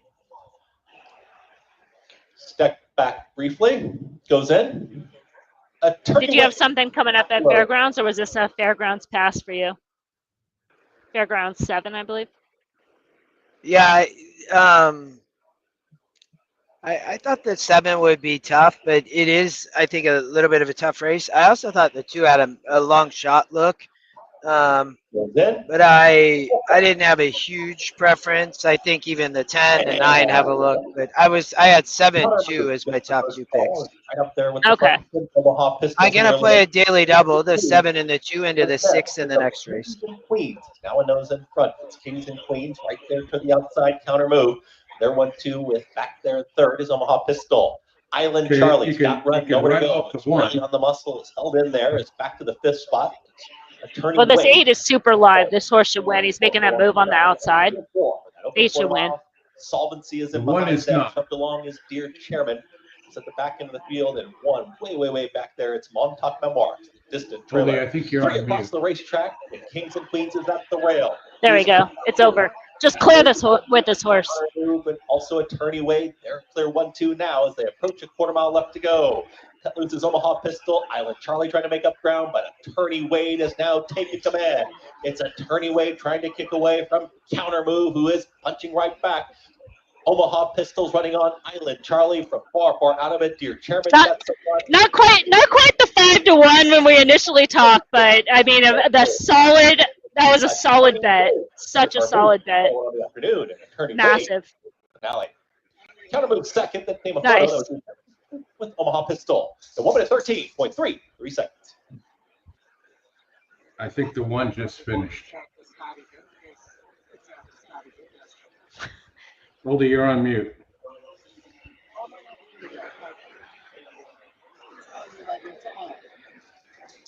Well, an excellent, yes, thank you, Jeff. An excellent, nice square 3-1 winner. No, never a sweat with that 8. Just a great outside stalking trip. Moved up around the turn. Going by. Fit in the metrics, fit in your system. It just great stuff. Can you hear me now, guys? Yeah. Yes. Fairgrounds, race 7.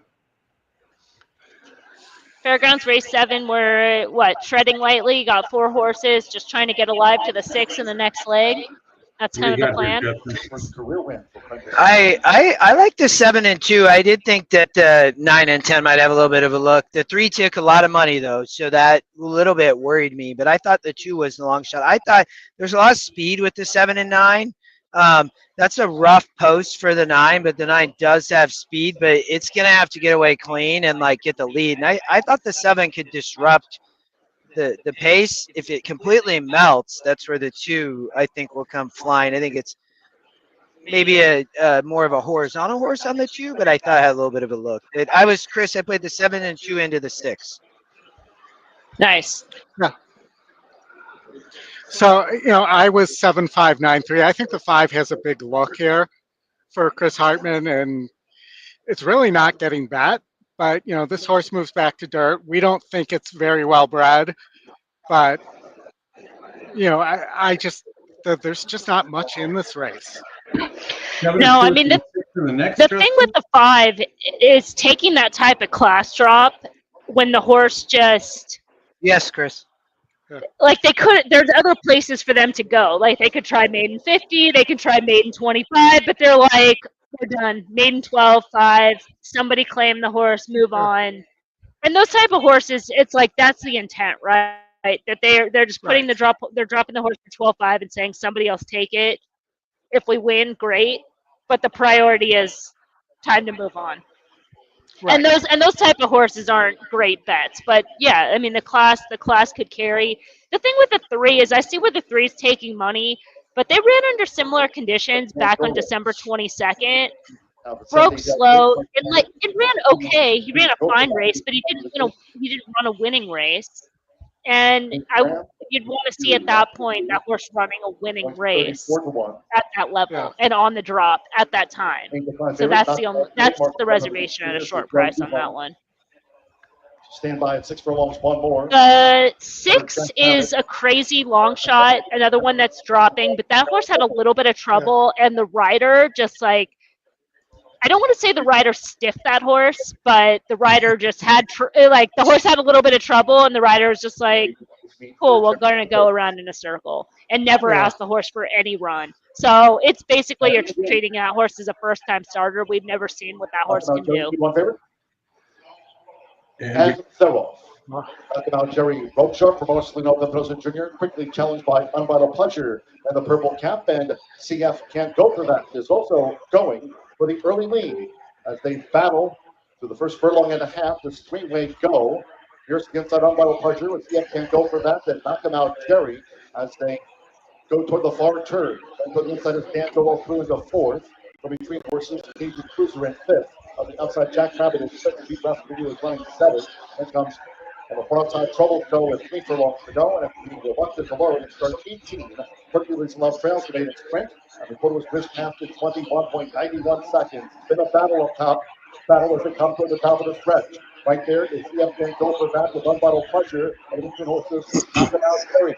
Sweeping is Jack Rabbit and the Red Winters. They're homeward bound half mile.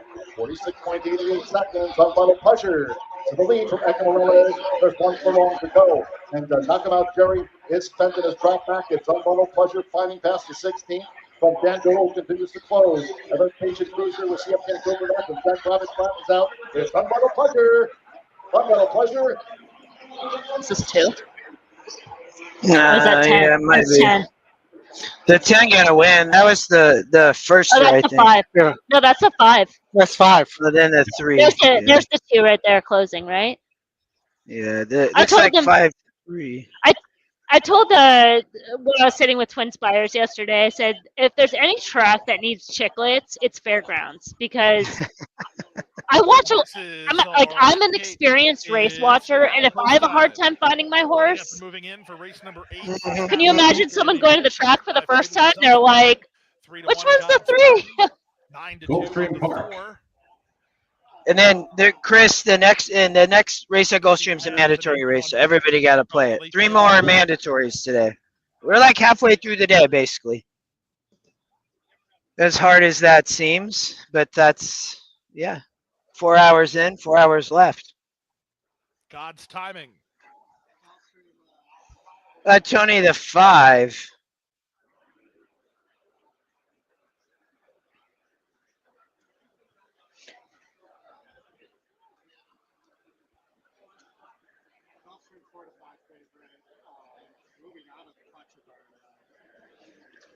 The 3 could be an upset in here, no?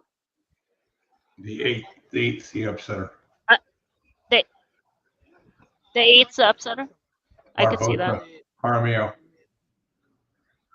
I told him he just forgets sometimes. Yeah, it's the old age. I like the 6, the Thor, a little bit here too. All right. I'm shooting for the fences with the 3, making a stab. Capitan Danny.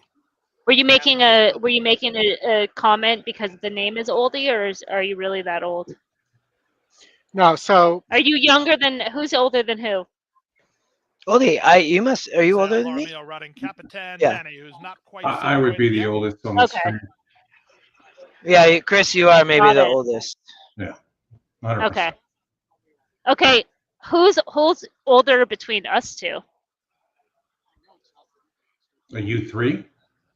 Emily's Justin. definitely older. You're definitely younger than I am. I'm older than you, I would guess. No, Justin's the youngest. Yeah, I'm the youngest? Yeah. Chris. I call him as I see him. Just saying. Justin, how old are you? You're born in 1980. Yes. How did you know that? Well, you told me what your age was yesterday. Oh, yeah. I'm 44. Okay. But this is where Chris is going to be right. It's going to be really close.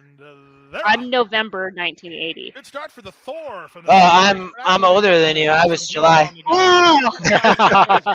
Chris, I told you. God's timing surging Yeah, toward the lead. I'm way older than you guys. I'm August of 75. Okay. I mean, not that much. I was born in the Lamb 60s. comes away in fourth, followed fifth by the Thor. Outside goes So Capitan you're Danny, team and then 1980. the Jason inside Beam is also Blue Slide Park 1980. as they make their way Oh, down the really? backstretch.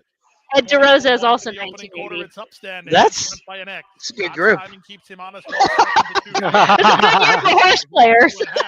On Awesome Beast, who's now third. Another 3 to Tennessee Lamb racing together with Blue Slide Park. Out the back, the Thor and Capitan Danny is last of the 7 as they have less than half a mile to go. Oh, The opening Oakland half looks mile like was it's coming up 46 too. and 2. These top two did each other no favors Again? in the second quarter. I know. I don't know why they're doing this all on top of each Race other. 7. Race 7, which is kind of a tricky race because we have some horses pass. Just this pass. I don't see what number passes. So I actually talked to somebody where we have somebody who's connected to some of these barns, and the word is that the Mocat horse is for real. He's fighting on here. Back to third. That's a dropping back. In fact, they didn't like their own horses versus that horse. If you back Tennessee Lamb, you can go. That horse him was extremely green on debut, and he's trained like a monster out of that race. Yeah. He's training really big. And I do love the fact that Oaklawn posts.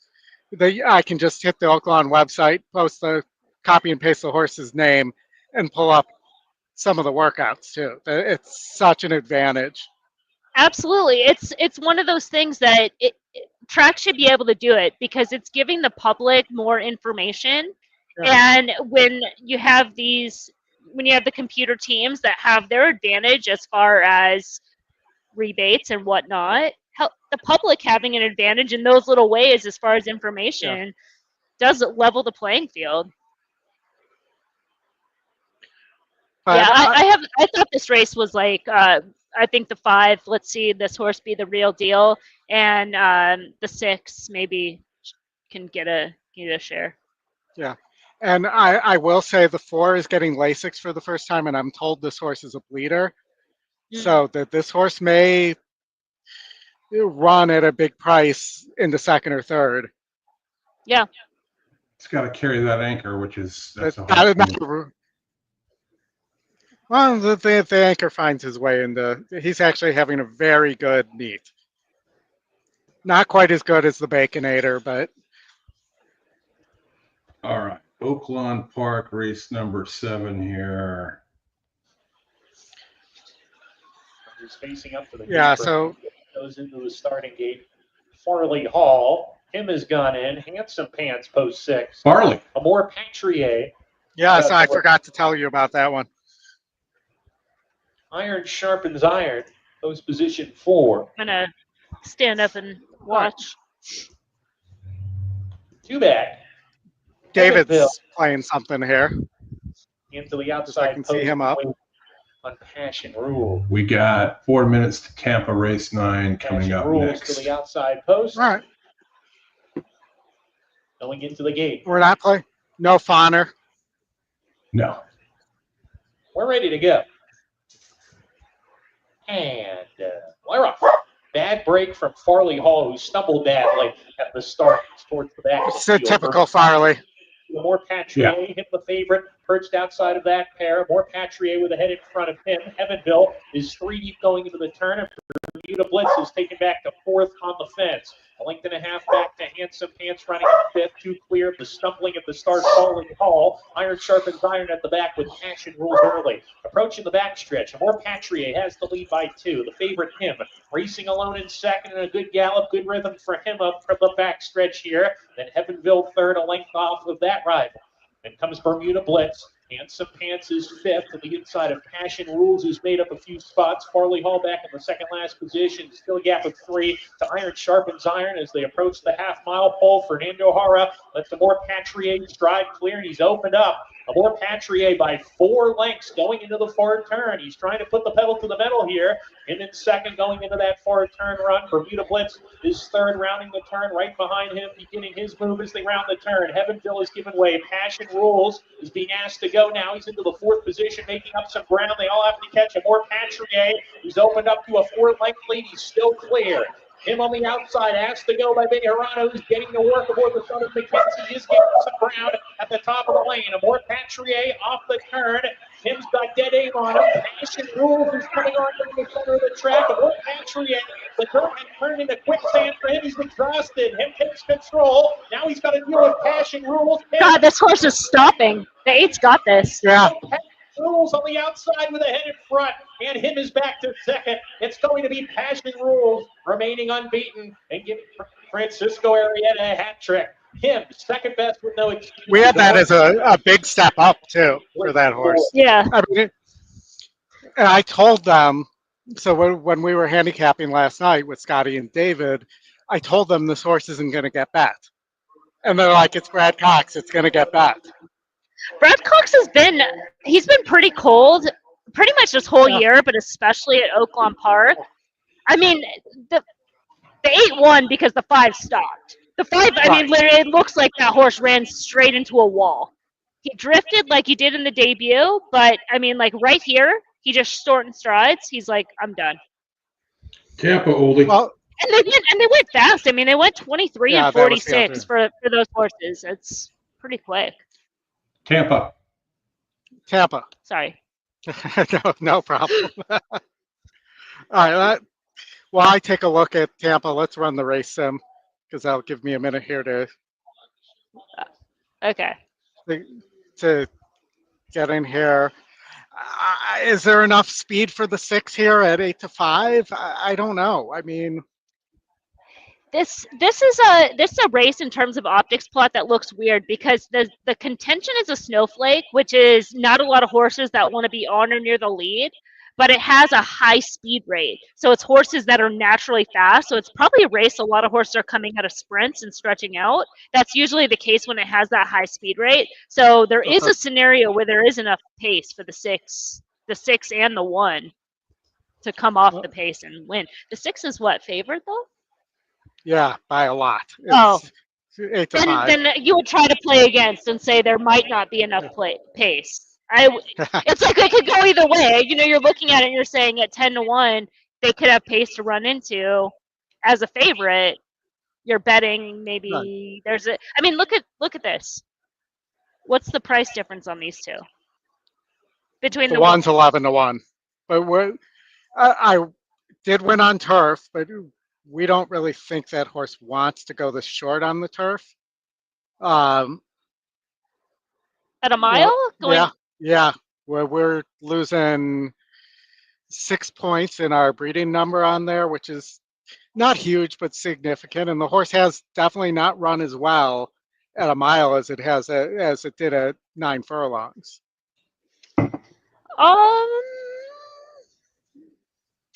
I'm going to make the case that even though the horse won at 9 furlongs, this horse is a tough. I think the 7 permed might have a long shot look there. Wow.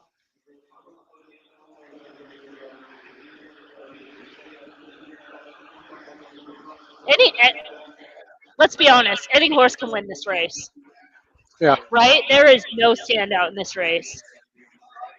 Well, if I were eliminating horses, I'd eliminate the 9. 10 could win, but been better on dirt than on turf, so I'll probably just eliminate it because of that. You know what? You know who's? What about the 4's got to look in here?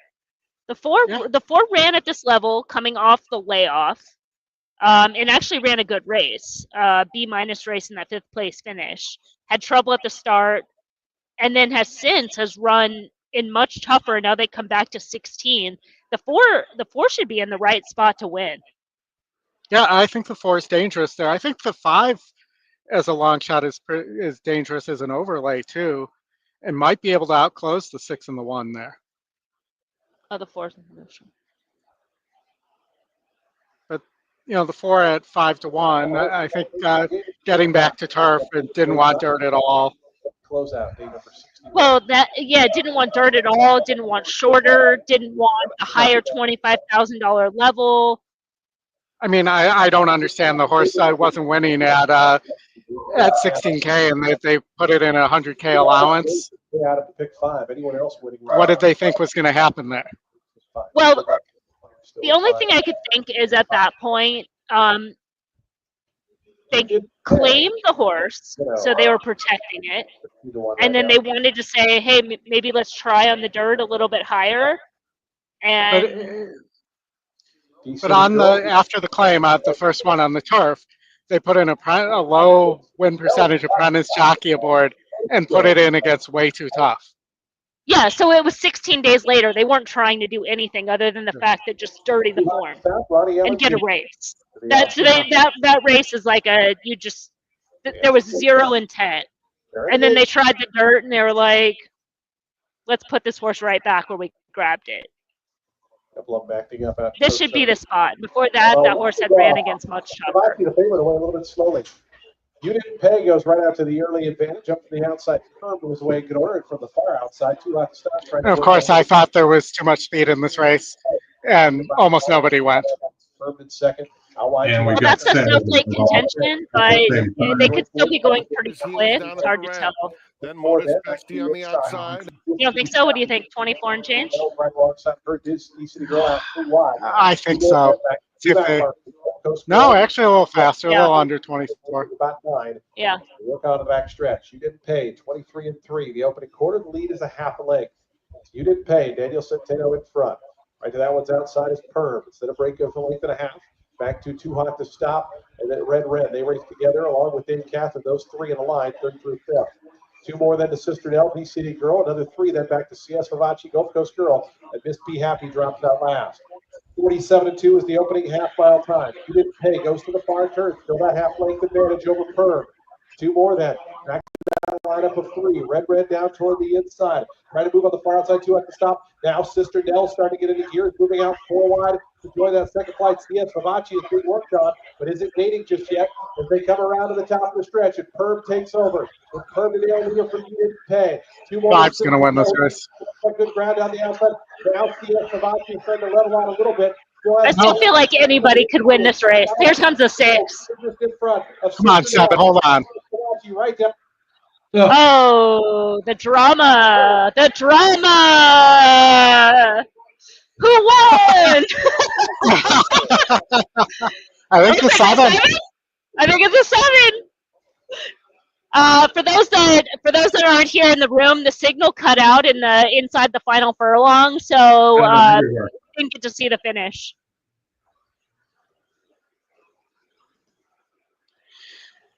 Did the signal cut out on the track feed too, Chris? Yeah. Yeah. Yeah. So 7 at which was the top GSR there, which is our breeding number. And you got the 6 at 13-1 Wow. was 13-1 winner. Should that go official, we will have a pick 5 carryover into tomorrow's late sequence, but we'll wait for that to all play out. well that would be a nice it's going to go official. There's no inquiry there, so that'll be a nice something for me to play while this contest is going on. The Tampa late pick 5 carryover tomorrow. Fairgrounds, race number 8 is up next. All right. This is a race that we had a major disagreement on, and the horse I liked is getting hammered too. I agree. So I Oli, was you on- were on the 4, right? Yep. All right, let's hear it. Chris, I'm gonna share your screen.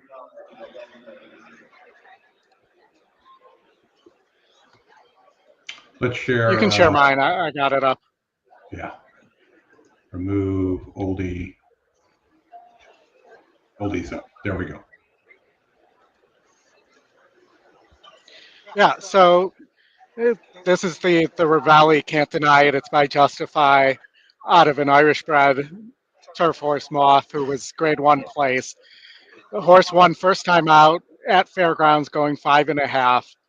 And then they decided, let's try going long on synthetic. Let's try going long on dirt. Now the GSR goes way back up, going back to 5.5 on the turf. I think what actually wants longer and would like longer on the turf, but it just didn't make any sense to me to run this horse on the synthetic. This could be a prep for Hawthorne, but I think that with Loveberry aboard, that this is probably a very serious runner. And, you know, that this horse has sat in second right off the speed in every one of its races and shown the ability to finish on the turf. I think it just does that here. And I think I'd like more than 3-1, but if you're giving me 3-1 on this horse in this race, I would take it here, because most of these other horses have just burnt money. You said something in there that like warmed my cold dark heart that I've never heard before in my life, which is maybe they're prepping for Hawthorne, and I love that. I just love that. Maybe all the horses should be prepping for Hawthorne. We love that. We can broadcast Hawthorne. It's low takeout. We 100% support that. So yes. Yeah, this horse is really interesting. I think this horse could be something, because Ravelli, even before they debuted at the Fairgrounds, I don't know if you have this in your past performances, but they tried to run at Keeneland and they tried to run at Churchill Downs, and they won first out at the Fairgrounds, and they go right into a stakes race, and not a lot of time between starts, and that was a somewhat excuse in that stakes race. He was very fractious. He reared up in the gate, so that's a toss. A horse rears up in the gate, hits the top of the stall. You give a complete excuse. That's you run and cancel the bet as fast as you can before the gate opens. Yeah, and then on the February 17th race, they rushed up into a very fast early pace. The open length chalk winner came from off the pace. So both those last two races are so much. They're better than they looked, and they're not a fair representation of what that horse could do.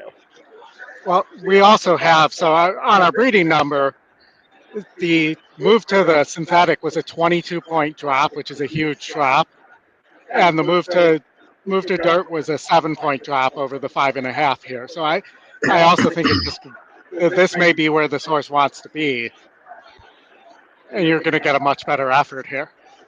Yeah. Yeah, I like the horse. And Justin, you were on I'm trying to remember who you were on here. I'm playing the 6. The race sim, John Daly, is won by the 9. You can see there, which is crazy cray. But that horse probably run a good race. I mean, I was 6-9-4, oldie. And I also thought the 1 had a look underneath, but I like the 6 on top. I mean, I talked about this horse on the video earlier this morning, but obviously had a lot of talent for Al Stahl. They win first out in a maiden special at Gulfstream Park sprinting, right, and wins by 3 lengths. Then they go to Kentucky Downs. They obviously had huge aspirations. They run in a $68 million stakes race. Kentucky Downs form I don't pay too much attention to. And then they went on the Tapeta, so toss that race. Then they come back on Gulfstream and run 2 churns in a stakes race and runs okay. I think this horse wants to sprint and sits a good trip. There's a lot of speed, oldie, I think, with the 4 and the 3.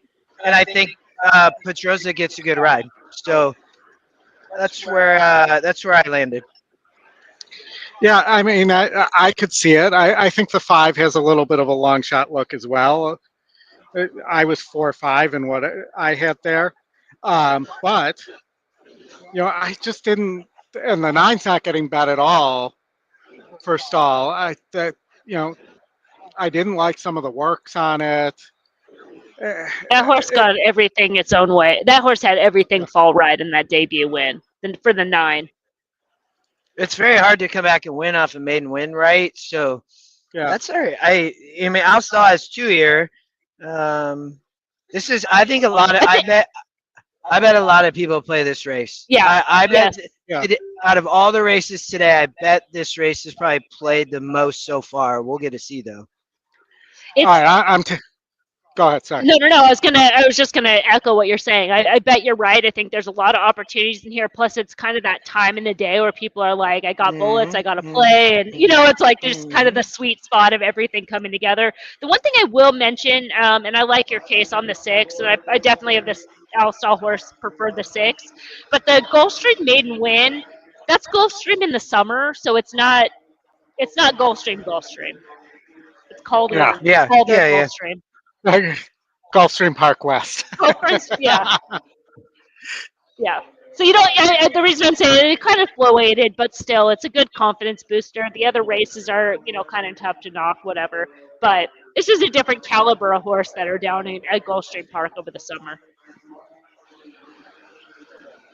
For sure, most of them ship up. You're 100% right. Let's see where. I'm a 4-9 exacta here. You're a 4-9 exacta. I think the 3 has a chance to run in the money, and it's getting better price on the 4 though. We're now at 9-2. More about where I want to be there.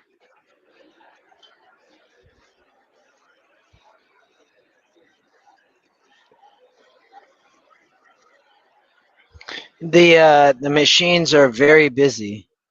Yeah. Wait, so Fairgrounds, and then Gulfstream mandatories coming up in 4 minutes. So that's also the next mandatory at Gulfstream. And then we have a nice break to Oaklawn after that.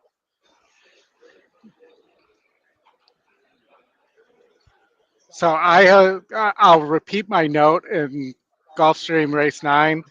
I know that this is going to sound like an insane comment, but I have a note for the 7 being a potential capper horse there. In Gulfstream 9? Oh, I was looking at Fairgrounds. I had the 6 as the capper. You're on. Who? I did. I had as the long shot. I know. And who else? Who'd you say? Fulminate the 7. Okay. Oh, it's speed on the front. Yep. And stretching out. Looks like GSR goes up. I think it wants to stretch out and wants the 2 turns. 7.5 is basically a mile there. Bluegrass Dan has a positive workout note on the horse.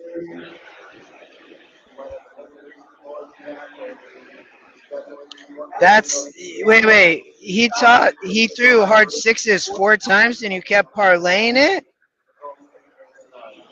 Wow, that's nice. That's insane. I did that 2 years ago at NHC one time. I think it was a hard 6 too.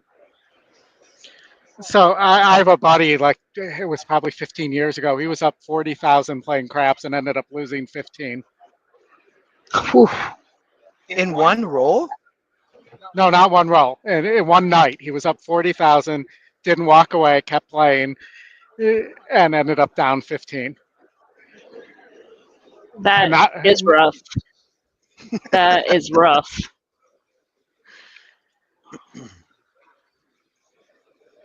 I think it's so funny as like a gambler because you're thinking like you're not even the results, but you're just kind of like, okay, to be in that moment and be up 40 and be like, all right, I got this. Like, this is my day. This is my moment. And then being down and like, okay, I can come back. All right, I can come back. Oh, no. I'm not coming back. My record playing craps is 23 hours in a row. Played the dome for 23 hours in a row. Made about $8,000. guys came down. They're like, we got a tee off time at 11. I'm like, yeah, let's go get breakfast. We went out there. I shot an 81. I took their money, came back, slept for 16 hours. Crazy. The machines are crazy right now with Fairgrounds race about to go and then Gulfstream mandatory. I'm going to go watch this Fairgrounds race just because they can't see it from here.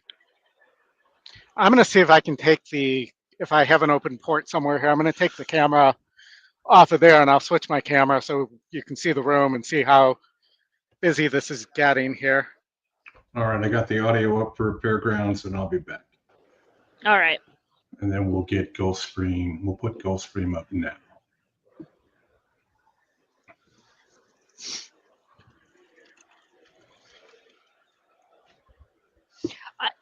This Gulfstream race, I felt like I was not creative in here at all. The odds just changed a little bit. I thought the 8 was just in terms of a race, not necessarily tournament. I thought the 8 was a standout in here. Like the horse to beat, I guess I should say, the horse to beat. I just look at this as a horse that, and I do have an old note here that it showed grit on the dirt. And we looked this up last night. We think this might be more of a dirt horse. Based on breeding, it's run significantly better on the dirt than it has with the previous trainer than it did on the turf. And really it's had one turf start, so I'm generalizing there, but yeah, and the way that I'm in the wrong race. It's horse rated firm and the turf rail at 20. I mean, it's number wise, that number isn't that much lower than what the horse was running on the dirt. So to me, it kind of looks like a horse that's versatile. I mean, a wide, the one race on the turf, and the horse is wide throughout in the Gulfstream Park turf. How fast is that horse really going to run? You know what I mean? Like, yeah. So they change a rider here. James Graham on Bridal Butterfly in the Glen Hill Farm Silks. Brian Hernandez Jr. with the Nova. Jose Ortiz, Corman loading up. Jared Flowberry can't deny it. Sandy Del Cid, Spamalot drew 8. I hear you though. Wide throughout on the turf through a very fast early, fast late pace, and still records a speed figure that's almost on par to the dirt races that they were running as a sophomore. There's room to go forward off that, and even if they repeat the speed figure from that race, from the February 22nd race, that number is can't deny it. Also, better than everybody in this field. It's still better than every horse in this field, right? You can't deny it. I don't know. I mean, the 3 is dropping here, taking a pretty significant drop. For the inside is Moon Sniper running. That's a lateral move on the 3, no? Optional 25. It is a slight drop in terms of race car. But little butterfly. Yeah, where we have it as about a 4-point strength of race drop and 8 points from first time in the U.S. I guess the thing that always worries me about those 2 big layoff lines is there's clearly an issue. We come back to Moon Sniper with Corman is dropped back, and among the back markers, Bridal the Butterfly looks to kick in gear, running through between horses, but can't deny it. Has raced away to an 8-length lead past the 16. What do you want to do? I want to do a high five and then poke that horse for Hawthorne. Praise him for Hawthorne. Please come to Cicero with that boy. Sometimes the game's not that hard. If they give you a price on the Ravelli, you take it.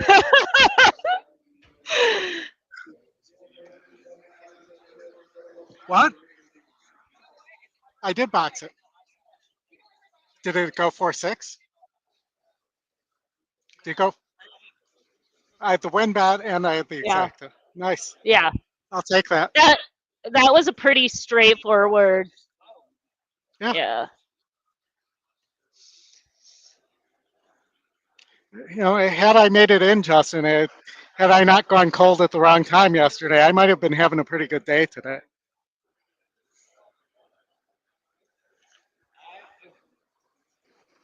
I agree. Like, for real, I've had multiple. So So heads up in this race, who finishes in front, nothing else. But heads up in this race, 3 versus 8. The 6. No. You can only pick between those two, not the winner. Just who's finishing in front, 3 or 8. Heads up.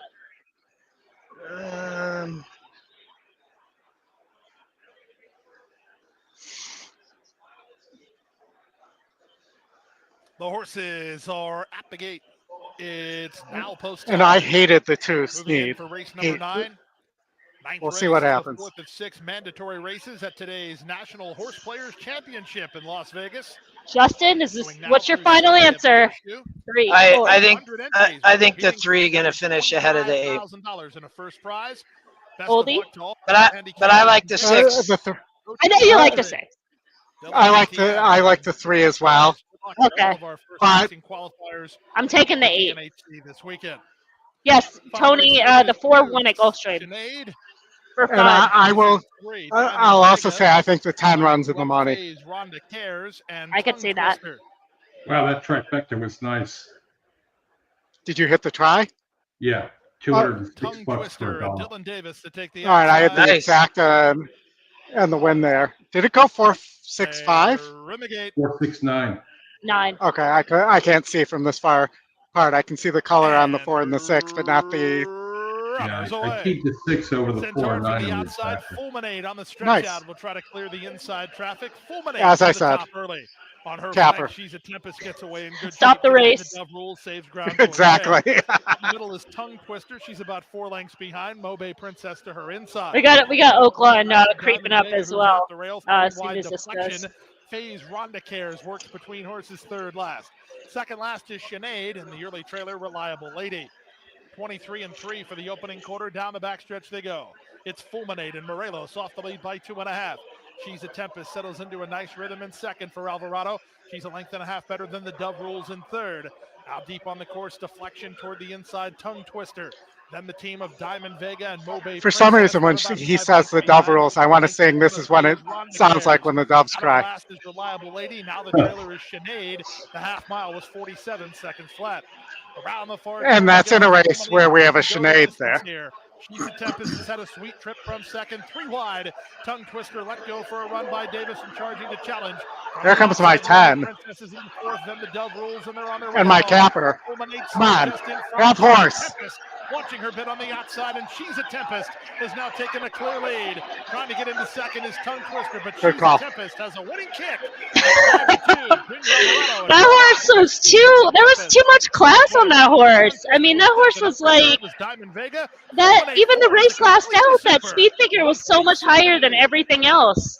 Coming up a wide trip on the Gulfstream Park turf and still recording a top figure. I mean, that's, for this field, made sense.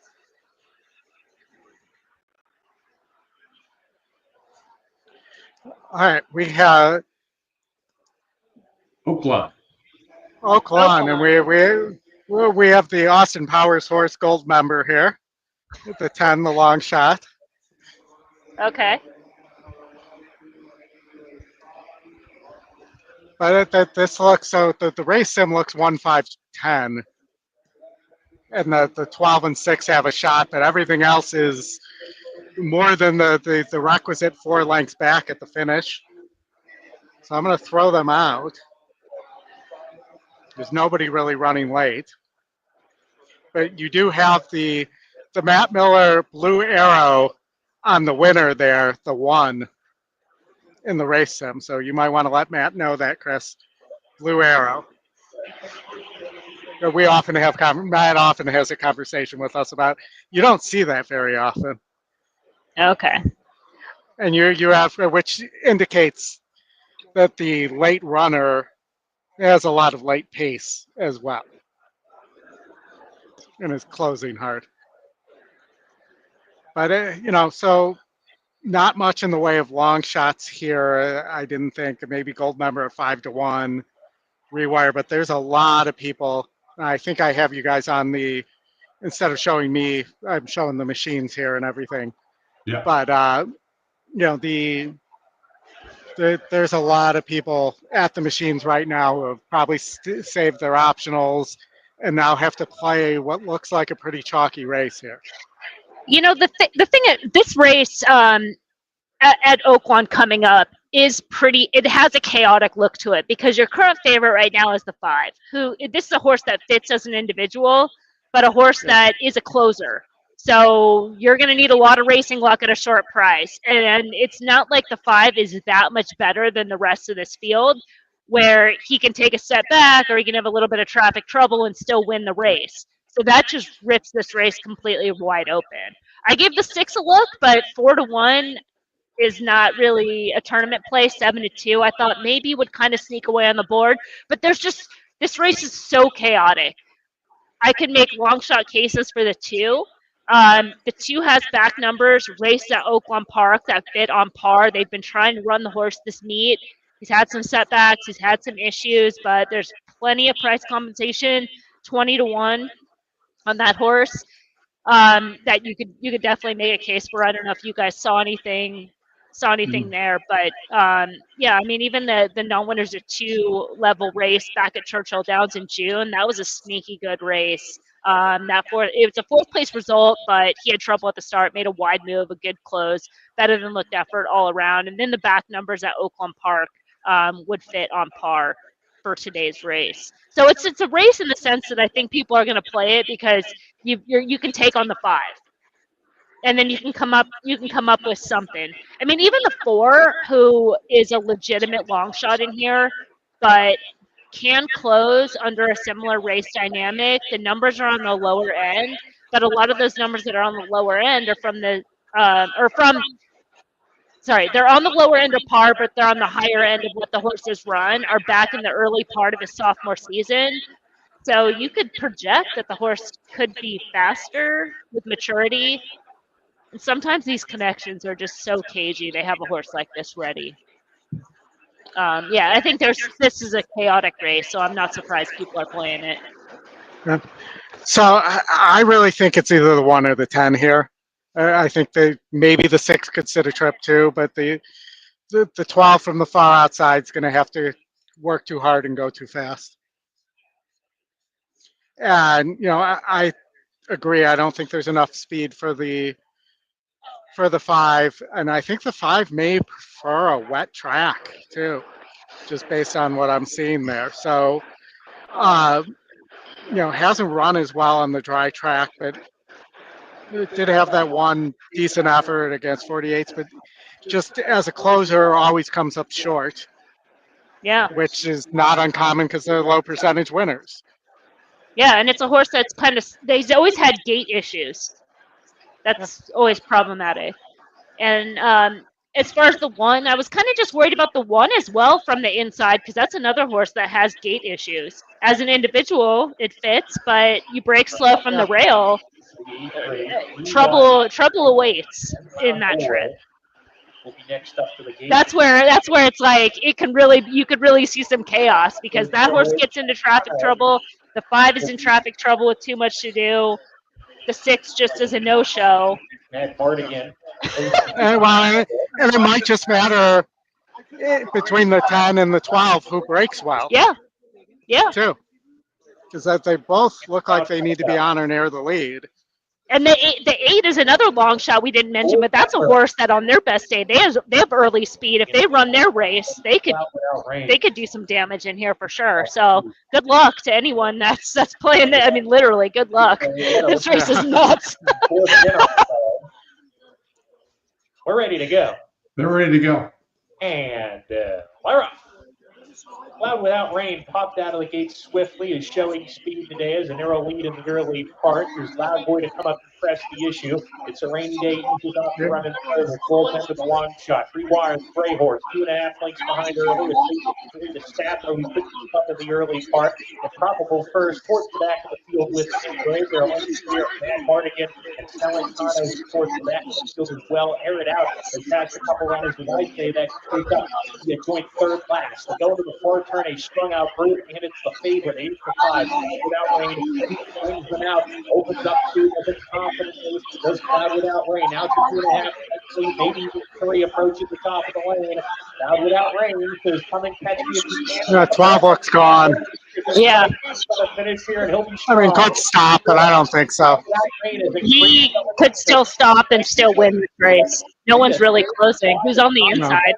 It's all cloud without rain, and if Can't you tell. Maybe 5? you can head Might to be the window, 5 airing out.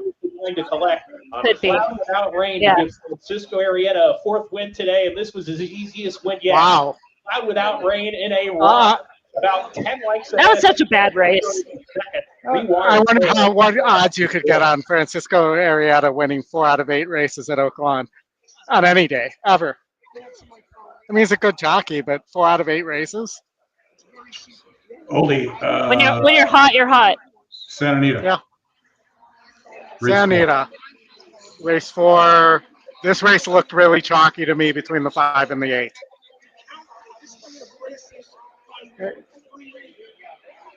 And is paceless. I forgot. So last night, Scotty promised to buy all the candy from the. I told you. Yeah. Hold on. Oh, the 12 for fun. Yeah.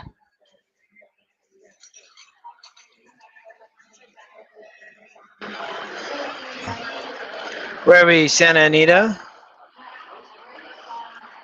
Race 4.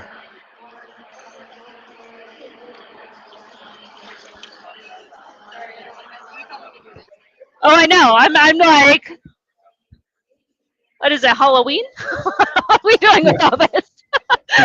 Halloween, Emily, is the best day of the year. You know why? Listen. Yes, please tell me. Because it's my birthday. Oh, wow. Do you dress up every year? For maybe like the first 31 years, but Okay. not so much anymore. But it was great being a kid. Yeah, that's cool. Yeah. I like Halloween as a holiday because it's just fun. Like there's no obligations. It's not like, oh, I got to get somebody a gift. I got to go over here. I got to cook a turkey. I got to get flowers. I got to buy something. It's just like you just get to be silly and have sugar and watch scary movies. That's like the best holiday.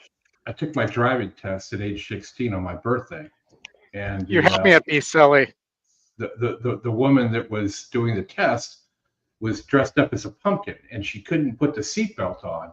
And she's like, well, I'm not going to wear the seatbelt. And I'm like, well, then we're not going anywhere because I'm not going to get DQ'd like right out of the gate, right? Yeah, So yeah. Yeah, is this the first the first test? That sounds like the first test. Yeah. I'm not gonna go 5 feet and be DQ'd, man. I got a date tonight. I need the car, lady. As long as that car isn't named Christine. No. Speaking of scary movies. It was Chris and Christine, that's a, Yeah. It was a 1968 Dodge 440 Coronet. That car weighed like 4,000 pounds, and then you could have had a family of 3 live in the trunk.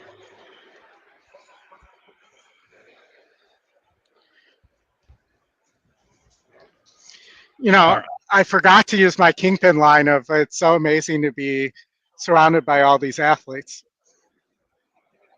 You mean mathletes?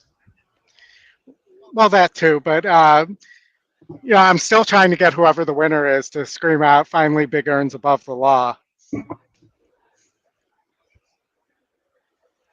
But that pretty much will only happen if it's one of our people. Yeah. Scotty said, not having a great day today. We're going to regroup on that tomorrow, but he's going to need some long shots. Scotty?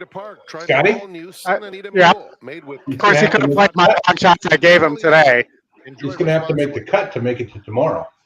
No, tomorrow, no cut till tomorrow. I think. They cut at the end of day 2? Yeah, Yeah, I tomorrow's think they cut at the end of day 2. Yeah. Putting in the gate for the start of the pick 6. Mr. Hussar coming up.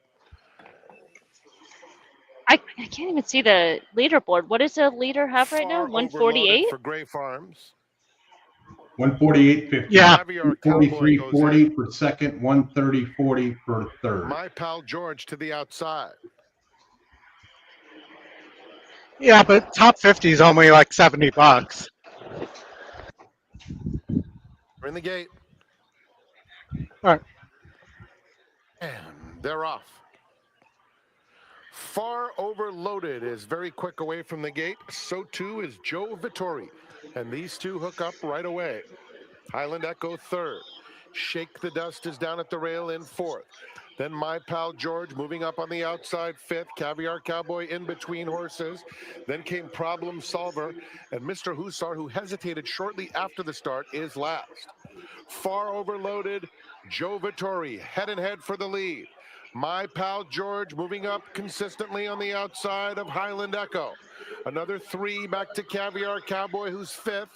Four clear of Shake the Dust, Problem Solver, and a distance to Mr. Hussar. They're coming to the quarter pole, and My Pal George looms up on the outside of Far Overloaded. Far Overloaded goes on for home. My Pal George is chasing him from second, and down on the inside, here's Caviar Cowboy with good-looking strides, and Caviar Cowboy has taken the lead inside the final eighth of a mile. Far Overloaded, My Pal George flattens out. It's Caviar Cowboy for Richard Barton Enterprises, winning, going away, another for Frank Alvarado. You know what's wild? The scoreboard is really intense right now, in my opinion. I mean, you have like the person in 10th has $98, but the people that are like at 200 have 71. Yeah.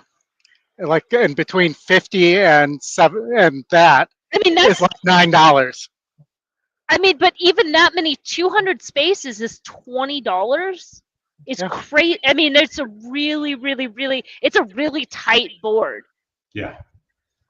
That what is Scotty at? He's at 0. I haven't looked. Can you look that up, Okay, Chris? Sure.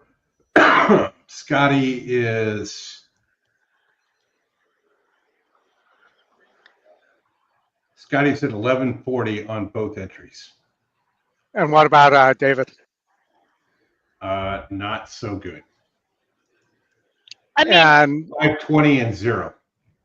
Matt? Not so good either. Matt is at 4410 and 840. the way that the scores aren't crazy high. Because again, you figure it, like 200 is at $71. If you're at 11, you're one cap horse away from passing that person. Like, you know what I mean? Like, there's nobody that is out of it right now. Even people that have 0. Yeah. Well, it's what I feel like. Normally, there's a lot more separation. There's people that like really climb to the front, and then there's people that are like really off the back. And then there's like there's people that are just trying to like make moves that are in the middle. Fairgrounds. Well, yeah. So I'll add also that yesterday the winning ticket had 159. I think 159.50 for 11 races. 11 races and not a lot of options. Right. 11 picks, but I mean, it was there wasn't many places to choose from. Right. And it just feels low to me right now. Yeah. I mean, people can make moves. So if Scotty still has plays, he should play like he's got 100 points. He should play with confidence because he can be in there in one play. He's right in the mix. Yeah, I wouldn't panic. Of course, I did panic yesterday after. So I was in third, and then a bomb hit, and then I got hit by the tractor beam and didn't move from that point. Yeah. Emily, I think it's so much coverage that I've done over this in the years is like you just have to basically decide what that number is You know, like tomorrow, if you know you're trying to play till 250, you give yourself a little bit more than you would. But if you're like, I'm just trying to hit 250, then just focus on that, right? Because that you're just like, as long as I'm just trying to stay on my target, and I know if I reach it, I'm gonna be there, regardless of what anybody else in this room does. That number is gonna put me in the mix. Right. That makes sense. So just put the blinkers on and just go for that number. And if you don't hit it, then you weren't winning anyways. That's the way it goes. Mm-hmm. All right. Well, here's a horse that Scotty should play if he has a pick left. I mean, the 4, granted, no speed, but wins the race. Sim sitting at 11-1 is an overlay, 14% second choice. It would make total sense to get you moving there. 40% off the claim for Sir Sawyer. And you have a 4-5 horse here, first time starter for Asmussen with Jose aboard, which is getting bet. But does Asmussen really put good horses in a 10K maiden claimer? Well, it's a state-bred maiden claimer, and it's late in the Fairgrounds meet. So I would say, based on that combination, yes, because you're kind of running out of the meet ends in a few more weeks, so there's probably not a lot of other spaces. But at the same time, why didn't this horse show up in January? Why didn't it show up in December? Yeah. So it's like the horse fits, but if you wanted to take it on, you shouldn't be scared to. The race, what are the odds on the 3 right now? The odds on the 3 are 7-1, which is also seems crazy. We have that one at 24%. I'm gonna plug my phone in so you don't lose the internet here. Oh, do you need to? No, I got an outlet. Okay. Yeah, I mean the 3's race. The three ran a good race on debut and debuted at this state bred level. That January 24th race. Made a move, had a little bit of trouble, a little bit of gallop out, but still a second place finish. Then they ran it maiden special weight. Obviously, we're like, let's see what we have here. It was raced in hand, well off the pace. They never asked the horse to run. So they come back to a level that's competitive. That horse wouldn't surprise to run another good rate, to run back where they can compete.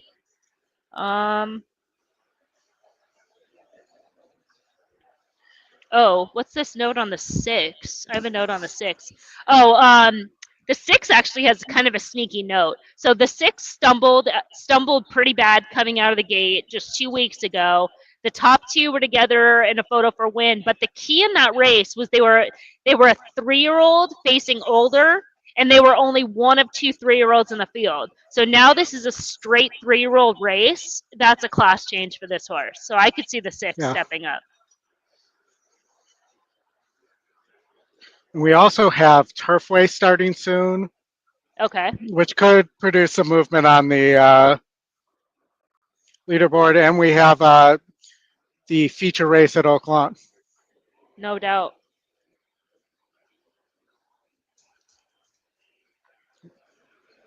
Where I think the morning line favorite there was vulnerable as well. And really isn't getting bet either. Did I just accidentally close the Oaklawn tab? No. If I had a dime for every time I accidentally close something, or it quits on me.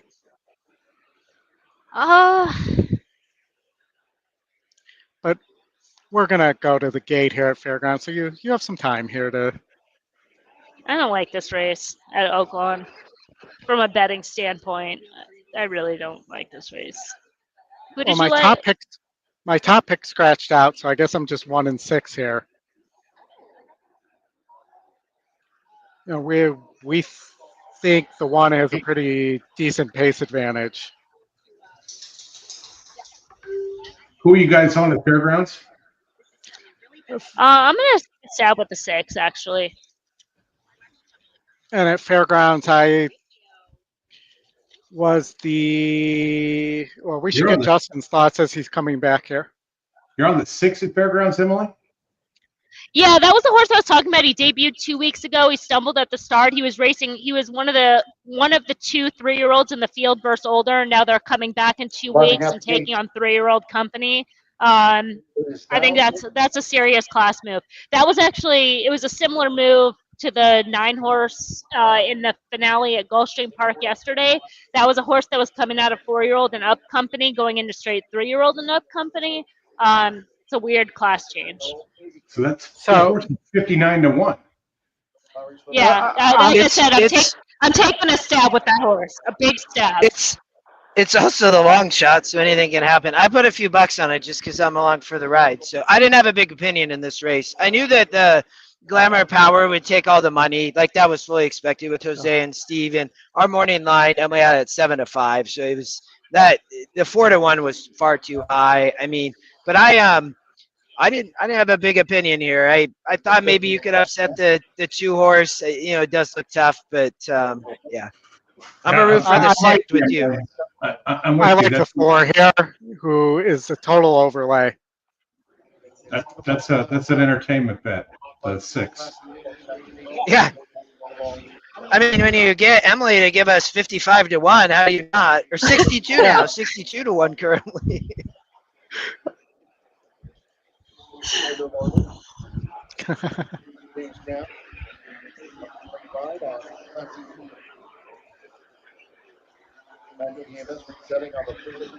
Can you hear me when I'm over here? Yeah. Yeah. Oh, wow.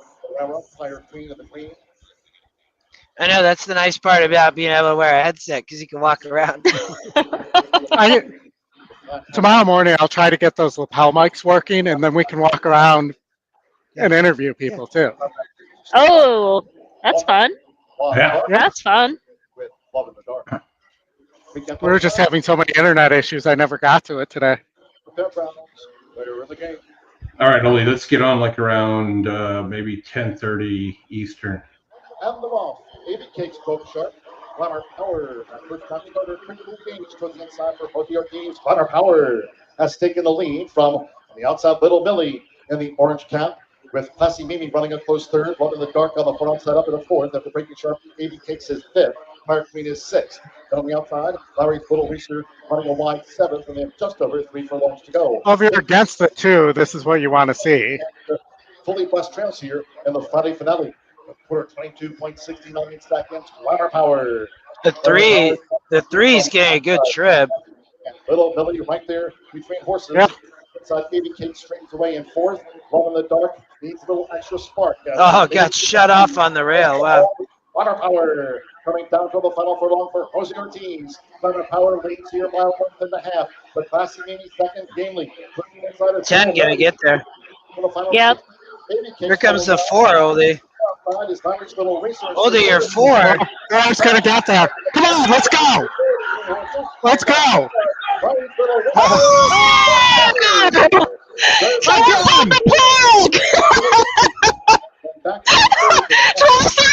you kidding me? Well, looks like maybe I was right again. Because Oldie, it I did a 4.8 exact to box there too. It was Wow, 4.8. that's Yeah, I can't. I should have run and told Scotty to play that horse. 13 to 1. Well, he might have played it. Maybe he played it. I don't know. I didn't see him up here. Definitely some action at Fairgrounds there. Did that really go 4.6 there? No, 4.8, I think it is. No, if you went 4.6, you would have lost your mind. They went 4.8. 4.8. Nice call. 4.8. Ooh, it's tight, man. That is tight. I had the one at Tampa shut off, so I couldn't see it went in that one. So you're the one pulling the plug whenever you need a winner. Yes. Got it. Okay, Yeah. good to know. Because don't the rules say they just stop the race at that point if the video goes out? I bet, you know what? I wouldn't be surprised if Scott, because that horse was just a massive overlay. Yeah. Massive overlay. I mean, it looks like it charted out well for you. Center of the chart there. Yeah, There's there's nothing to dislike on that horse. He's back here. He's got a B-. He's a wide trip. Yeah. I mean, the 8 as well. That race is crazy playable. That was I had a 4.68 exact to box there. It's 177 to 1. Nice Nice hit. Yeah, we'll take it. Yeah, very nice, Chris. Okay. And I'm guessing you did not play an Art Exacta at $1. No, I did not play the Art Exacta at $1. We're going to take our Turfway. What's the Turfway deal? 4-horse race at Turfway. Ooh. Oh, okay. And the 7-1 will probably win just because it's Turfway. So Turfway, the mandatory is race number 3, and the other mandatory that we have coming up is race 5 at Santa Anita. Those are the last 2 mandatories of the day. By the way, Emily, I hit you up on Twitter. Oh, I accepted. Did you? Yeah. I didn't refresh yet. I got a few things cooked, as you can imagine. Okay. All right, so where are we here? Okay, Turfway race 1, Oaklawn race 9. I mean, I'm annoyed that the 4 scratched out here, but Catching Freedom with that was would have need some pace to close into. Probably wouldn't get it here. Disarm is getting bat just like I thought it would.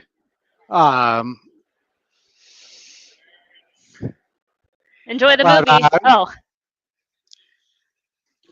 You know, I think the one's getting bat, but I think the one's has a solid shot on the front end there. I didn't really love Ben Dog. Even off the drop, just looks like it's burnt money as the favorite 3 of the last 4 times and been sub 4-1 in all of its races. Emily, Ian is asking whether or not you can show your stuff in terms of your product on the stream. So if you do want to share your screen with your optic stuff and explain some of that, feel free. Sure. We can look at this race coming up. I'm in kind of the same. Let me do this. Just hit the present button and then whatever you've got up there, share that tab. Once I see it, I can put it up for you.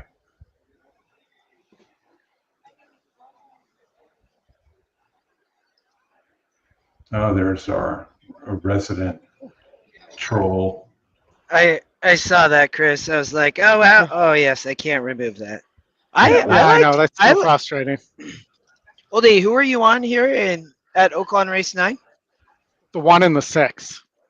Yeah, we were the same here. I like the 6 though. I had In a Jam on top. So you should be able to see the optics plot up there. There we go. Hold on, I got to remove this. Yeah, they put an extra step into this. You used to just be able to click one and click, and it would show up and take the other one off. You got to remove and add. It's just more clicks, man. I only have so many more clicks in my life. Yeah, exactly. So we're looking at the optics plot.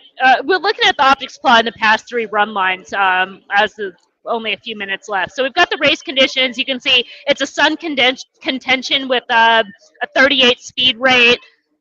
Close to half the field above the par line. First call are horses reading the plot left to right. So getting out of the gate, you'll probably have the 1 on the lead, the 5 right off his hip chasing, and then that second flight, 2, 3, 6, and 8, with the 7 a deeper closer off the back.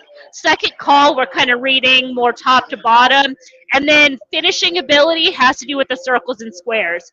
So if a square, the bigger the square, the stronger the finish, and squares have more finishing ability than circles. Circles have less finishing ability. The bigger the circle, the less finishing ability.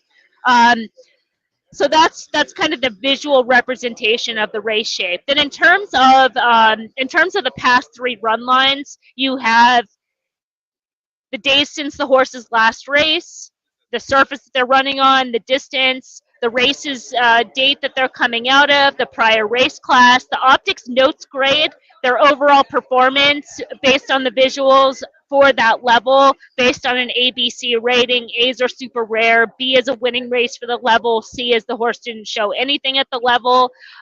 Their finishing position, and then the optics notes here, which is keywords, and then I'm scrolling over the extended comment in terms of the race shape.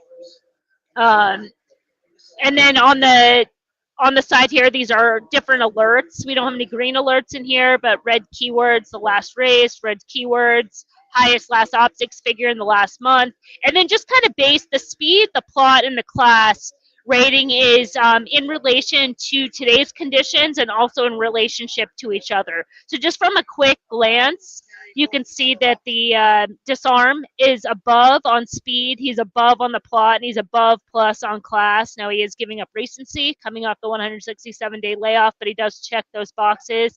Then Duke is the only horse that's also above when it comes to the plot, because he should be able to sit off the one and make first run. And then RS is their run style, shows their running style for the surface distance. Their running style overall. The running style can also be seen above the plot here as well. The optics figure range for today's race, to win today's race, it usually typically will take a 91 and 97, given these factors, given these horses in the race. And that's why it's also color coded on that side. So that's just kind of a quick little 1-2 optics tutorial of optics plot. Now, optics grid, let me see if I can share that one as well. Will it just kind of share if I open it? Should, yeah. You've got the screen. Did that show? You need to get the two plots back out of the way. Whatever that screen is in the back, move that one to the front. I wish I could see what I'm looking at. If you look at the StreamYard screen, you should be able to see what's up there. Okay, but how do I get to... Oh, share this tab instead. There we go. There we go. Okay. So optics grid, and this is the part that a lot of people aren't familiar with, because we typically will show the optics plot and we don't really show in the grid. But this is more of your standard past performances. Without getting too much into it, for people that are already horse players, is basically what you're seeing in any standard past performance. When the horse ran, their day since the last race, track, surface distance, condition, the purse we added. I have some filters kind of hidden. This is the type of stuff that I tend to prioritize. Age, sex, the race condition, their finishing, the prior optics figure range, so you can kind of see where the horse fits as far as when they've run better races, when they've run those B races, the optics notes. As you can see for these horses, I mean, these are horses that, in terms of optics, that we've been following throughout their whole entire career. So have a note on every single race that these horses have run since the beginning of their career. All right, so I'm going to throw down the oldie challenge here and say, oldie, yeah. Okay, you've looked at all this stuff. Where is the synergy between optics and EE? And I'll throw it back to you. Emily, great description of the product as well. Well done. Okay, I tried to be like as succinct, right? Because you can really get in the weeds with any type of handicapping product, but I just wanted to kind of give a quick overview, especially since the horses are heading to the gate and I was under a limited time frame. Yeah, of course, I'm familiar with it, so I get all that. Okay. But, you know, it's good. That was a great demonstration of that. So oldie, based on, and Emily, try and get a triangle in there, a hexagon. Now those are two shapes I love. All right, so Chris, I would say that the synergy is like in that last race at Fairgrounds. Emily, if you want to bring up that chart for a second. Fairgrounds? Yeah, Fairgrounds race. What was it? Second to last at Fairgrounds. Yeah.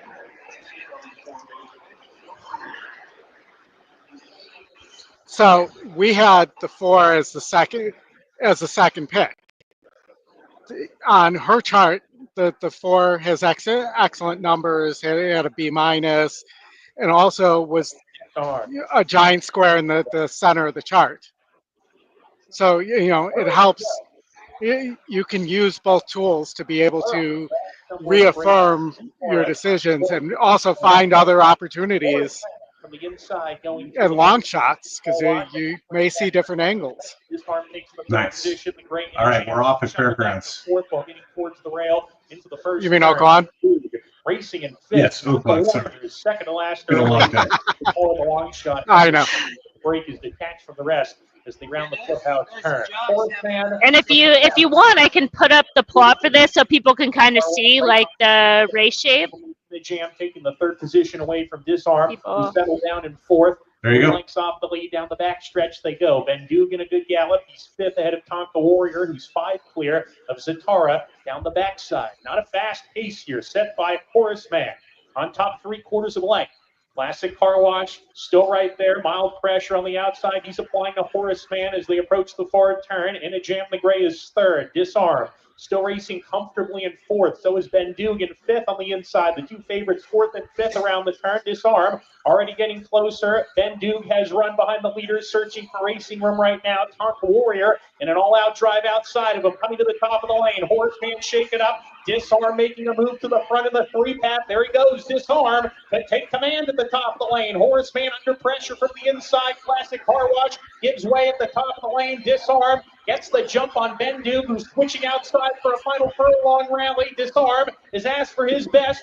Ben Dug getting towards the inside now. He wants to lug in a little bit here. Ben Dug, Disarm, 16th to go. A 2-length lead on Ben Dug. Fast Disarm on the line. He's got a head in front and he's going to get it. Disarm gets up. Ben Dug second. So Car Wash was in fourth. it was the 2 horses that were above plus above. So that But big, yeah. that big 7 square was a good one, huh? Well, the big 8 right here. Yeah. He sat that trip. He sat right off the first flight and then had finishing ability. The 5 probably could have been closer. And then that would have been the difference maker. If the 5 was sitting where the 3 was in running, which based on the data, based on the prior races that the 5 had run, they could have had that position. That might have made the difference, but the 8 still was able to sit that first run stalking trip in a big finish. All right, Oldie, we're going to get out to sending a very good presentation, Emily. That was awesome. Yeah. Thank you. So this is as we get to future races here, especially This is especially turf weight. Go ahead, Justin. no, Chris, this is mandatory right here. Yeah. Yeah, so look at the 4 horse, 5-2 on the EE morning line, Yeah. currently 9-1. So I had when we handicapped this last night, I thought that horse actually had a big shot. I'm surprised it didn't take more money. That it's going to go off close to the morning line. So big price. The 8's getting absolutely crushed, Oldie. Well, yeah, and I was on the 1 who scratched out. Yeah. And you would think with the 1, 2, and 6 scratched out, the 4 would be taking more money here. But, kind of an overlay. Maybe more of a turf horse. Race number 5. I want to say good luck to all of those. But I think the mandatory races. I think the 8. Remember, we liked the 5 was the one we liked here. If it came off the turf, and it did come off the turf, and you're getting 5's getting hammered, so other people are seeing that. This is kind of a horse. Well, the 5 technically won at this condition. The 5 won at this level back in May 15th, but it was disqualified. Take them wire to wire. I'll send it up to Frank. Yeah, and nearly won last time out on a wet fast track going 6.5, so virtually the same condition, 32. Well, open claimers, I guess, instead of condition. Yeah, I wouldn't say no, yeah, but that was a slightly higher par for sure. The horses are at the gate. But yeah, that was a harder group for sure. And a special welcome to our friends at the Horseshoe. The 9 had some really sneaky angles, but the surface is a complete unknown. But the 9 has a lot of live angles going into this race. Justin, did anybody remind Scotty to play his mandatory here? Made their presence felt in the I don't know. Hopefully he remembered. Baldoro is out very alertly. So was Awesome Rhythm, who's flashing good speed too. Invincible is now up, vying for the lead as Baldoro backs off the top pair. Tis a Good Thing is fourth and 5 lengths off the pace. Hula Candy and Rhythm on stage at the back. It's Awesome Rhythm to the half-mile pole. They look like pressed they're by going pretty fast, though. Another 4 lengths back to Tis a Good You might Thing have a in shot third. here, Justin. Baldoro is fourth, 6 lengths off the pace. Hula Yeah, Candy he got 7-1 too. I mean, the horse, he has a lot of horse. We'll see here. heading to the 3/8 pole. No, I think you. Awesome Rhythm in this mandatory NHC race. I think It they went went so too fast. Invincible and neck Yeah. back second. 2 more back to Tis a Good Thing third. Baldoro is trying to move up in between horses. Yeah, not running though. The speed gonna be dangerous here still. To go, and Invincible is up to take a narrow lead. The three's got run, but he's got a lot to do. In fact, Awesome Rhythm back in front at the 8th pole. Wow, speed just 43, and my gosh, they went flying. Yeah. Awesome Rhythm and Armando 5 gonna win. Yeah, it's done. Giovanni Franco, Awesome Rhythm turns him away. Awesome We Rhythm literally scores by a length. had handicapped this for Invincible off the was turf second. Tis a Good Thing third in front of Hula Candy. with that horse. Well, he's the only horse that's technically in non-winners of 4, and he's running in a non-winners of 3. He's the only. I love those angles. I know, you're like, you shouldn't even be here.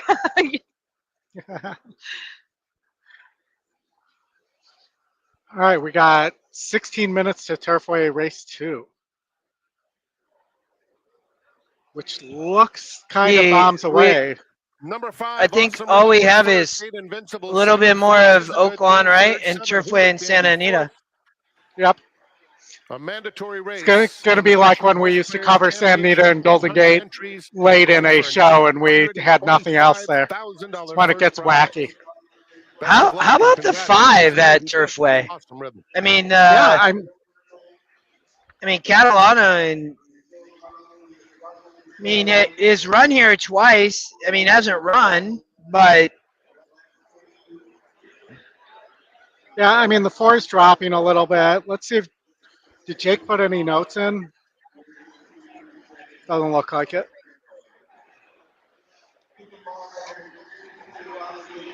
The 5 does have notes. So the 5 is a horse that needed the class drop when he was running in Maiden Special Weight Company, and got the drop last out in the February 2nd race, but he was fractious in the gate. Well, in two back bobbled because he didn't break, right? I mean, but if you go back to that race at Keeneland when it sprinted on the dirt, I mean, ran 4th in a 10-horse field. You know, I still think that the 5 might have a little bit of talent. I wonder if the 5 need the lead too. So, I mean, they're gonna have to outbreak the 2-horse probably, but we'll see. Yeah. I like the 9 a little bit as a capper long shot play here. Are you gonna tell us ahead of time if you unplug the signal? Are you gonna unplug the screen? Yes. Okay. For sure. Okay. For sure. The screen's going off before the start of the race, and I'm just going to claim that I won. Oldie, the 9 is the top pick. Top GSR as well. You know, coming back to synthetic, went to Oaklawn for a race. You know, this is about the same difficulty. I think we'll, you know, had a gate issues coming out at Oaklawn, but I think that's a better break here and may just be right behind that speed of the 2 and the 5 and could pounce here. Pounce, one of my favorite horses from the Resolute Racing stables. Also my favorite kind of cat treat. Okay. What? You eat cat treats? Wait, whoa. Oldie likes You like cat treats? I used to have a cat when I was a kid, and we gave it Pounce treats. Oh, we thought Good you save. liked Good save. Yeah. I told you it was going to get wacky. Oldie definitely puts some cat spread on a Ritz cracker and eats that up. Oh, that's breakfast. That's breakfast. Nice. A fancy feast for dinner. fancy feast for dinner. Yeah, you gotta eat a classy dinner, a fancy feast. So what about this kind of wild idea in this race? Although I think we've talked about the logical type horses. Where's my screen here? Where'd it go? The 3 Von Leibowitz. This horse might not be good enough, but the fact that this horse is getting a rider change after 2 really bad rides in a row, and it was against the track profile last out, or I don't know what this is. Yeah, fillies. She was against the track profile last out, had 2 bad rides back to back, and now gets a rider change. It's not a crazy high percentage rider, but it's a rider change to at least show intent. 10% rider this season. Positive ROI. Thoughts? I'm gonna send a Tumblr to the first person in the chat who knows where the reference of Von Leibowitz came from and how Von Leibowitz died in the movie that I'm referencing. I don't even know I don't even know what he's talking about. What do you? Wait, what's happening? I like when you don't know what I'm. Oh wait, David answered. David said Animal House. Yes, and how did she die? There's the Tumblr. How did she die, David? Art said Animal House too. Well, we got the movie, but how did she die? Who did she die? First one to reply. The horse killed him, Bill said. No. Nope.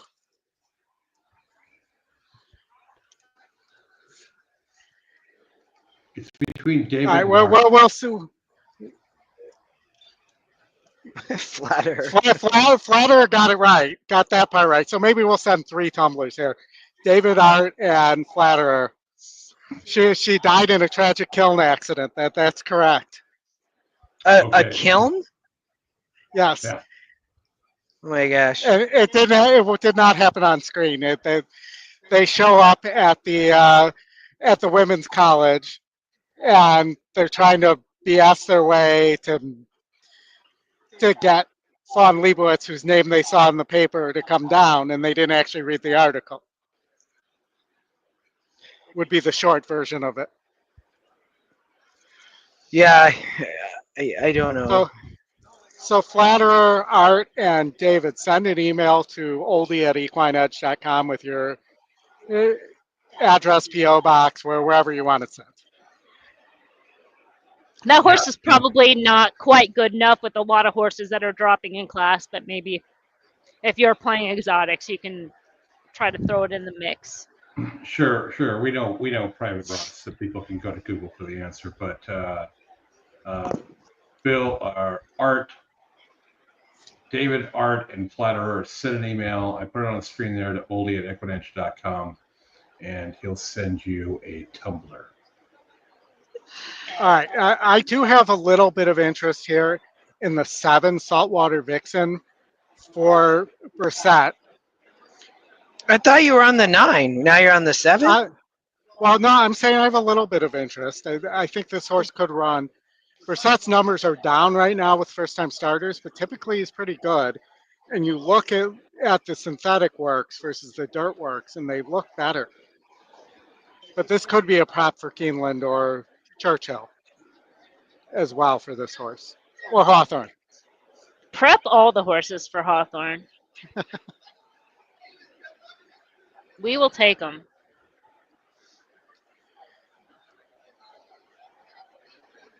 But yeah, 9 top pick, and I'll put the 7 as second choice. I like your second idea that it's probably a prep. But the thing is, here's the thing though, because this race is this made in 30? Yeah. It could still be a prep for Keeneland because if they win this race, then they're eligible for a starter. But if they get claimed, right, then they're done. Then they don't have that plan. Because the horse was working at Keeneland, there's a lot of gaps in the works, which isn't that. I'm not a fan of that in the recent series. But if they do get claimed, Emily, the new connections are eligible for that. and that's what they. Yeah, I mean, it's that's why I was like, if the horse was running for 50, that would also make more sense because they're less likely to get claimed for 50. But running for 30 puts them in that range where their people would be looking for a claim. Does that, if that makes sense? It does. It does, yeah. So, I think that horse is going to show speed too, even though our pace number doesn't show that. I looked at the dam, and the dam was all speed and all sprint. That was me in my youth. Holding. That's what I heard about you, all speed and all sprint. Mm-hmm. I mean, if it's any first-time starter, wouldn't it be the 10? I mean, the 10's got a super steady work tab, has a very live rider on it that can hustle. Patrick likes the Yeah, six. well, Right. Will Walden, I mean, yeah, the horse is taking money. It's the second pick. I mean, it wouldn't surprise me. Yeah, I think of the first-time starters, that one seems like the most cranked. The 9 horse all the way up to 23-1. Yeah, I'm gonna have to grab my phone from behind me and do something about All that. right, you guys know what that means. Get ready for a power outage.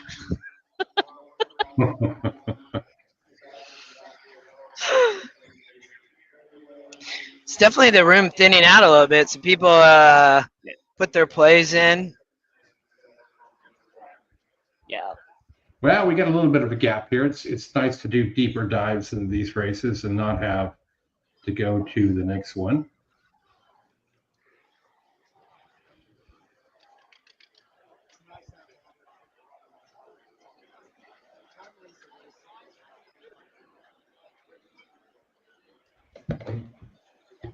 All right, what do we got here? 5 minutes, 6 minutes to go at Turfway.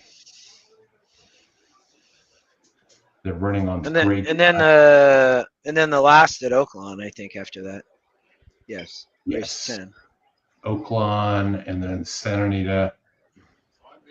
And then we're stuck with Turfway, unless we want to get into some Bonner or Remington Park quarter horses, Justin, coming up soon. I saw that the meet started. I don't know if we'll be doing that tonight, but Well, tired. We definitely, they're on the air at 6 p.m. Eastern. And we do have the video. Oh, really? That's nice. Yeah. Remington Park kind. Is this? Oh no, Turfway 3. The next one is the last mandatory. There's a lot of people at the machines though right now. There's a lot of action. My gosh. The last race is Starting to run out of options. I mean, if you got bullets. It goes through Turfway race 6 and Santa Anita full card today.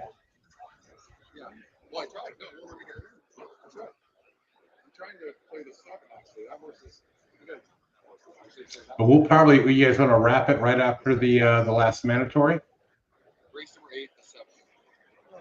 Yeah, where is it? Race 7. No, it's race 8. What'd you say, Justin? No, I was talking to Scotty. Sorry. Okay.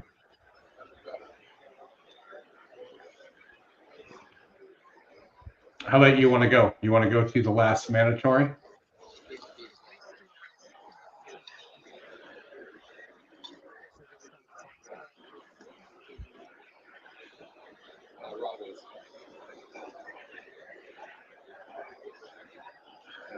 Did you try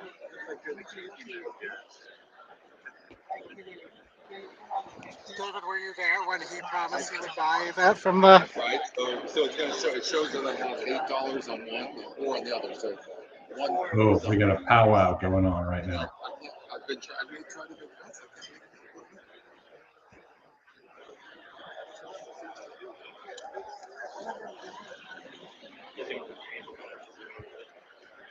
Yeah.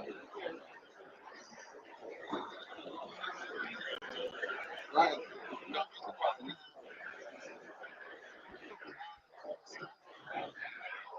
Let's do it. I'm going to dip out after Oaklawn race 10. All right. You'll be back tomorrow? Tomorrow? Do you want me back? Have I earned a spot? Absolutely. You want to come back? We'd love to have you back. You're welcome anytime, for sure. All right.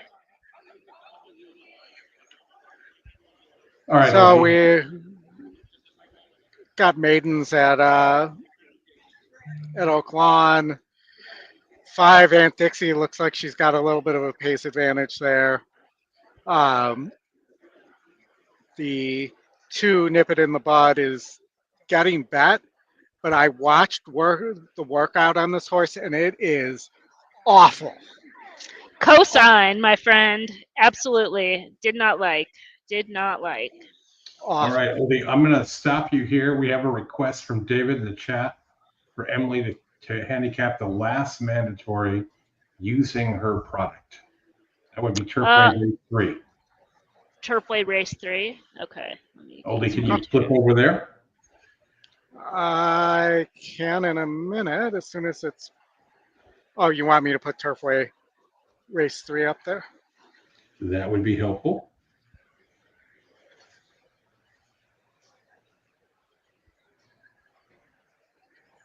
We got a minute to go here before race 2.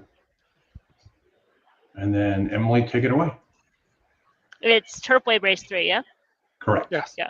All right. Do you have her screen up, Chris? I do now. There we go. All right, there we go. Okay. So Turfway Park Race 3, $30,000 claiming non-winners of 2. I thought one of the first thing that kind of caught my eye about looking at this race was the plot contention, right? So we have a sun contention and we have a high speed rate. And you can see that visually. I don't know if you're able to see, but can you see that little like dotted blue line that's kind of in the middle, that par line? It might be hard to see just based on the size of the screen, but we have more than half the field above that par line, which is coordinated with the contention and the speed rate, showing a very fast early pace. And so it is a scenario where you'd be looking for closers and horses that have run well under a similar type of condition. Because the reason I'm saying that is because the 2 Aztecs Gold is a horse that wouldn't fit that bill as a closer because he's a circle in quadrant 1. However, oops, let me get to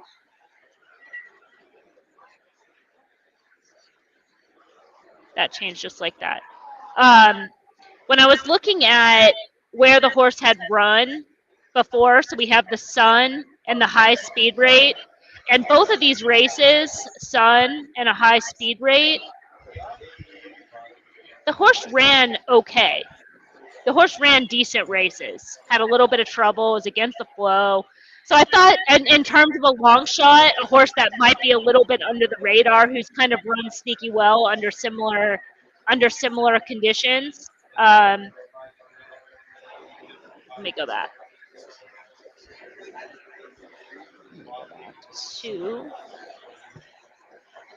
Go back here. So I thought that this race was pretty much wide open. I kind of jumped a step here.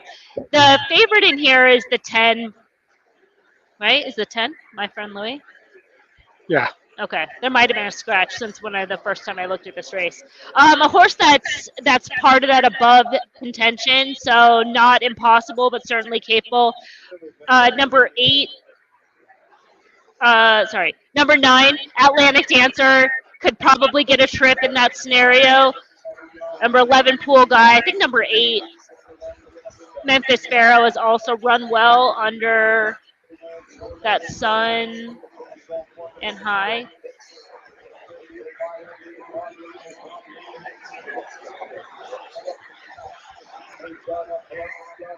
Ran under that condition in the past. Ran okay.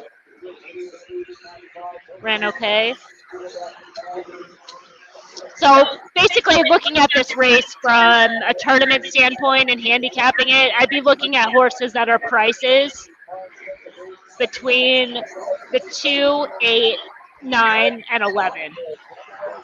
That's kind of how I handicap this race, looking at optics. You got this one. Okay, we're into the stretch here at Turfway.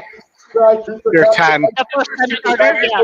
Way far outside is high. Gonna go 10, maybe 10-9 here. Her first look is a pretty good look. Look at this filly pour it on. Next up, and Gerardo Corral is stepping up in her initial look with a big time performance. High Summer was second. Yeah, that horse is a first time starter, looked extremely live. And they were betting it, so there was some hype there as well. Again, it's a tough race, but I think there's price opportunities. All right, we got one more with Emily, and she's going to duck out, which is the 10th race at Oaklawn. Well, do you want to take over from here? Sure, let's go for it. My screen's ready. All right, we'll run the race sim here. I did not like and it sounds like Emily agrees with me that the works on the two nip in the bud were just awful. Who is your top win is getting bad at 6-1 off a 12-1 morning line. My advice is to either start drinking heavily or find another horse to bet. Only wait like an hour and start drinking heavily. But I think My Sweet Angel, the 10, has a big look as well. The long shot here, along with Aunt Dixie, and the horse that's getting bet, Presley's Turn. If I had to throw a dart for a big price here, it would be the 7 called Darla, who did have a couple nice works. I don't think I like their works either. I don't think there was I think this is a race that I was really looking for a first time starter, and I just was like, I couldn't can't. find it, yeah. But I mean, it did win one work. It was not a fast work, but it did win the work by about 12 lengths, if I'm remembering this correctly. But it was also in there with a horse that was unraced as a maiden. So no, there was one first time starter that kind of caught my eye actually, which was the 12, A Vision of Hope. I don't think the works were available. Did you see this one work? No. Okay. Yeah, so the works weren't available. So sometimes this is like a process of elimination when it's like I've seen all the ones that are works and I don't really like them, and this one I haven't seen. But the thing is that this barn can pop with a first-time starter on the circuit at this level in this time of year. They don't start many first-time starters in this category overall. Jane Elliott's going to pick up the mount, and Jane Elliott was on the 1 last out. And the 1 is, you would think that they would ride right back on Presley's Turn, because Presley's Turn ran a good race, and Presley's Turn has fast races, and they jump off that horse to ride this first-time starter for a barn that can pop with a horse. And I just thought, this horse has some steady works. If this barn has this horse ready, and this horse is taking money, he's 14-1. And 7 of 75. That's a pretty absolutely decent work. Yeah. I mean that was the horse that, in terms of the first time starters, I'm like, that's the one I want.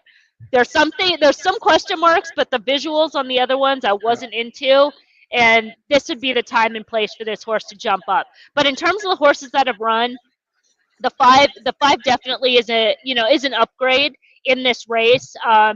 Coming back from last out, had to clear from the outside post, and the top 2 are cleared together in a photo for a win. My Sweet Angel also finding a class drop. Presley's Turn we talked about.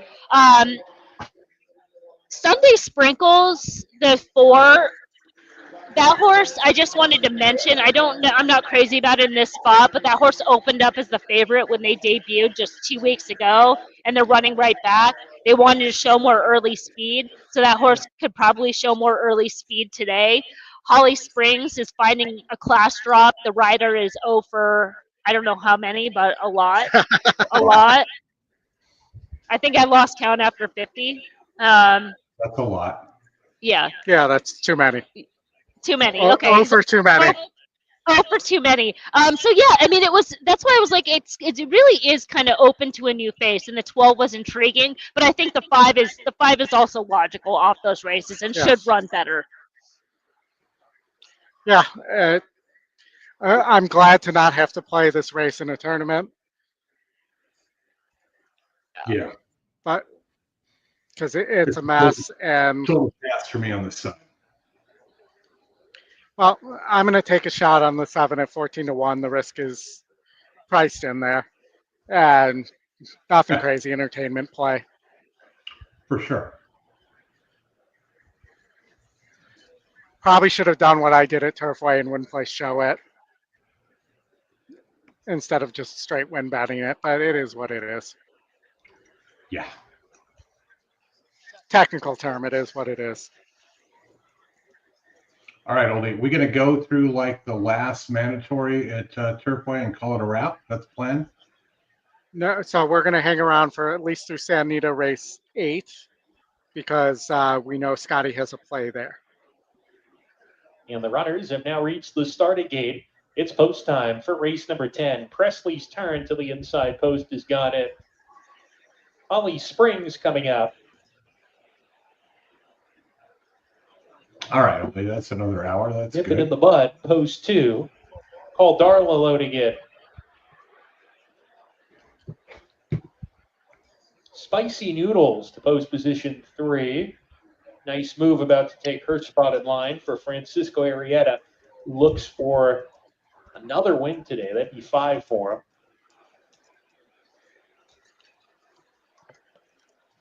At least Oaklawn's got a better spot right now where we can actually see it. Going in. Sunday I Sprinkles. was just thinking that. I'm like, it's very nice to sit here and be able to watch a race. To go in there. We might have to bring binoculars tomorrow. Sunday Sprinkles, the second time starter to post position number 4. 2 back, and Dixie, post position 5. And to the outside post, a Vision of Hope to round out the field. Oldie, I sent you a DM. You slipped into my DMs? I did. I slid into your DMs. A Vision of Hope just trying to get her in one last bit here. Live racing resumes tomorrow. First post is 12:30, 11 races tomorrow. We'll see you then. For now, enjoy this nightcap. We're ready to go. They're up. And a slow break out of the gate from Sunday Sprinkles, who's trying to recover after that beginning. Gets up into the second spot early. Aunt Dixie, quickest, though, leads the way by about a length. From Sunday Sparkles in second, My Sweet Angel third, with a Vision of Hope to the outside. Spicy Noodles, the big long shot, 2.5 lengths off the pace. A gap of another 3 lengths more to Presley's turn, the favorite in midfield. Meritude just passed her. She's 3 clear of Nip It in the Bud, the first-time starter. And Holly Springs, nice move there side by side. And Call Darla has no early speed as they go into the far turn. Aunt Dixie, Joe Call Darla has hit the eject button, it looks like. 2.5 back to a Vision of Hope, who's come under a hard ride in the third position. My Sweet Angel inside. I'm glad I mentioned this 4 because this 4 is going to win this race. Yeah. The horse that opened up as a favorite 2 weeks out of this, whoever this gray is. Here comes your 12. Well, the 12 is in there. The 12's been there wide the whole freaking time. Who's going to win this race? Tell me. With a big move. No, who's the 9. Here comes nice move from towards Must be a favorite because everyone's getting a little quieter. Yep. Nice move. Favorite? The last lap and wins it. Looking. Was second, third home, a Vision of Hope. No, 4-1. No. Well, I mean, nothing bomberoo. Yeah.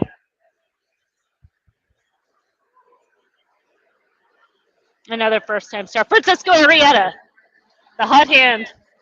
5. 5 winners for Francisco Arrieta. He's 50% today. Well, we got a good run out of the 12, who was wide throughout. I think ended up finishing in a photo for third, maybe. I don't know, somewhere in there. All right, You gonna steal some of our candy? You need some candy? Oldie out to Santa Anita. Santa Anita race No 6. excuses now, sir.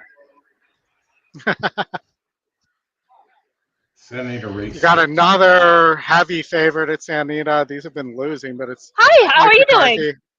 Good. Could be worse.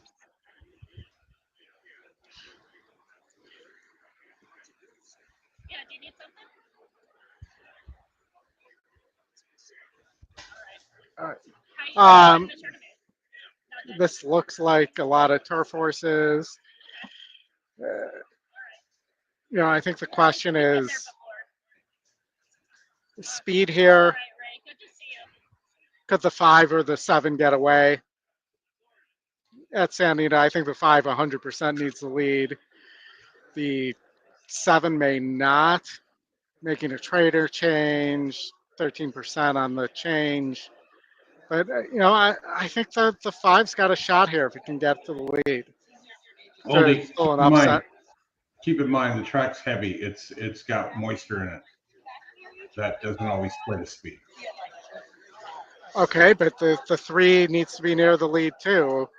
I mean, granted, it did close from pretty far off, but we think it's going to be much closer today. Stop being stubborn. Stop being stubborn. Well, call me Miss Practical then and use the 6 horse, Miss Practical. Hey, Justin, All right, Justin, are you there? Hi, Chris, I just looked at my iPad. This is amazing news. Amazing Cooper news. Cup. I'm here. Cooper Cup. I know. Cooper Cup to the Seahawks? Yeah. I can't believe they traded him in division. No, he didn't. They caught him? No, it was. Yeah, I think he got cut a while ago. All right, well, now I hear people talking sports ball, so that's definitely my cue to go. So I will. Thank you, Emily. All right, awesome. This was really fun. Thank you guys for having me, I guess. Yeah. Thanks for coming. We come back this weekend. You come back? Yeah, I already committed to tomorrow, so.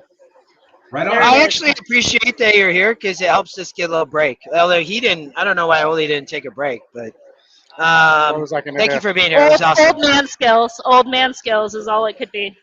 All right. All right, guys, that was awesome. Chris, good job. You're killing it. Okay, everybody. I will see you tomorrow. See you tomorrow. Bye, Have a Emily. good night, Emily. See you tomorrow. Thanks, Emily. All right. Okay, let's get out to, let me remove this and add this because they added another step. I would like to talk to the people at StreamYard. And yeah, why did they do that, Chris? I couldn't believe it. I was like, wait, what's going on here? And that's Justin, you have a certain amount of clicks in the mouse in your life, and they just cut mine in half. I agree, man. All right, here we go. Going in the gate. The white gate, not the golden gate. The green gate, the white gate, whatever you want to call it. Stubborn loading, and my sister Lily to the outside.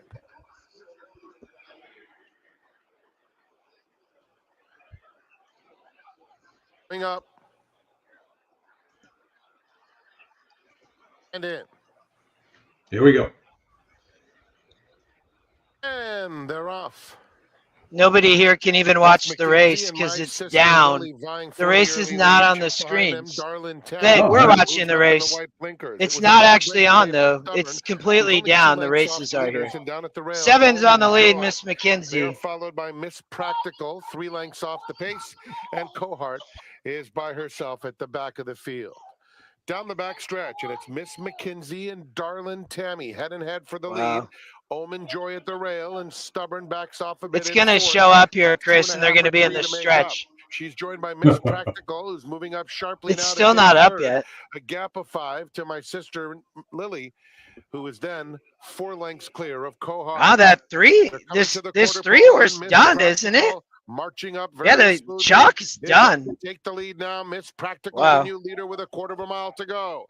Miss McKenzie trying to match strides in second. Down at the rail, it's Darlin Tammy. Almond Joy's had a good trip and swings to the outside. Stubborn has dropped right out of it. They're inside the final 1/8 of a mile. And it is the one. Practical, Darlin Tammy, and here's Almond Joy and Tiago Pereira on the outside doing best of all. Almond Joy. Sometimes you feel like you're not, sometimes you don't. Score by 2.5. 1.5. Second That's a to Miss nice ride there. Practical, Darlin Tammy third, Miss McKenzie ran fourth. All right, Oldie. Oldie's, I don't know what Oldie's doing.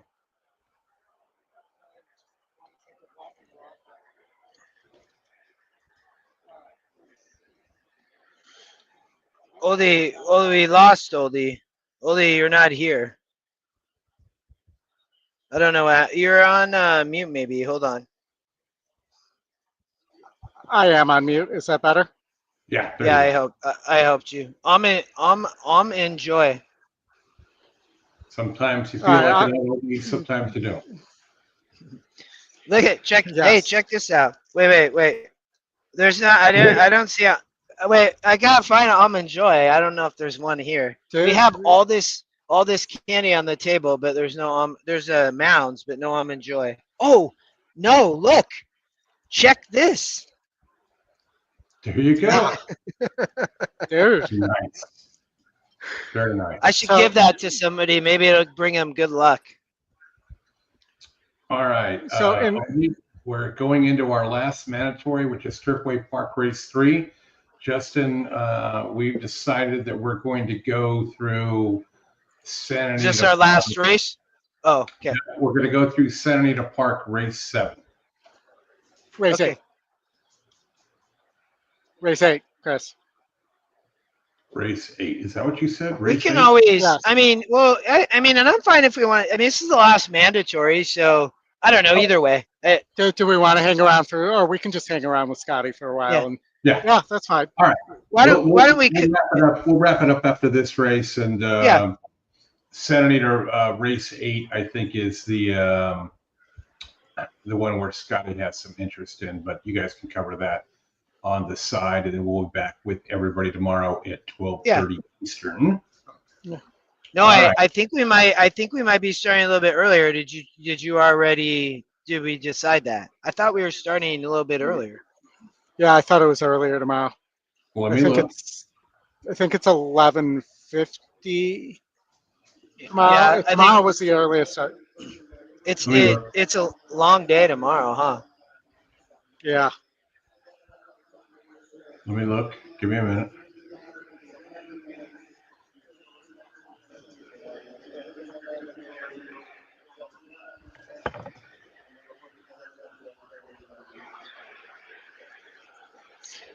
But I will say, so 11:50 a.m. So right before noon. I was all over Memphis Pharaoh here, the 8-horse. We argued over this horse last night with Scotty. And I also like the 3 cruising with and Boozin as a long shot there.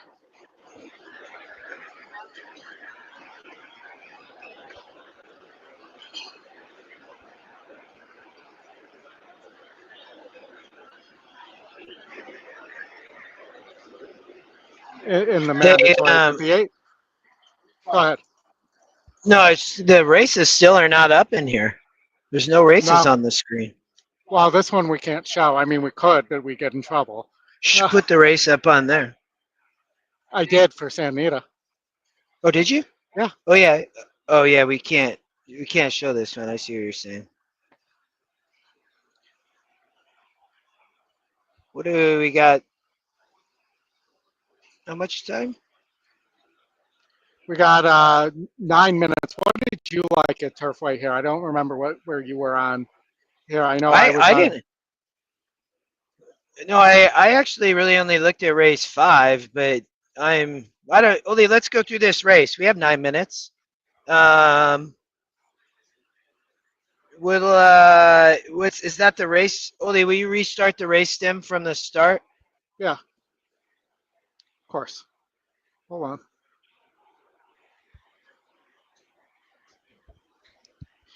Now, if we could get some of those backward movement on the horses like that. Well, the 2, 3, 12 are all likely to show speed, right? So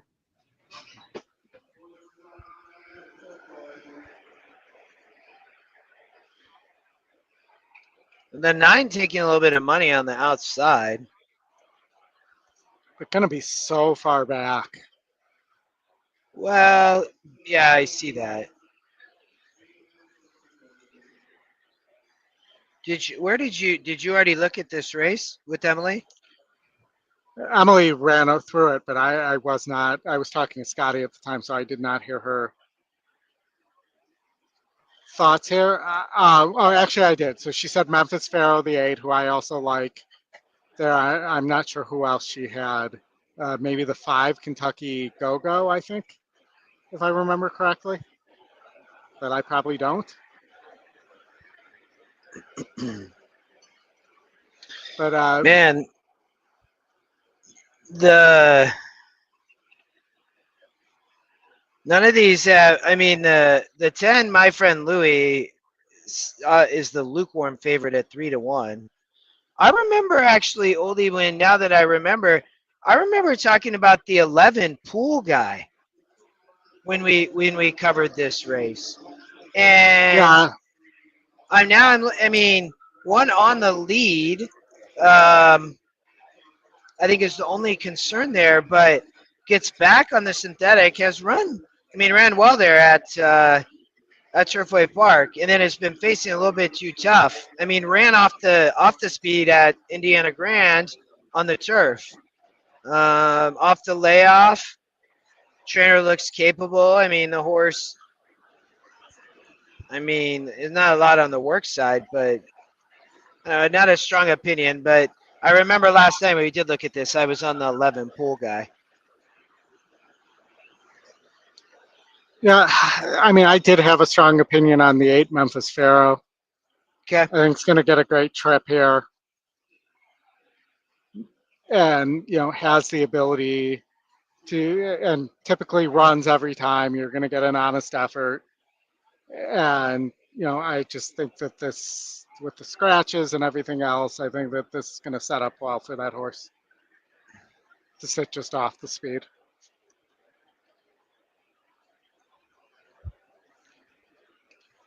All right, you like the 8. I'm on the 11. I thought the 1, Coach Campbell, had a little bit of a look, Oldie. It was the Scotty long shot. It's been here at Turfway, run versus kind of similar 2 back. Last out didn't run, but so maybe toss that effort. It might get a trip from inside post, but there's a lot of action in here though. Now the race is finally back on the screen. They got Turfway up there. For sure. Yeah, Brendan, there's Coach Campbell. The 1 did have a little bit of a look.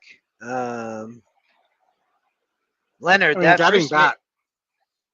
Leonard, the first mandatory tomorrow's at 11:30. Is that Pacific? Today was 11:10, so that makes sense.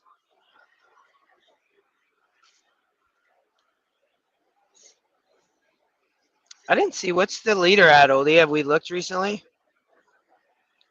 They are 161.90. Dan Piazza. How many races has he played? He has 8 optional, so he still has 2 more optional. Well, he's only got a few more races to play him. Yeah, the top 10 are all over $100.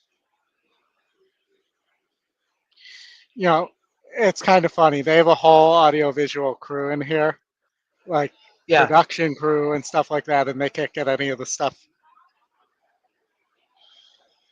Having trouble, huh? Yeah, I mean, look up there. It's only working up on a couple spots.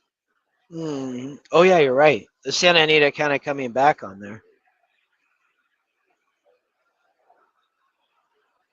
It looks like it went into a firmware download in middle of the middle of the tournament. Yes, it's what it says. OTA firmware download. Do not turn off and do not remove. That's at 84% right now.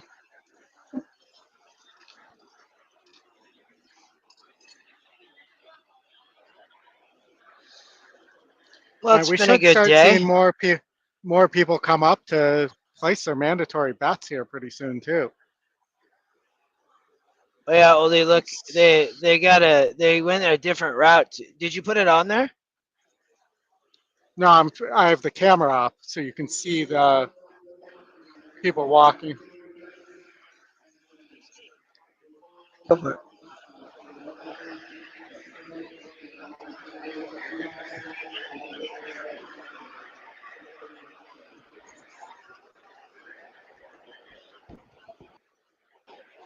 Oldie, what was he just saying? I didn't hear Oh. something about probably the last mandatory. Oh, Would be my yeah, guess. yeah, This Either is- that or he said it's raining at Fairgrounds. Yeah, he said that yesterday. He said raining at Fairgrounds. We're like, wait, what? Not raining at Fairgrounds. Top 19 are over 100 bill. Yeah, that's a pretty good little leaderboard. You know, we will, with still having quite a few races, I would expect we see some action up on the leaderboard. I 10 mean, minutes. Get your wagers in post time. the guy on top still got 3 races to play, including this one at Turfway. 2 minutes to go.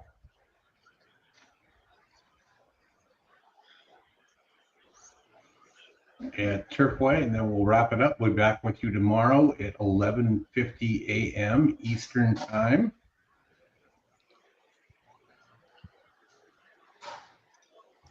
With 10:50 Central in your heart. Yeah, even money.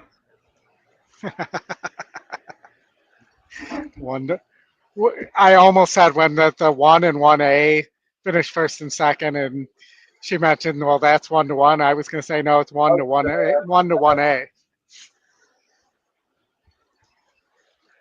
Amen. 10-5 ice cold for John M. Daly here. 10-5 ice cold. Ice cold. Ice cold. Dave Weaver's somewhere around here, from what I've heard.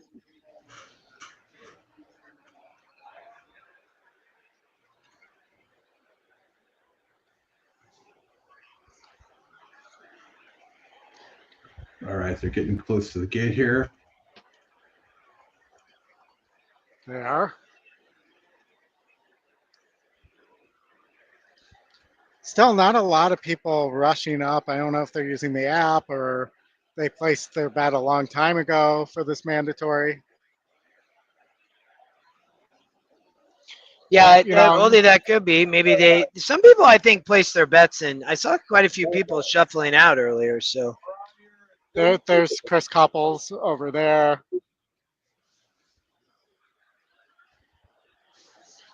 You know, Turfway Park is the last of 6 mandatory races at today's National Horse Players Championship handicapping contest. It's taking place today through Sunday at the Horseshoe, Las Vegas.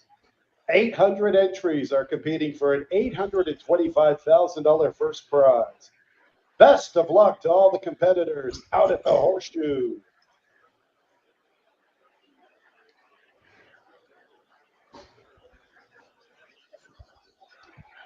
Friar Newton at 3-1. My friend Louie, 4-1 in the wagering, both Memphis Pharaoh and Atlantic Dancer. We're 9-2. Memphis Pharaoh now 5-1. Atlantic Dancer 4-1. Here's Kentucky Go-Go, no left watch up. Boone's Path, the last of 10. Boone's Path is in the gate, ready for action. And there they go. Pool Guy comes away and last. Aztec is gold. Arrow cruising and boozing. Coach Campbell. Boone's Path wants to show plenty of speed from the far outside. And it is Boone's Path with the killer crossover, making the pace to the 7-8. Aztec is gold is second with cruising and boozing. My friend Louie comes away in the 4th spot outside of Memphis Pharaoh. Racing with them is Coach Campbell. It's better than 4.5 lengths to Friar Newton. 2 clear of Pool Guy with Kentucky Go-Go.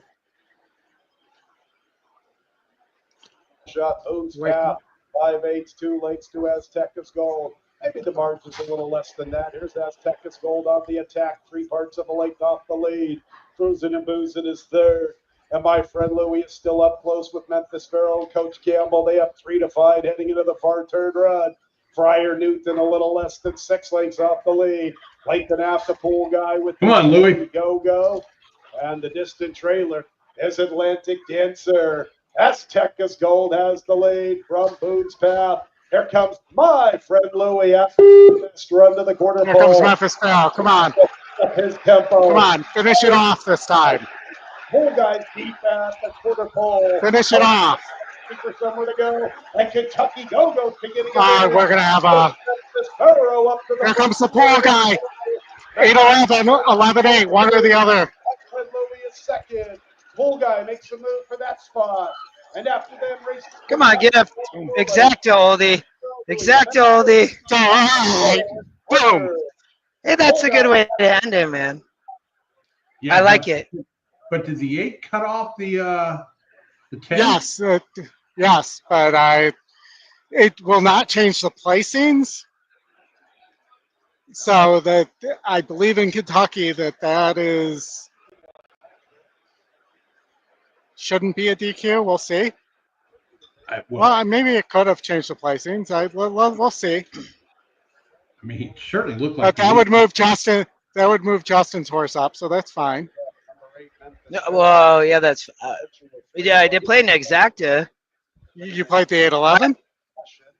Yeah, I think I'd probably rather have your horse still win because my exacta. I did play the 11 to win and stuff like that, but I think the exacta would pay a lot better. But we'll see. That's a good way to end it. The 8 one, Tony. It was 8-11. I can't remember who ran third. My friend Lloyd, the 10. Oh, 8-11-10. 8-11-10, Tony.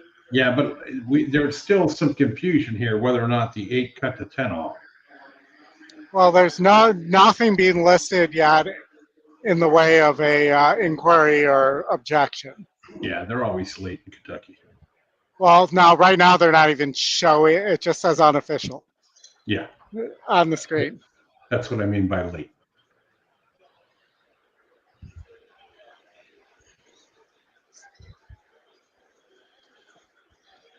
Okay, so here's the next question. Does it go official before the Santa Anita race 7 goes off? Who knows? But it would be good for them to show us some replays. All right, 8-11-10-5. 3-1 over 6-1. It would be good to show us some replays here. It might be good to show some replays. You're right. At the moment, it just says unofficial. Well, they got the placings up now. Oh, unofficial. They're showing the 8 in the winner's circle. No, not in the winner's circle yet. Well, the 10's hanging out behind the 8. They're saying, what's going on here? Well, they're pretty much in the circle now. Their photos are being taken. Yeah, it looks like it's unofficially official.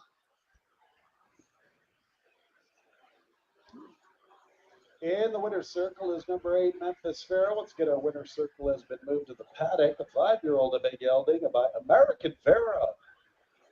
The elusive quality mare on a much the best. Well, I'd still like to see the replay there because it certainly looked like the 10 was impeded. I'm not denying. Stuart the Stewart doesn't disagree with you. This wouldn't be the first time I've seen a horse having a picture taken and then there's an inquiry. Yeah. I mean, it's still unofficial though. Now we're back to the unofficial on this screen. Yeah.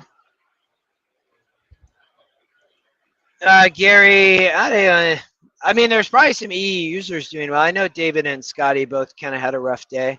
Yeah. But I'm sure there's some users. I haven't looked at the leaderboard in a bit, but I'm sure there's somebody up there who's doing something. Why, when I read Bill's comment here, do I think fire, fire, fire? This race is still unofficial. Yeah, they take a little while in Kentucky, but it's going to go official. There's no.